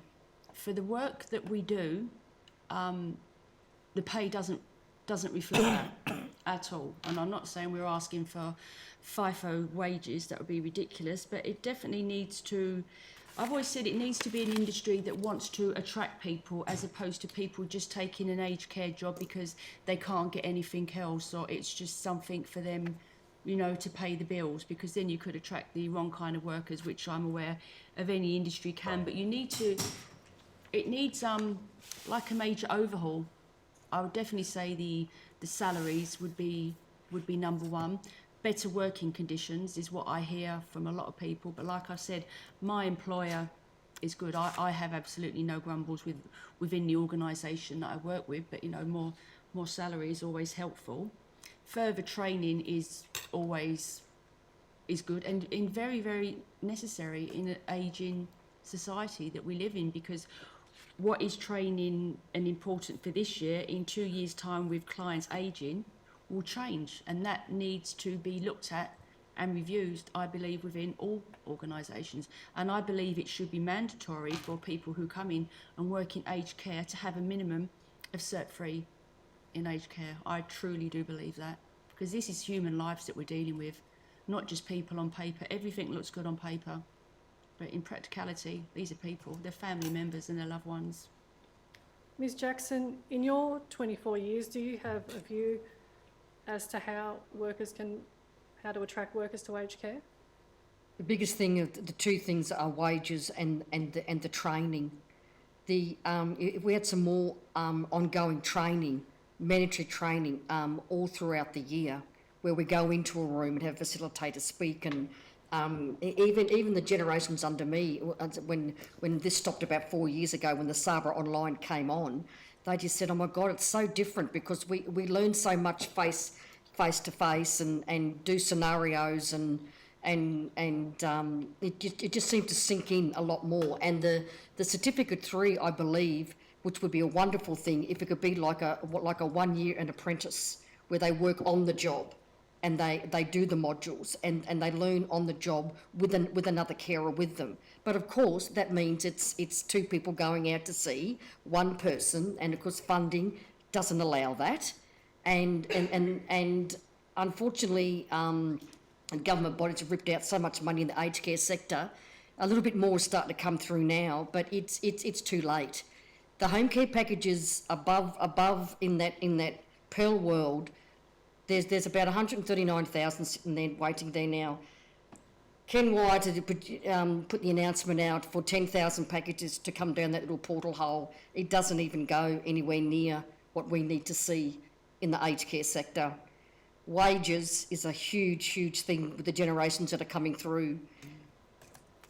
As the panel has said, we are not asking for $30 an hour. Base rate Certificate 3 should be $28 an hour. Most people are nowhere near that. And it's just, we are the forefront of the industry in aged care. We are the ones that put ourselves out there to look after these wonderful elderly people in Australia. We need to step it up. People out there, providers, need to look at whatever they need to look at so it can retain and sustain fantastic personal carers that knock on that door and say, "Hi, my name's Heather and I'm your carer for the day." Ms Hanson, do you have a view formed over your 8 years in aged care as to how to attract workers? Again, it's wages and training, because, as I said, we don't come in this industry to be rich. We come in this industry because we genuinely care about people. We want to make their lives better in any way possible, even if it's going in there and helping them have a shower. It's little things like that that actually make their day sometimes. And the more training, sometimes it doesn't feel like there's enough training even for the people that are just starting off in the industry. Even if we have what they call buddy shifts for minimum 6 months. But again, that's funding. That's 2 people going into one person's home, and that's more money. But even if it's on the company's back to say, yes, we'll pay for this person for 6 months to do buddy shifts, like something as simple as that, with buddying up a new person with someone that's been there for so many years, or a very experienced worker that knows clients, has a very broad aspect of the work, it would make the world of difference. And learning from someone that's been in the job is so much better than looking at a piece of paper, because you learn so much in the job rather than sitting in a classroom. Ms Dale, how do you think new workers can be attracted to the aged care sector? The same again, it does come down to wages. That plays a big part in it. But training as well. They need to have the training, and like we have the buddy system, mind you, not for 6 months, but yeah, we do. You can take care workers out with us. But it seems to be when we take the care workers out, they're not aware of what they're coming for. Like I'm a grade 3, which is one of the higher grades in my organisation. So it is part of my job description to take out buddy shifts, to take people out to train them and that. But the last few times I've done that, and I've said to the care worker, look, you've watched me today, I've explained it all to you, now tomorrow I want to watch you. Oh no, I can't do that. I don't know how to use a hoist. And they need to have some sort of grounding before they start their buddy shifts, before they come out with me or with another one of the girls. And that, it's the training, and they don't have a Cert 3. And I think like it is, that should be mandatory to have a Cert 3 to start in this job. And that, because like when you think about it, one day we could be the ones that need the care. So we need to know that there's going to be an experienced, proper trained person that's going to come and look after us. The same as what we're doing for those people now. Ms Dale, can I ask you finally, what attracts you to working in aged care? The people. It's just, until you've actually done our job, you don't know what it's like to see these people and get the feeling from them. That's what we need, and that's what I'll do. Ms Jackson, can I ask you the same question? What attracts you to working in aged care? With these magnificent Australians that I see every day, I hear the fantastic stories from the great men that did the great wars. I've been lucky to go to people that are between 90 and 110. Yes. And they are the ones that built this great country again. They are the ones that did the Depression, did the recession. I had a fine young 100-year-old that I went to many, many years ago that stayed in Darwin when Darwin got bombed. And he said to me, he said, my lieutenant and colonel said to me, you need to build this, this, this and this. And he says, but all the men are, they're at war. And he said, well, he said, look around you, there's your workers. And there was 2,500 women and children, didn't have licenses or what have you, that all went out the door. They went in trucks, they did whatever. They helped rebuild Darwin, and that's where he met his lovely wife. And then I got the lovely 93-year-old that I went from day one, 12 years ago, looked after her and her husband. Husband passed, we looked after her. She got the beautiful dementia, not the bad one, thank heavens. The family just loved myself and other carers that went in there. Palliative care, towards the end, brought her home. I went in on the morning that she passed away. They asked me, would you please, are you able to just give Mum a wipe down? And because she had passed, and I said, absolute pleasure. I went in there with the next door neighbour, ex-nurse. We did what we did for her, made her beautiful, and then I went to her funeral. That is from the beginning to the end, is what I see. And that's what makes me get up at 4:15 every morning to go to work. Ms Hanson, what attracts you to working in aged care? The people, and not only the people that I see and help each day, but it's the girls, because I know the majority of the people that I work with, even though I don't see them all the time, I know that they, the majority have the same passion that I do, as the panel's explaining and showing. It's people who have the compassion and want to make this world better. And it's something, sometimes it's very, very simple things, but it means the world to people. And I just hope that when I'm older, when I reach that age, that I have people looking after me with the same passion that I have right now. And I just hope that continues, and we don't have people just, even though it's not a very big, that we get paid much, people just going in there for the money, because that's not what it's about. It's about helping people.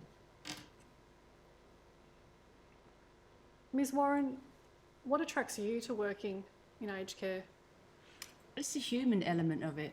It's helping people, and I know a lot of the job is routine. But it's the fact that you could be going into a person, as been mentioned before, they won't see anyone for the rest of that week. They're estranged from their family. They might have mental health issues, and your face might be the only face that they see. And just put a smile on someone's face. And I've learned so much about some of my clients in the last couple of years than I have in a long time. And never judge a book by its cover. And I never thought aged care would actually be in an industry that I would go into. But now that I'm in it, you grow to love it. Like we've all said, it's not financially rewarding, but we go in because you do get a love for the clients. All right, you might get the curly ones, but human nature. I've never had to make so many cups of teas in my life, but we just have... We have Cockney cup of tea, we call it. And we have such a laugh, and if you could just hold someone's hand if they're having a bad day, or just put your arm around them, it really does mean a lot to these people, because it can be a frightening world out there. And a lot of my clients, just lately, because they know the commission's coming up, are really fearful of going into residential care. They are really, really frightened about leaving their family homes or their marital homes, or they live with sons or grandchildren. They do not want to leave home. So you're going in to be calm and compassionate and just sense of humour. 9 times out of 10, if I can make them laugh, I'm doing something right in my job. Yep. And like we said, I do believe that it should be mandatory to have the cert free to start off with. That's what I truly believe. But yeah, I do really enjoy my job. Ms Warren, Ms Hanson, Ms Jackson, Ms Dale, thank you. That concludes the questions that I have for you, Commissioners. We're enormously grateful to you for bringing us stories from the coalface and giving us a better understanding of what it is like to provide quality care to the aged in this community, and the dedication that you display on a day-to-day basis is something that this community must be exceedingly grateful for. Thank you for your evidence, and I'll check, but I don't think there'll be any further questions. There are 2 matters, Commissioners, but I don't seek at this time to ask any questions. No. Very well. In that case, the Commission will adjourn until 3:30. I need to make this 10. Well done, girls. Thank you. Oh, he said it was. Well done.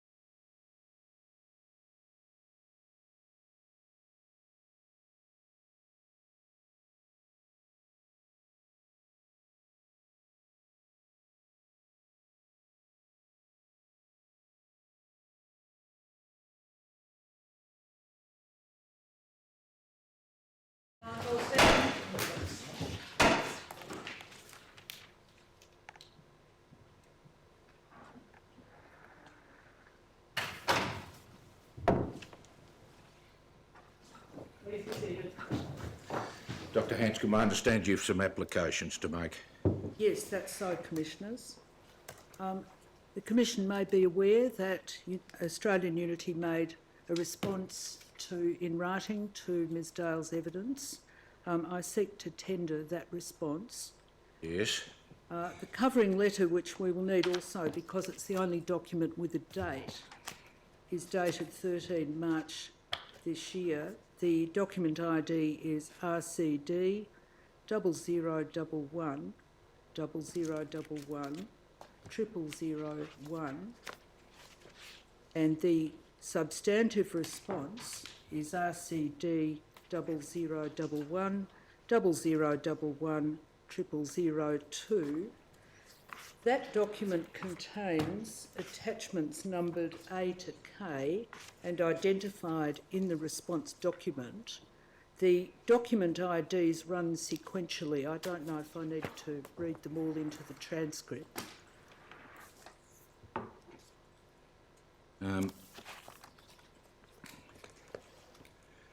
The written response of Australian Unity to the witness statement of Rosemary Ann Dale, does your document bear a date, Dr Hanscom? No, it doesn't, Commissioner, which is why I gave you the covering letter as Yes, the well, host document, 13 March. Yes, forward under cover of a letter from Allens to the Commission solicitors dated the 13th of March 2019, and the attachments thereto will be Exhibit 2-30. The Commission, please.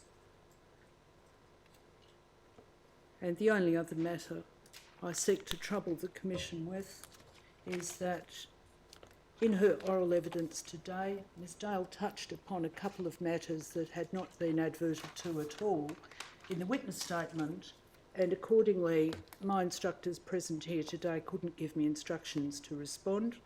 I seek, if I may, to reserve a right to put in written material in response to those topics.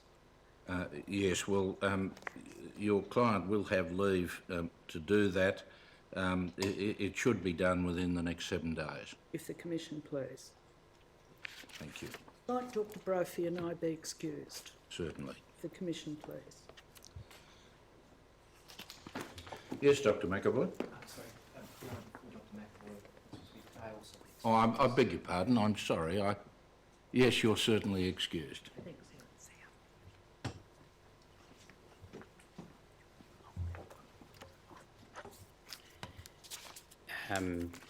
Commissioner, I would now call Mr. Gregory Holmes. Yes.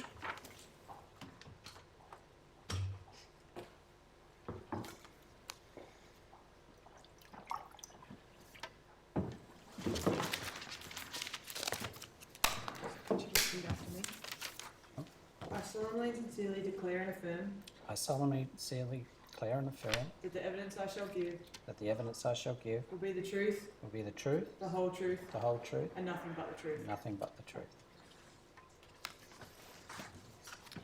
Mr. Holmes, could you give the Commission your full name, please? Gregory James Holmes. And what's your present occupation? Basically unemployed, project managing, renovating a house. So. And Mr. Holmes, were you formerly the Managing Director of Assist Home Care? That is correct. And what did Assist Home Care do? So Assist Home Care provided support services, so showering assistance, any sort of domestic assistance, home and garden maintenance services. And you were a Director of Assist Home Care, were you? I was the Director of Assist Services. I was the Manager of Assist Home Care. Mm-hmm. And were there other managers? My wife was the Service Manager. And did you have other employees? We did. We had nearly full-time another employee. And what has become of that business? That business was sold as at the 1st of July 2018 to DJ Health. do you remember a client of the business, a Mr. Joseph Rack? Yes, I do. And do you remember when you first started providing home care services to Mr. Rack? It was around September 2017, September, October. Can you remember what sort of package, what level of package Mr. Rack had? I believe he had a level 2 package. And what did you do? What services did you perform for him? It was mainly cleaning services and some home and garden maintenance services, which we provided, I think, one of those services, and then he contracted directly with contractors, and we paid the service for him for the home and garden maintenance side. Operator, could you bring up Exhibit 218, please? The document reference number is JRA 0002 stop 0001 stop 0004.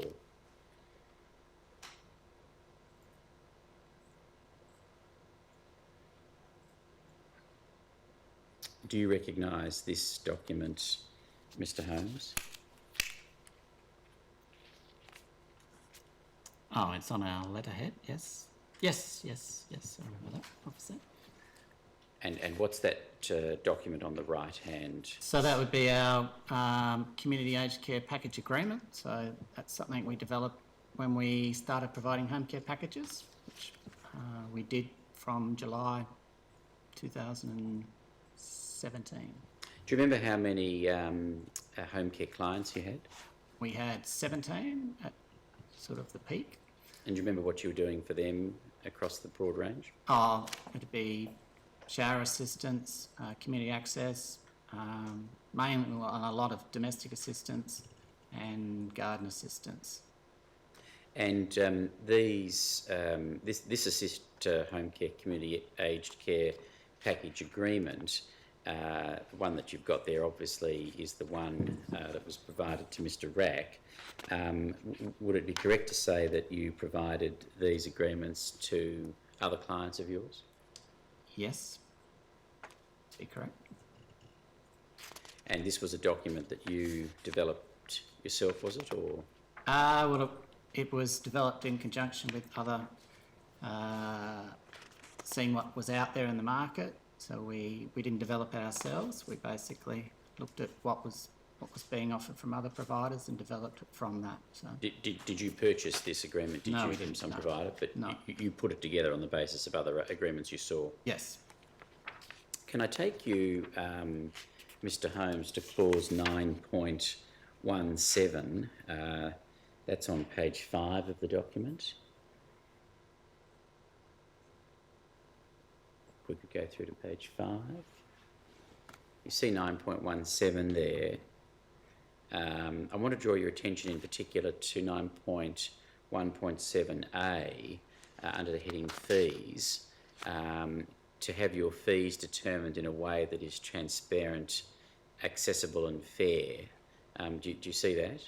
I do, yes. So that constitutes, I take it, a term of this agreement that the contracting party, in this case Mr. Rack, has that right under the terms of the agreement. Would you accept that? I accept that, yes. And similarly, B, to receive invoices that are clear and in a format that is understandable. That's a right that the customer has, in effect. Would you accept that? Yes, I do. And then finally, to have your fees reviewed periodically and on request when there are changes to your financial circumstances. Once again, that's a right that the recipient, the customer, has. Yes. Accept that. Can I take you then, Mr. Holmes, to Schedule 3 of the agreement, which is at page 10. This is the schedule dealing with fees.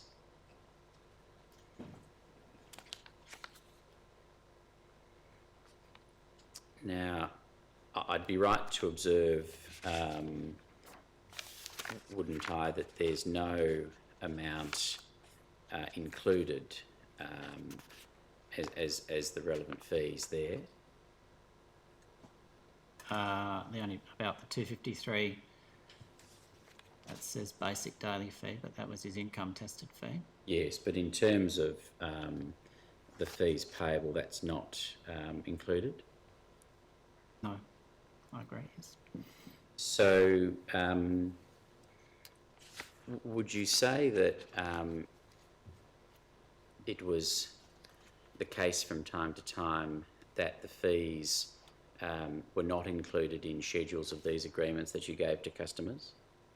Potentially they weren't, and that was certainly an oversight on us. When you say potentially, are you agreeing with me, or you're agreeing with me that it might be possible? It might be possible. And can you recall? I didn't do this myself, but they should have been included in there. But I agree with you that they could have been left blank in error. We were obviously new to that, to the system of compiling these contracts, and that we were inexperienced in producing them, and that would not explain the oversight, but certainly. So just to be clear, are you saying to me that you think that sort of oversight was commonly one that was made? I don't know. I can't really answer that. It's certainly possible that it could have been, but I can't say for sure. Don't have any recollection of that? No.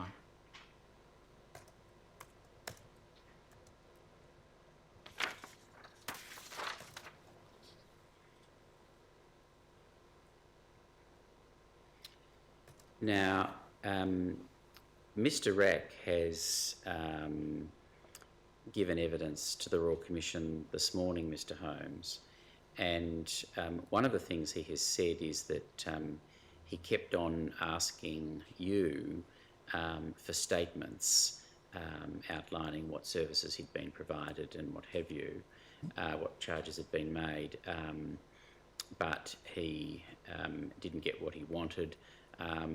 And that he finally got a statement towards the end of the 2018 financial year. Do you have any recollection of Mr. Rack asking you from time to time for statements? I do remember Mr. Rack asking in the early part of the July, August of that year. We had a change of computing system. Well, we went from MILB to zero when the business was sold, so there was a delay in the actual generating invoices, and the invoices are then populated in the spending spreadsheet. So there was a delay there. Mm-hmm. And do you remember him asking you for statements? I remember that, yes. And how often would he have asked you for statements? He might have asked 2 or 3 times that I recall. And do you recall whether you gave him statements when he asked?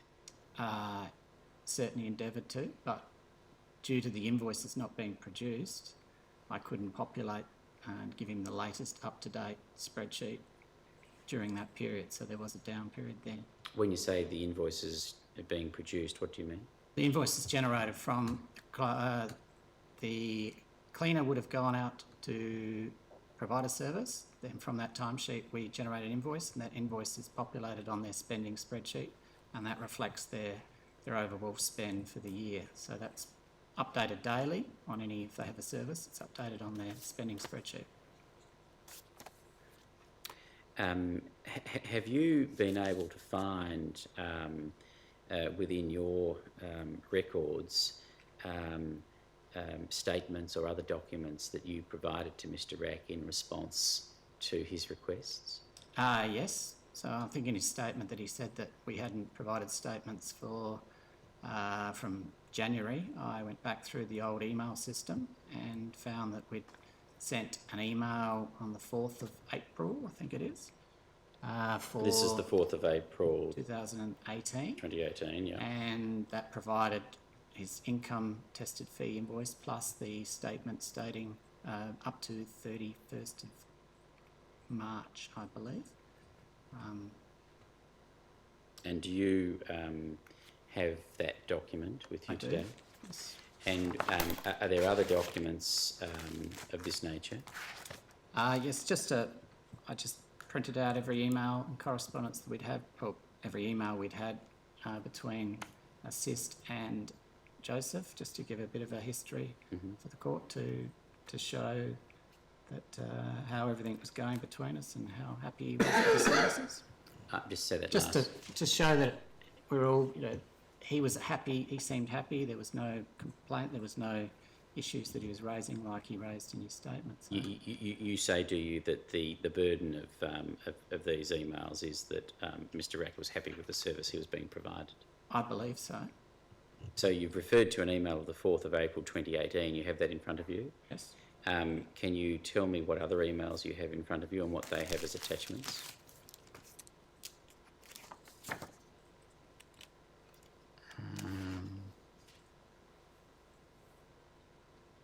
It's just an email on the 5th of April saying that from Joseph to us, saying that he's paid his invoices. This is 5th of April 2018?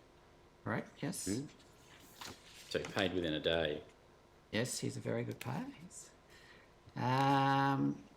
Another invoice for Joseph, 28th of May. 28th of May 2018? Yes. Yep. And this is, an email from you to Mr. Rack or Mr. Rack to you? No, from us to Mr. Rack. And what was the subject of that email? It's an invoice for his income tested fee. With a statement or? No, there's no statement. Their statements normally would have, I just wanted to note, the statements are normally printed out and posted to all the clients. Not many clients have email. So that would be the general way it's sent, and that's how he would have got it. That email that was sent would have been a specific, I suppose, request, can I have it emailed? But the norm, everybody got posted a copy of their statements. Well, if that was the norm, how often would those people have had those statements posted to them? Well, it should have been monthly. I'm unsure whether that actually happened. There might have been. When you say it should have been monthly, do you mean it should have been monthly from the perspective of regulations, or do you mean from the perspective of your own operation? Well, that was our aim. That was your practice, was it, as far as you're aware? Certainly our aim, but we might not have met those targets on every occasion. There might have been delays that failed where it didn't happen. So I think you've referred to an email from you to Mr. Rack of the 4th of April 2018, an email from Mr. Rack to you of the 5th of April 2018, an email from you to Mr. Rack of the 28th of May. Are there any other emails? Then we go backwards. Just another email from Mr. Rack, 7th of February. Which date, I'm sorry? 7th of February 2018. Yeah. Do you want to know the content, or it's just general content about he was going away for a few days? So not attaching an invoice or a statement, just some exchange of communication? Just a demonstration of the conversations via email that he was having with the office staff. And there's another email on the 5th of February about organising his spring cleans. This is the 5th of February 2018. That's right. Another email on the 2nd of February with Joseph replying. Mr. Rack to Joseph Rack replying and saying you. thank you very much. And then another email on the 29th of January saying we're replacing cleaners with Kerry, with Mei Lin. Some other information on that on the 29th of January. And then there's an email on the 6th of December, and this email details, please find attached amended spreadsheet which shows the correct amended funds available, and that attachment I've printed out. And what's the attachment, I'm sorry? That's the budget spreadsheet showing his spending. This is attached to the 6th December 2018 email? 2017, sorry. I'm sorry, 2017 email. And then on the 1st of December, expenses. 1st of December 2017. 2017. It's an email from your organisation to Mr. Rack on the subject of expenses, did you say? Yes, so Joseph looks like he's queried the spreadsheet. So it's a spreadsheet, he's queried it, and that's what that email before is resolving that issue. Mm-hmm. Any other emails or other documents? An email about receiving the funds from Southern Cross Care when he transferred his package over to Assist Home Care. Dated? 27th of October 2017. Yep. And then another email on the 15th of August about switching providers over to Assist. So information about that from Southern Cross. And I think it's his notification on the bottom of that email to Southern Cross that he's changing providers. So we've got about a dozen emails there that you're producing. Commissioners, those documents don't yet have document numbers, but I would seek to tender them. And I'll give you leave to do that after there's been time for them to be incorporated in the computer system. Perhaps that may be convenient to do immediately we commence tomorrow. If that's convenient, Commissioner, thank you. It may be that you don't want them all in evidence. Thank you, Commissioner. Mr. Holmes, I think you said that in relation to at least one of those emails that Mr. Rack had identified some discrepancy. Was that something that happened on more than one occasion? Mr. Rack raised some issues about some statements, and we sat down on a couple of occasions and worked through those discrepancies and resolved them at the time. And Joseph Rack left the office. He liked to meet in person, which I was happy to do any time. He'd ring me quite often, and he's very, very, very, very interested. Even if we had a rounding error of 1 cent, he would want it changed back to the correct value. So we did that for him. And do you recall how many occasions roughly there would have been these discrepancies? Maybe 2 or 3 times. Do you recall the amount of the discrepancies? They were minor amounts. There might have been... I can't recall.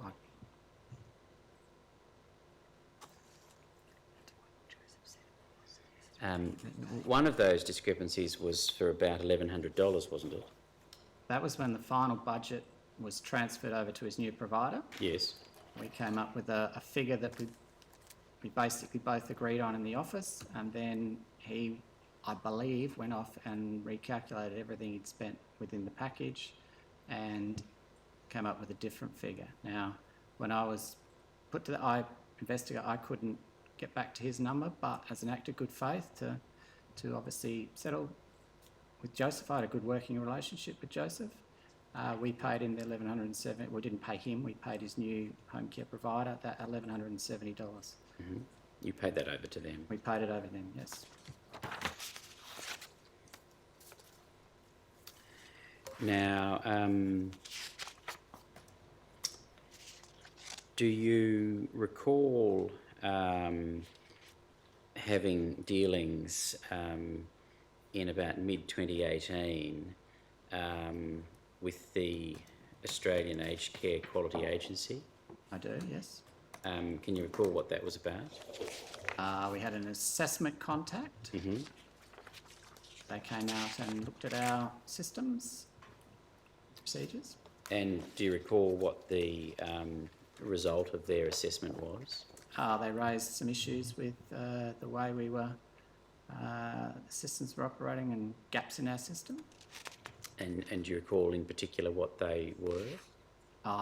There was some issues with potentially with the care plans that we'd produce.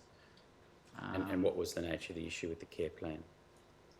Well, some were not produced, some were not complete enough for them. I think you said you had about 17 clients. Do you recall how many of that 17 didn't have appropriate care plans?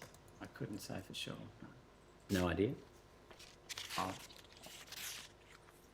At that time, probably, yeah, I'm not... All of them? Half of them? Don't remember? Don't remember. Don't remember? The exact amount, no, I couldn't. No, I'm not asking you about the exact number. Can you remember roughly how many? Yeah, I'd have to guess. I don't know 100%, so... Right. What other concerns did the Quality Agency raise with you, There was Mr. some Holmes? issues with not providing the aged care charter. I mean, we're experienced in providing services. We've been providing services for 10 years, but we were inexperienced in the compliance mechanisms. Mm-hmm. So that's, we failed to provide the aged care charter to people, which we, after that assessment of everything that was raised with us, we put into our improvement register, and we endeavoured to obviously implement those changes, those enhancements. So you've got the issue of some, you can't remember how many of these healthcare plans weren't being provided. You've said another issue that you've noted that they raised was the failure to provide the charter. Can you recall whether there are other issues they raised? There may have been, but I can't. What about in relation to fees? Can you remember anything in relation to fees? Potentially that the fees, as you raised earlier, may have not been... Well, when you say potentially, are you saying that you can remember that that was something that was raised, or that you can't remember? I can't remember whether that was raised as an issue. You can't remember? I can't remember, but it may have been raised, but I can't remember exactly. Hmm.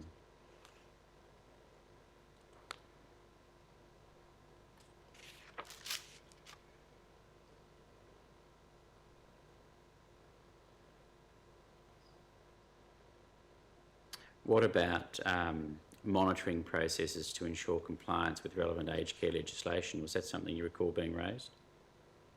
I can't recall exactly.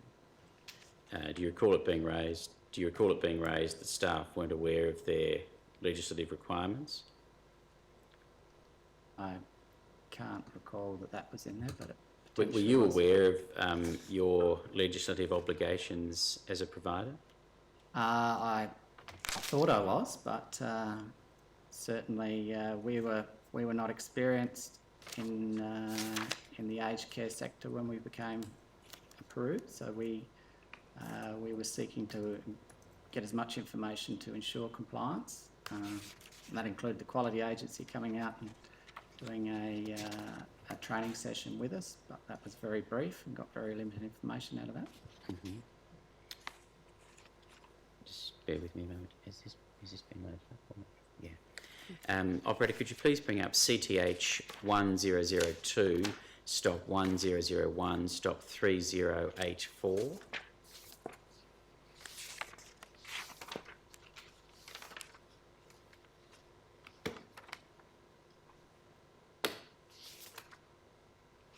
So do you recognise this document, Mr. Holmes?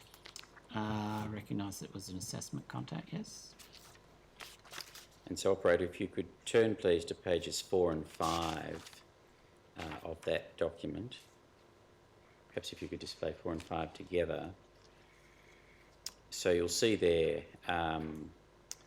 Mr. Holmes, at about point 3 of page 4, there's some findings in relation to shortcomings that may have existed, or did exist.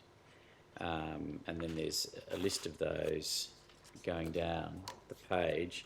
If you look over to page 5, you'll see there that there are references to a further series of things that weren't done. One very prominent one you'll see is that the agreement section to Schedule 3, fees payable, was left blank.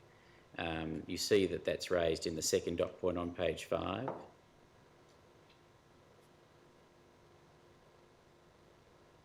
I could read it was left blank, yes. And the third dot point on page 5. Yes. And the fourth dot point on page 5. Yes. And the fifth dot point on page 5. Yes. And the sixth dot point on page... I'm sorry, the seventh dot point on page 5. Yes. So there's at least, in addition to Mr. Rack, there's at least 6 of your 17 providers where the Schedule 3 fees part of the agreement was left blank and not completed. Would you accept that? I accept that. Mm-hmm.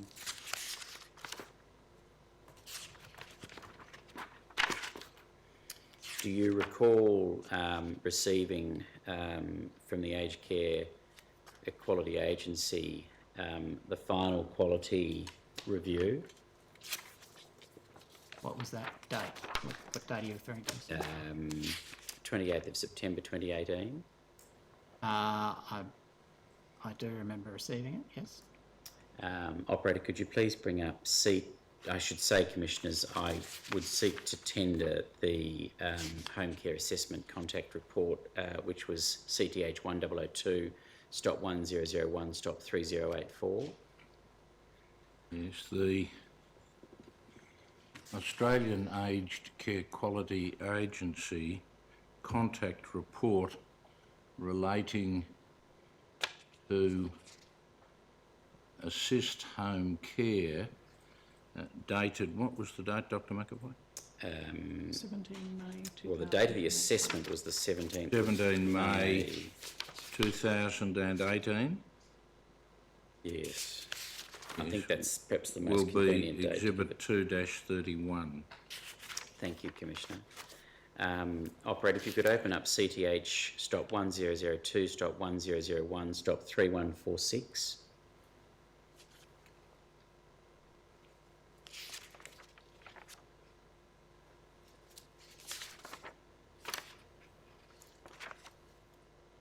Do you recognise that document, Mr. Holmes? I don't. You do not? I know what it is, but I don't remember seeing it. But You don't think I know you've that we seen did it? receive the final quality review report, but I just... Can I take you to page 2 of that document, which you'll see on the right-hand side of the screen? You see there under the summary of findings, the service meets 1 out of 18 expected outcomes of the home care standards. Do you see that? Yes, I do. Do you remember that finding? Yes. Do you remember what was the 1 out of the 18 expected outcomes that you did meet? No, I don't. Do you remember what the 17 were that you didn't meet? Or any of them? Well, I can see them there, so...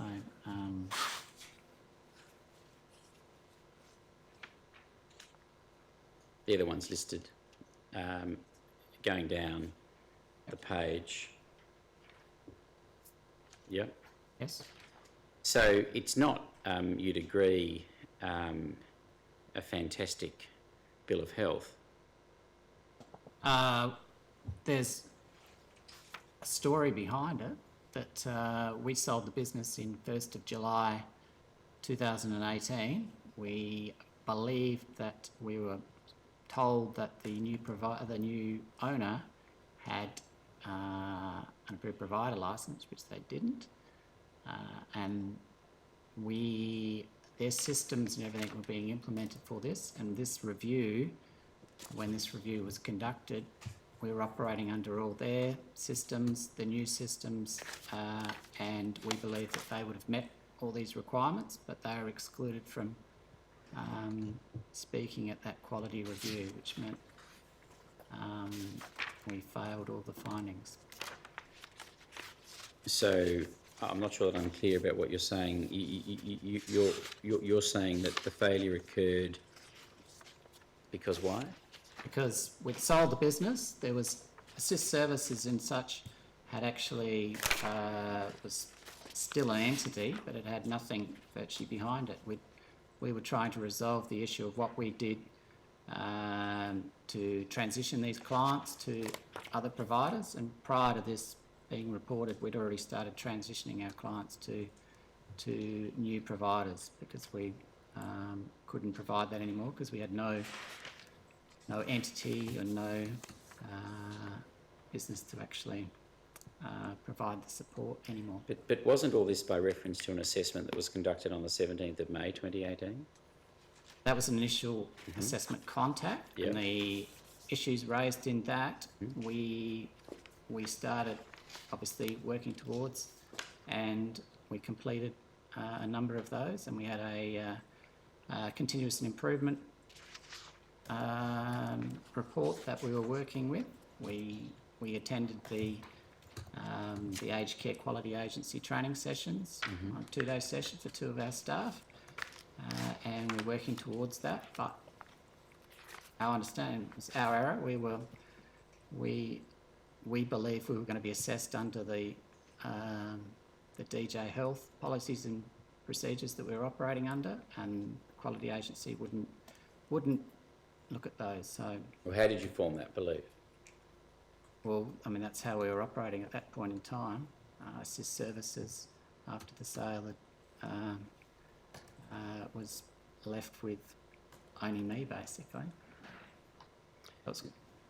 And so, what was the outcome of this final quality review report? It was that it only met one of the 18 outcomes.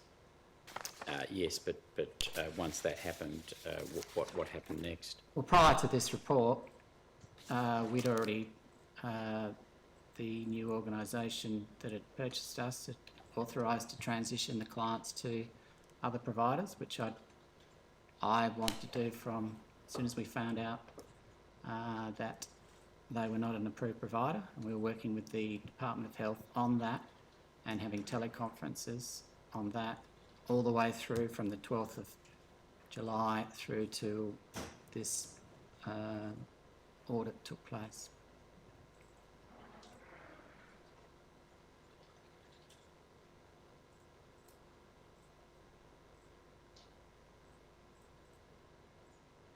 Had the settlement of the sale of the business occurred by this time? Yes. So you had been paid? Paid 90%, yes. Yes, and what you were not paid the last 10%? No. Do you recall the amount that you were paid for the sale of the business? I do. And what was that amount? Well, the actual amount was 2.8 million. 2.8 million for the assist home care business. That's right. Which had about 17 recipients at the time of the sale?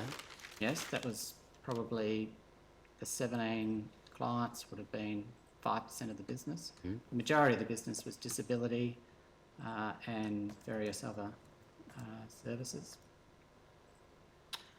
I have no further questions for Mr Holmes, Commissioners. Do you wish to tender this final review? Yes, I'm sorry, Commissioner. Yes, I do wish to tender that report.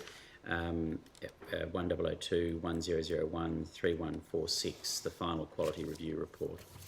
Yes, the Australian Aged Care Quality Agency final quality report into assist home care dated 28 September 2018 will be Exhibit 2/32. Thank you, Commissioner. Have you got any questions? Yes, thank you for your evidence, Mr Holmes. Unless there are any other matters, Dr McAvoy, the Commission will adjourn until 10 o'clock tomorrow morning. No other matters this afternoon, Commissioner. Thank you. All rise. The Royal Commission now adjourned until 10 a.m. on 20th March 2019.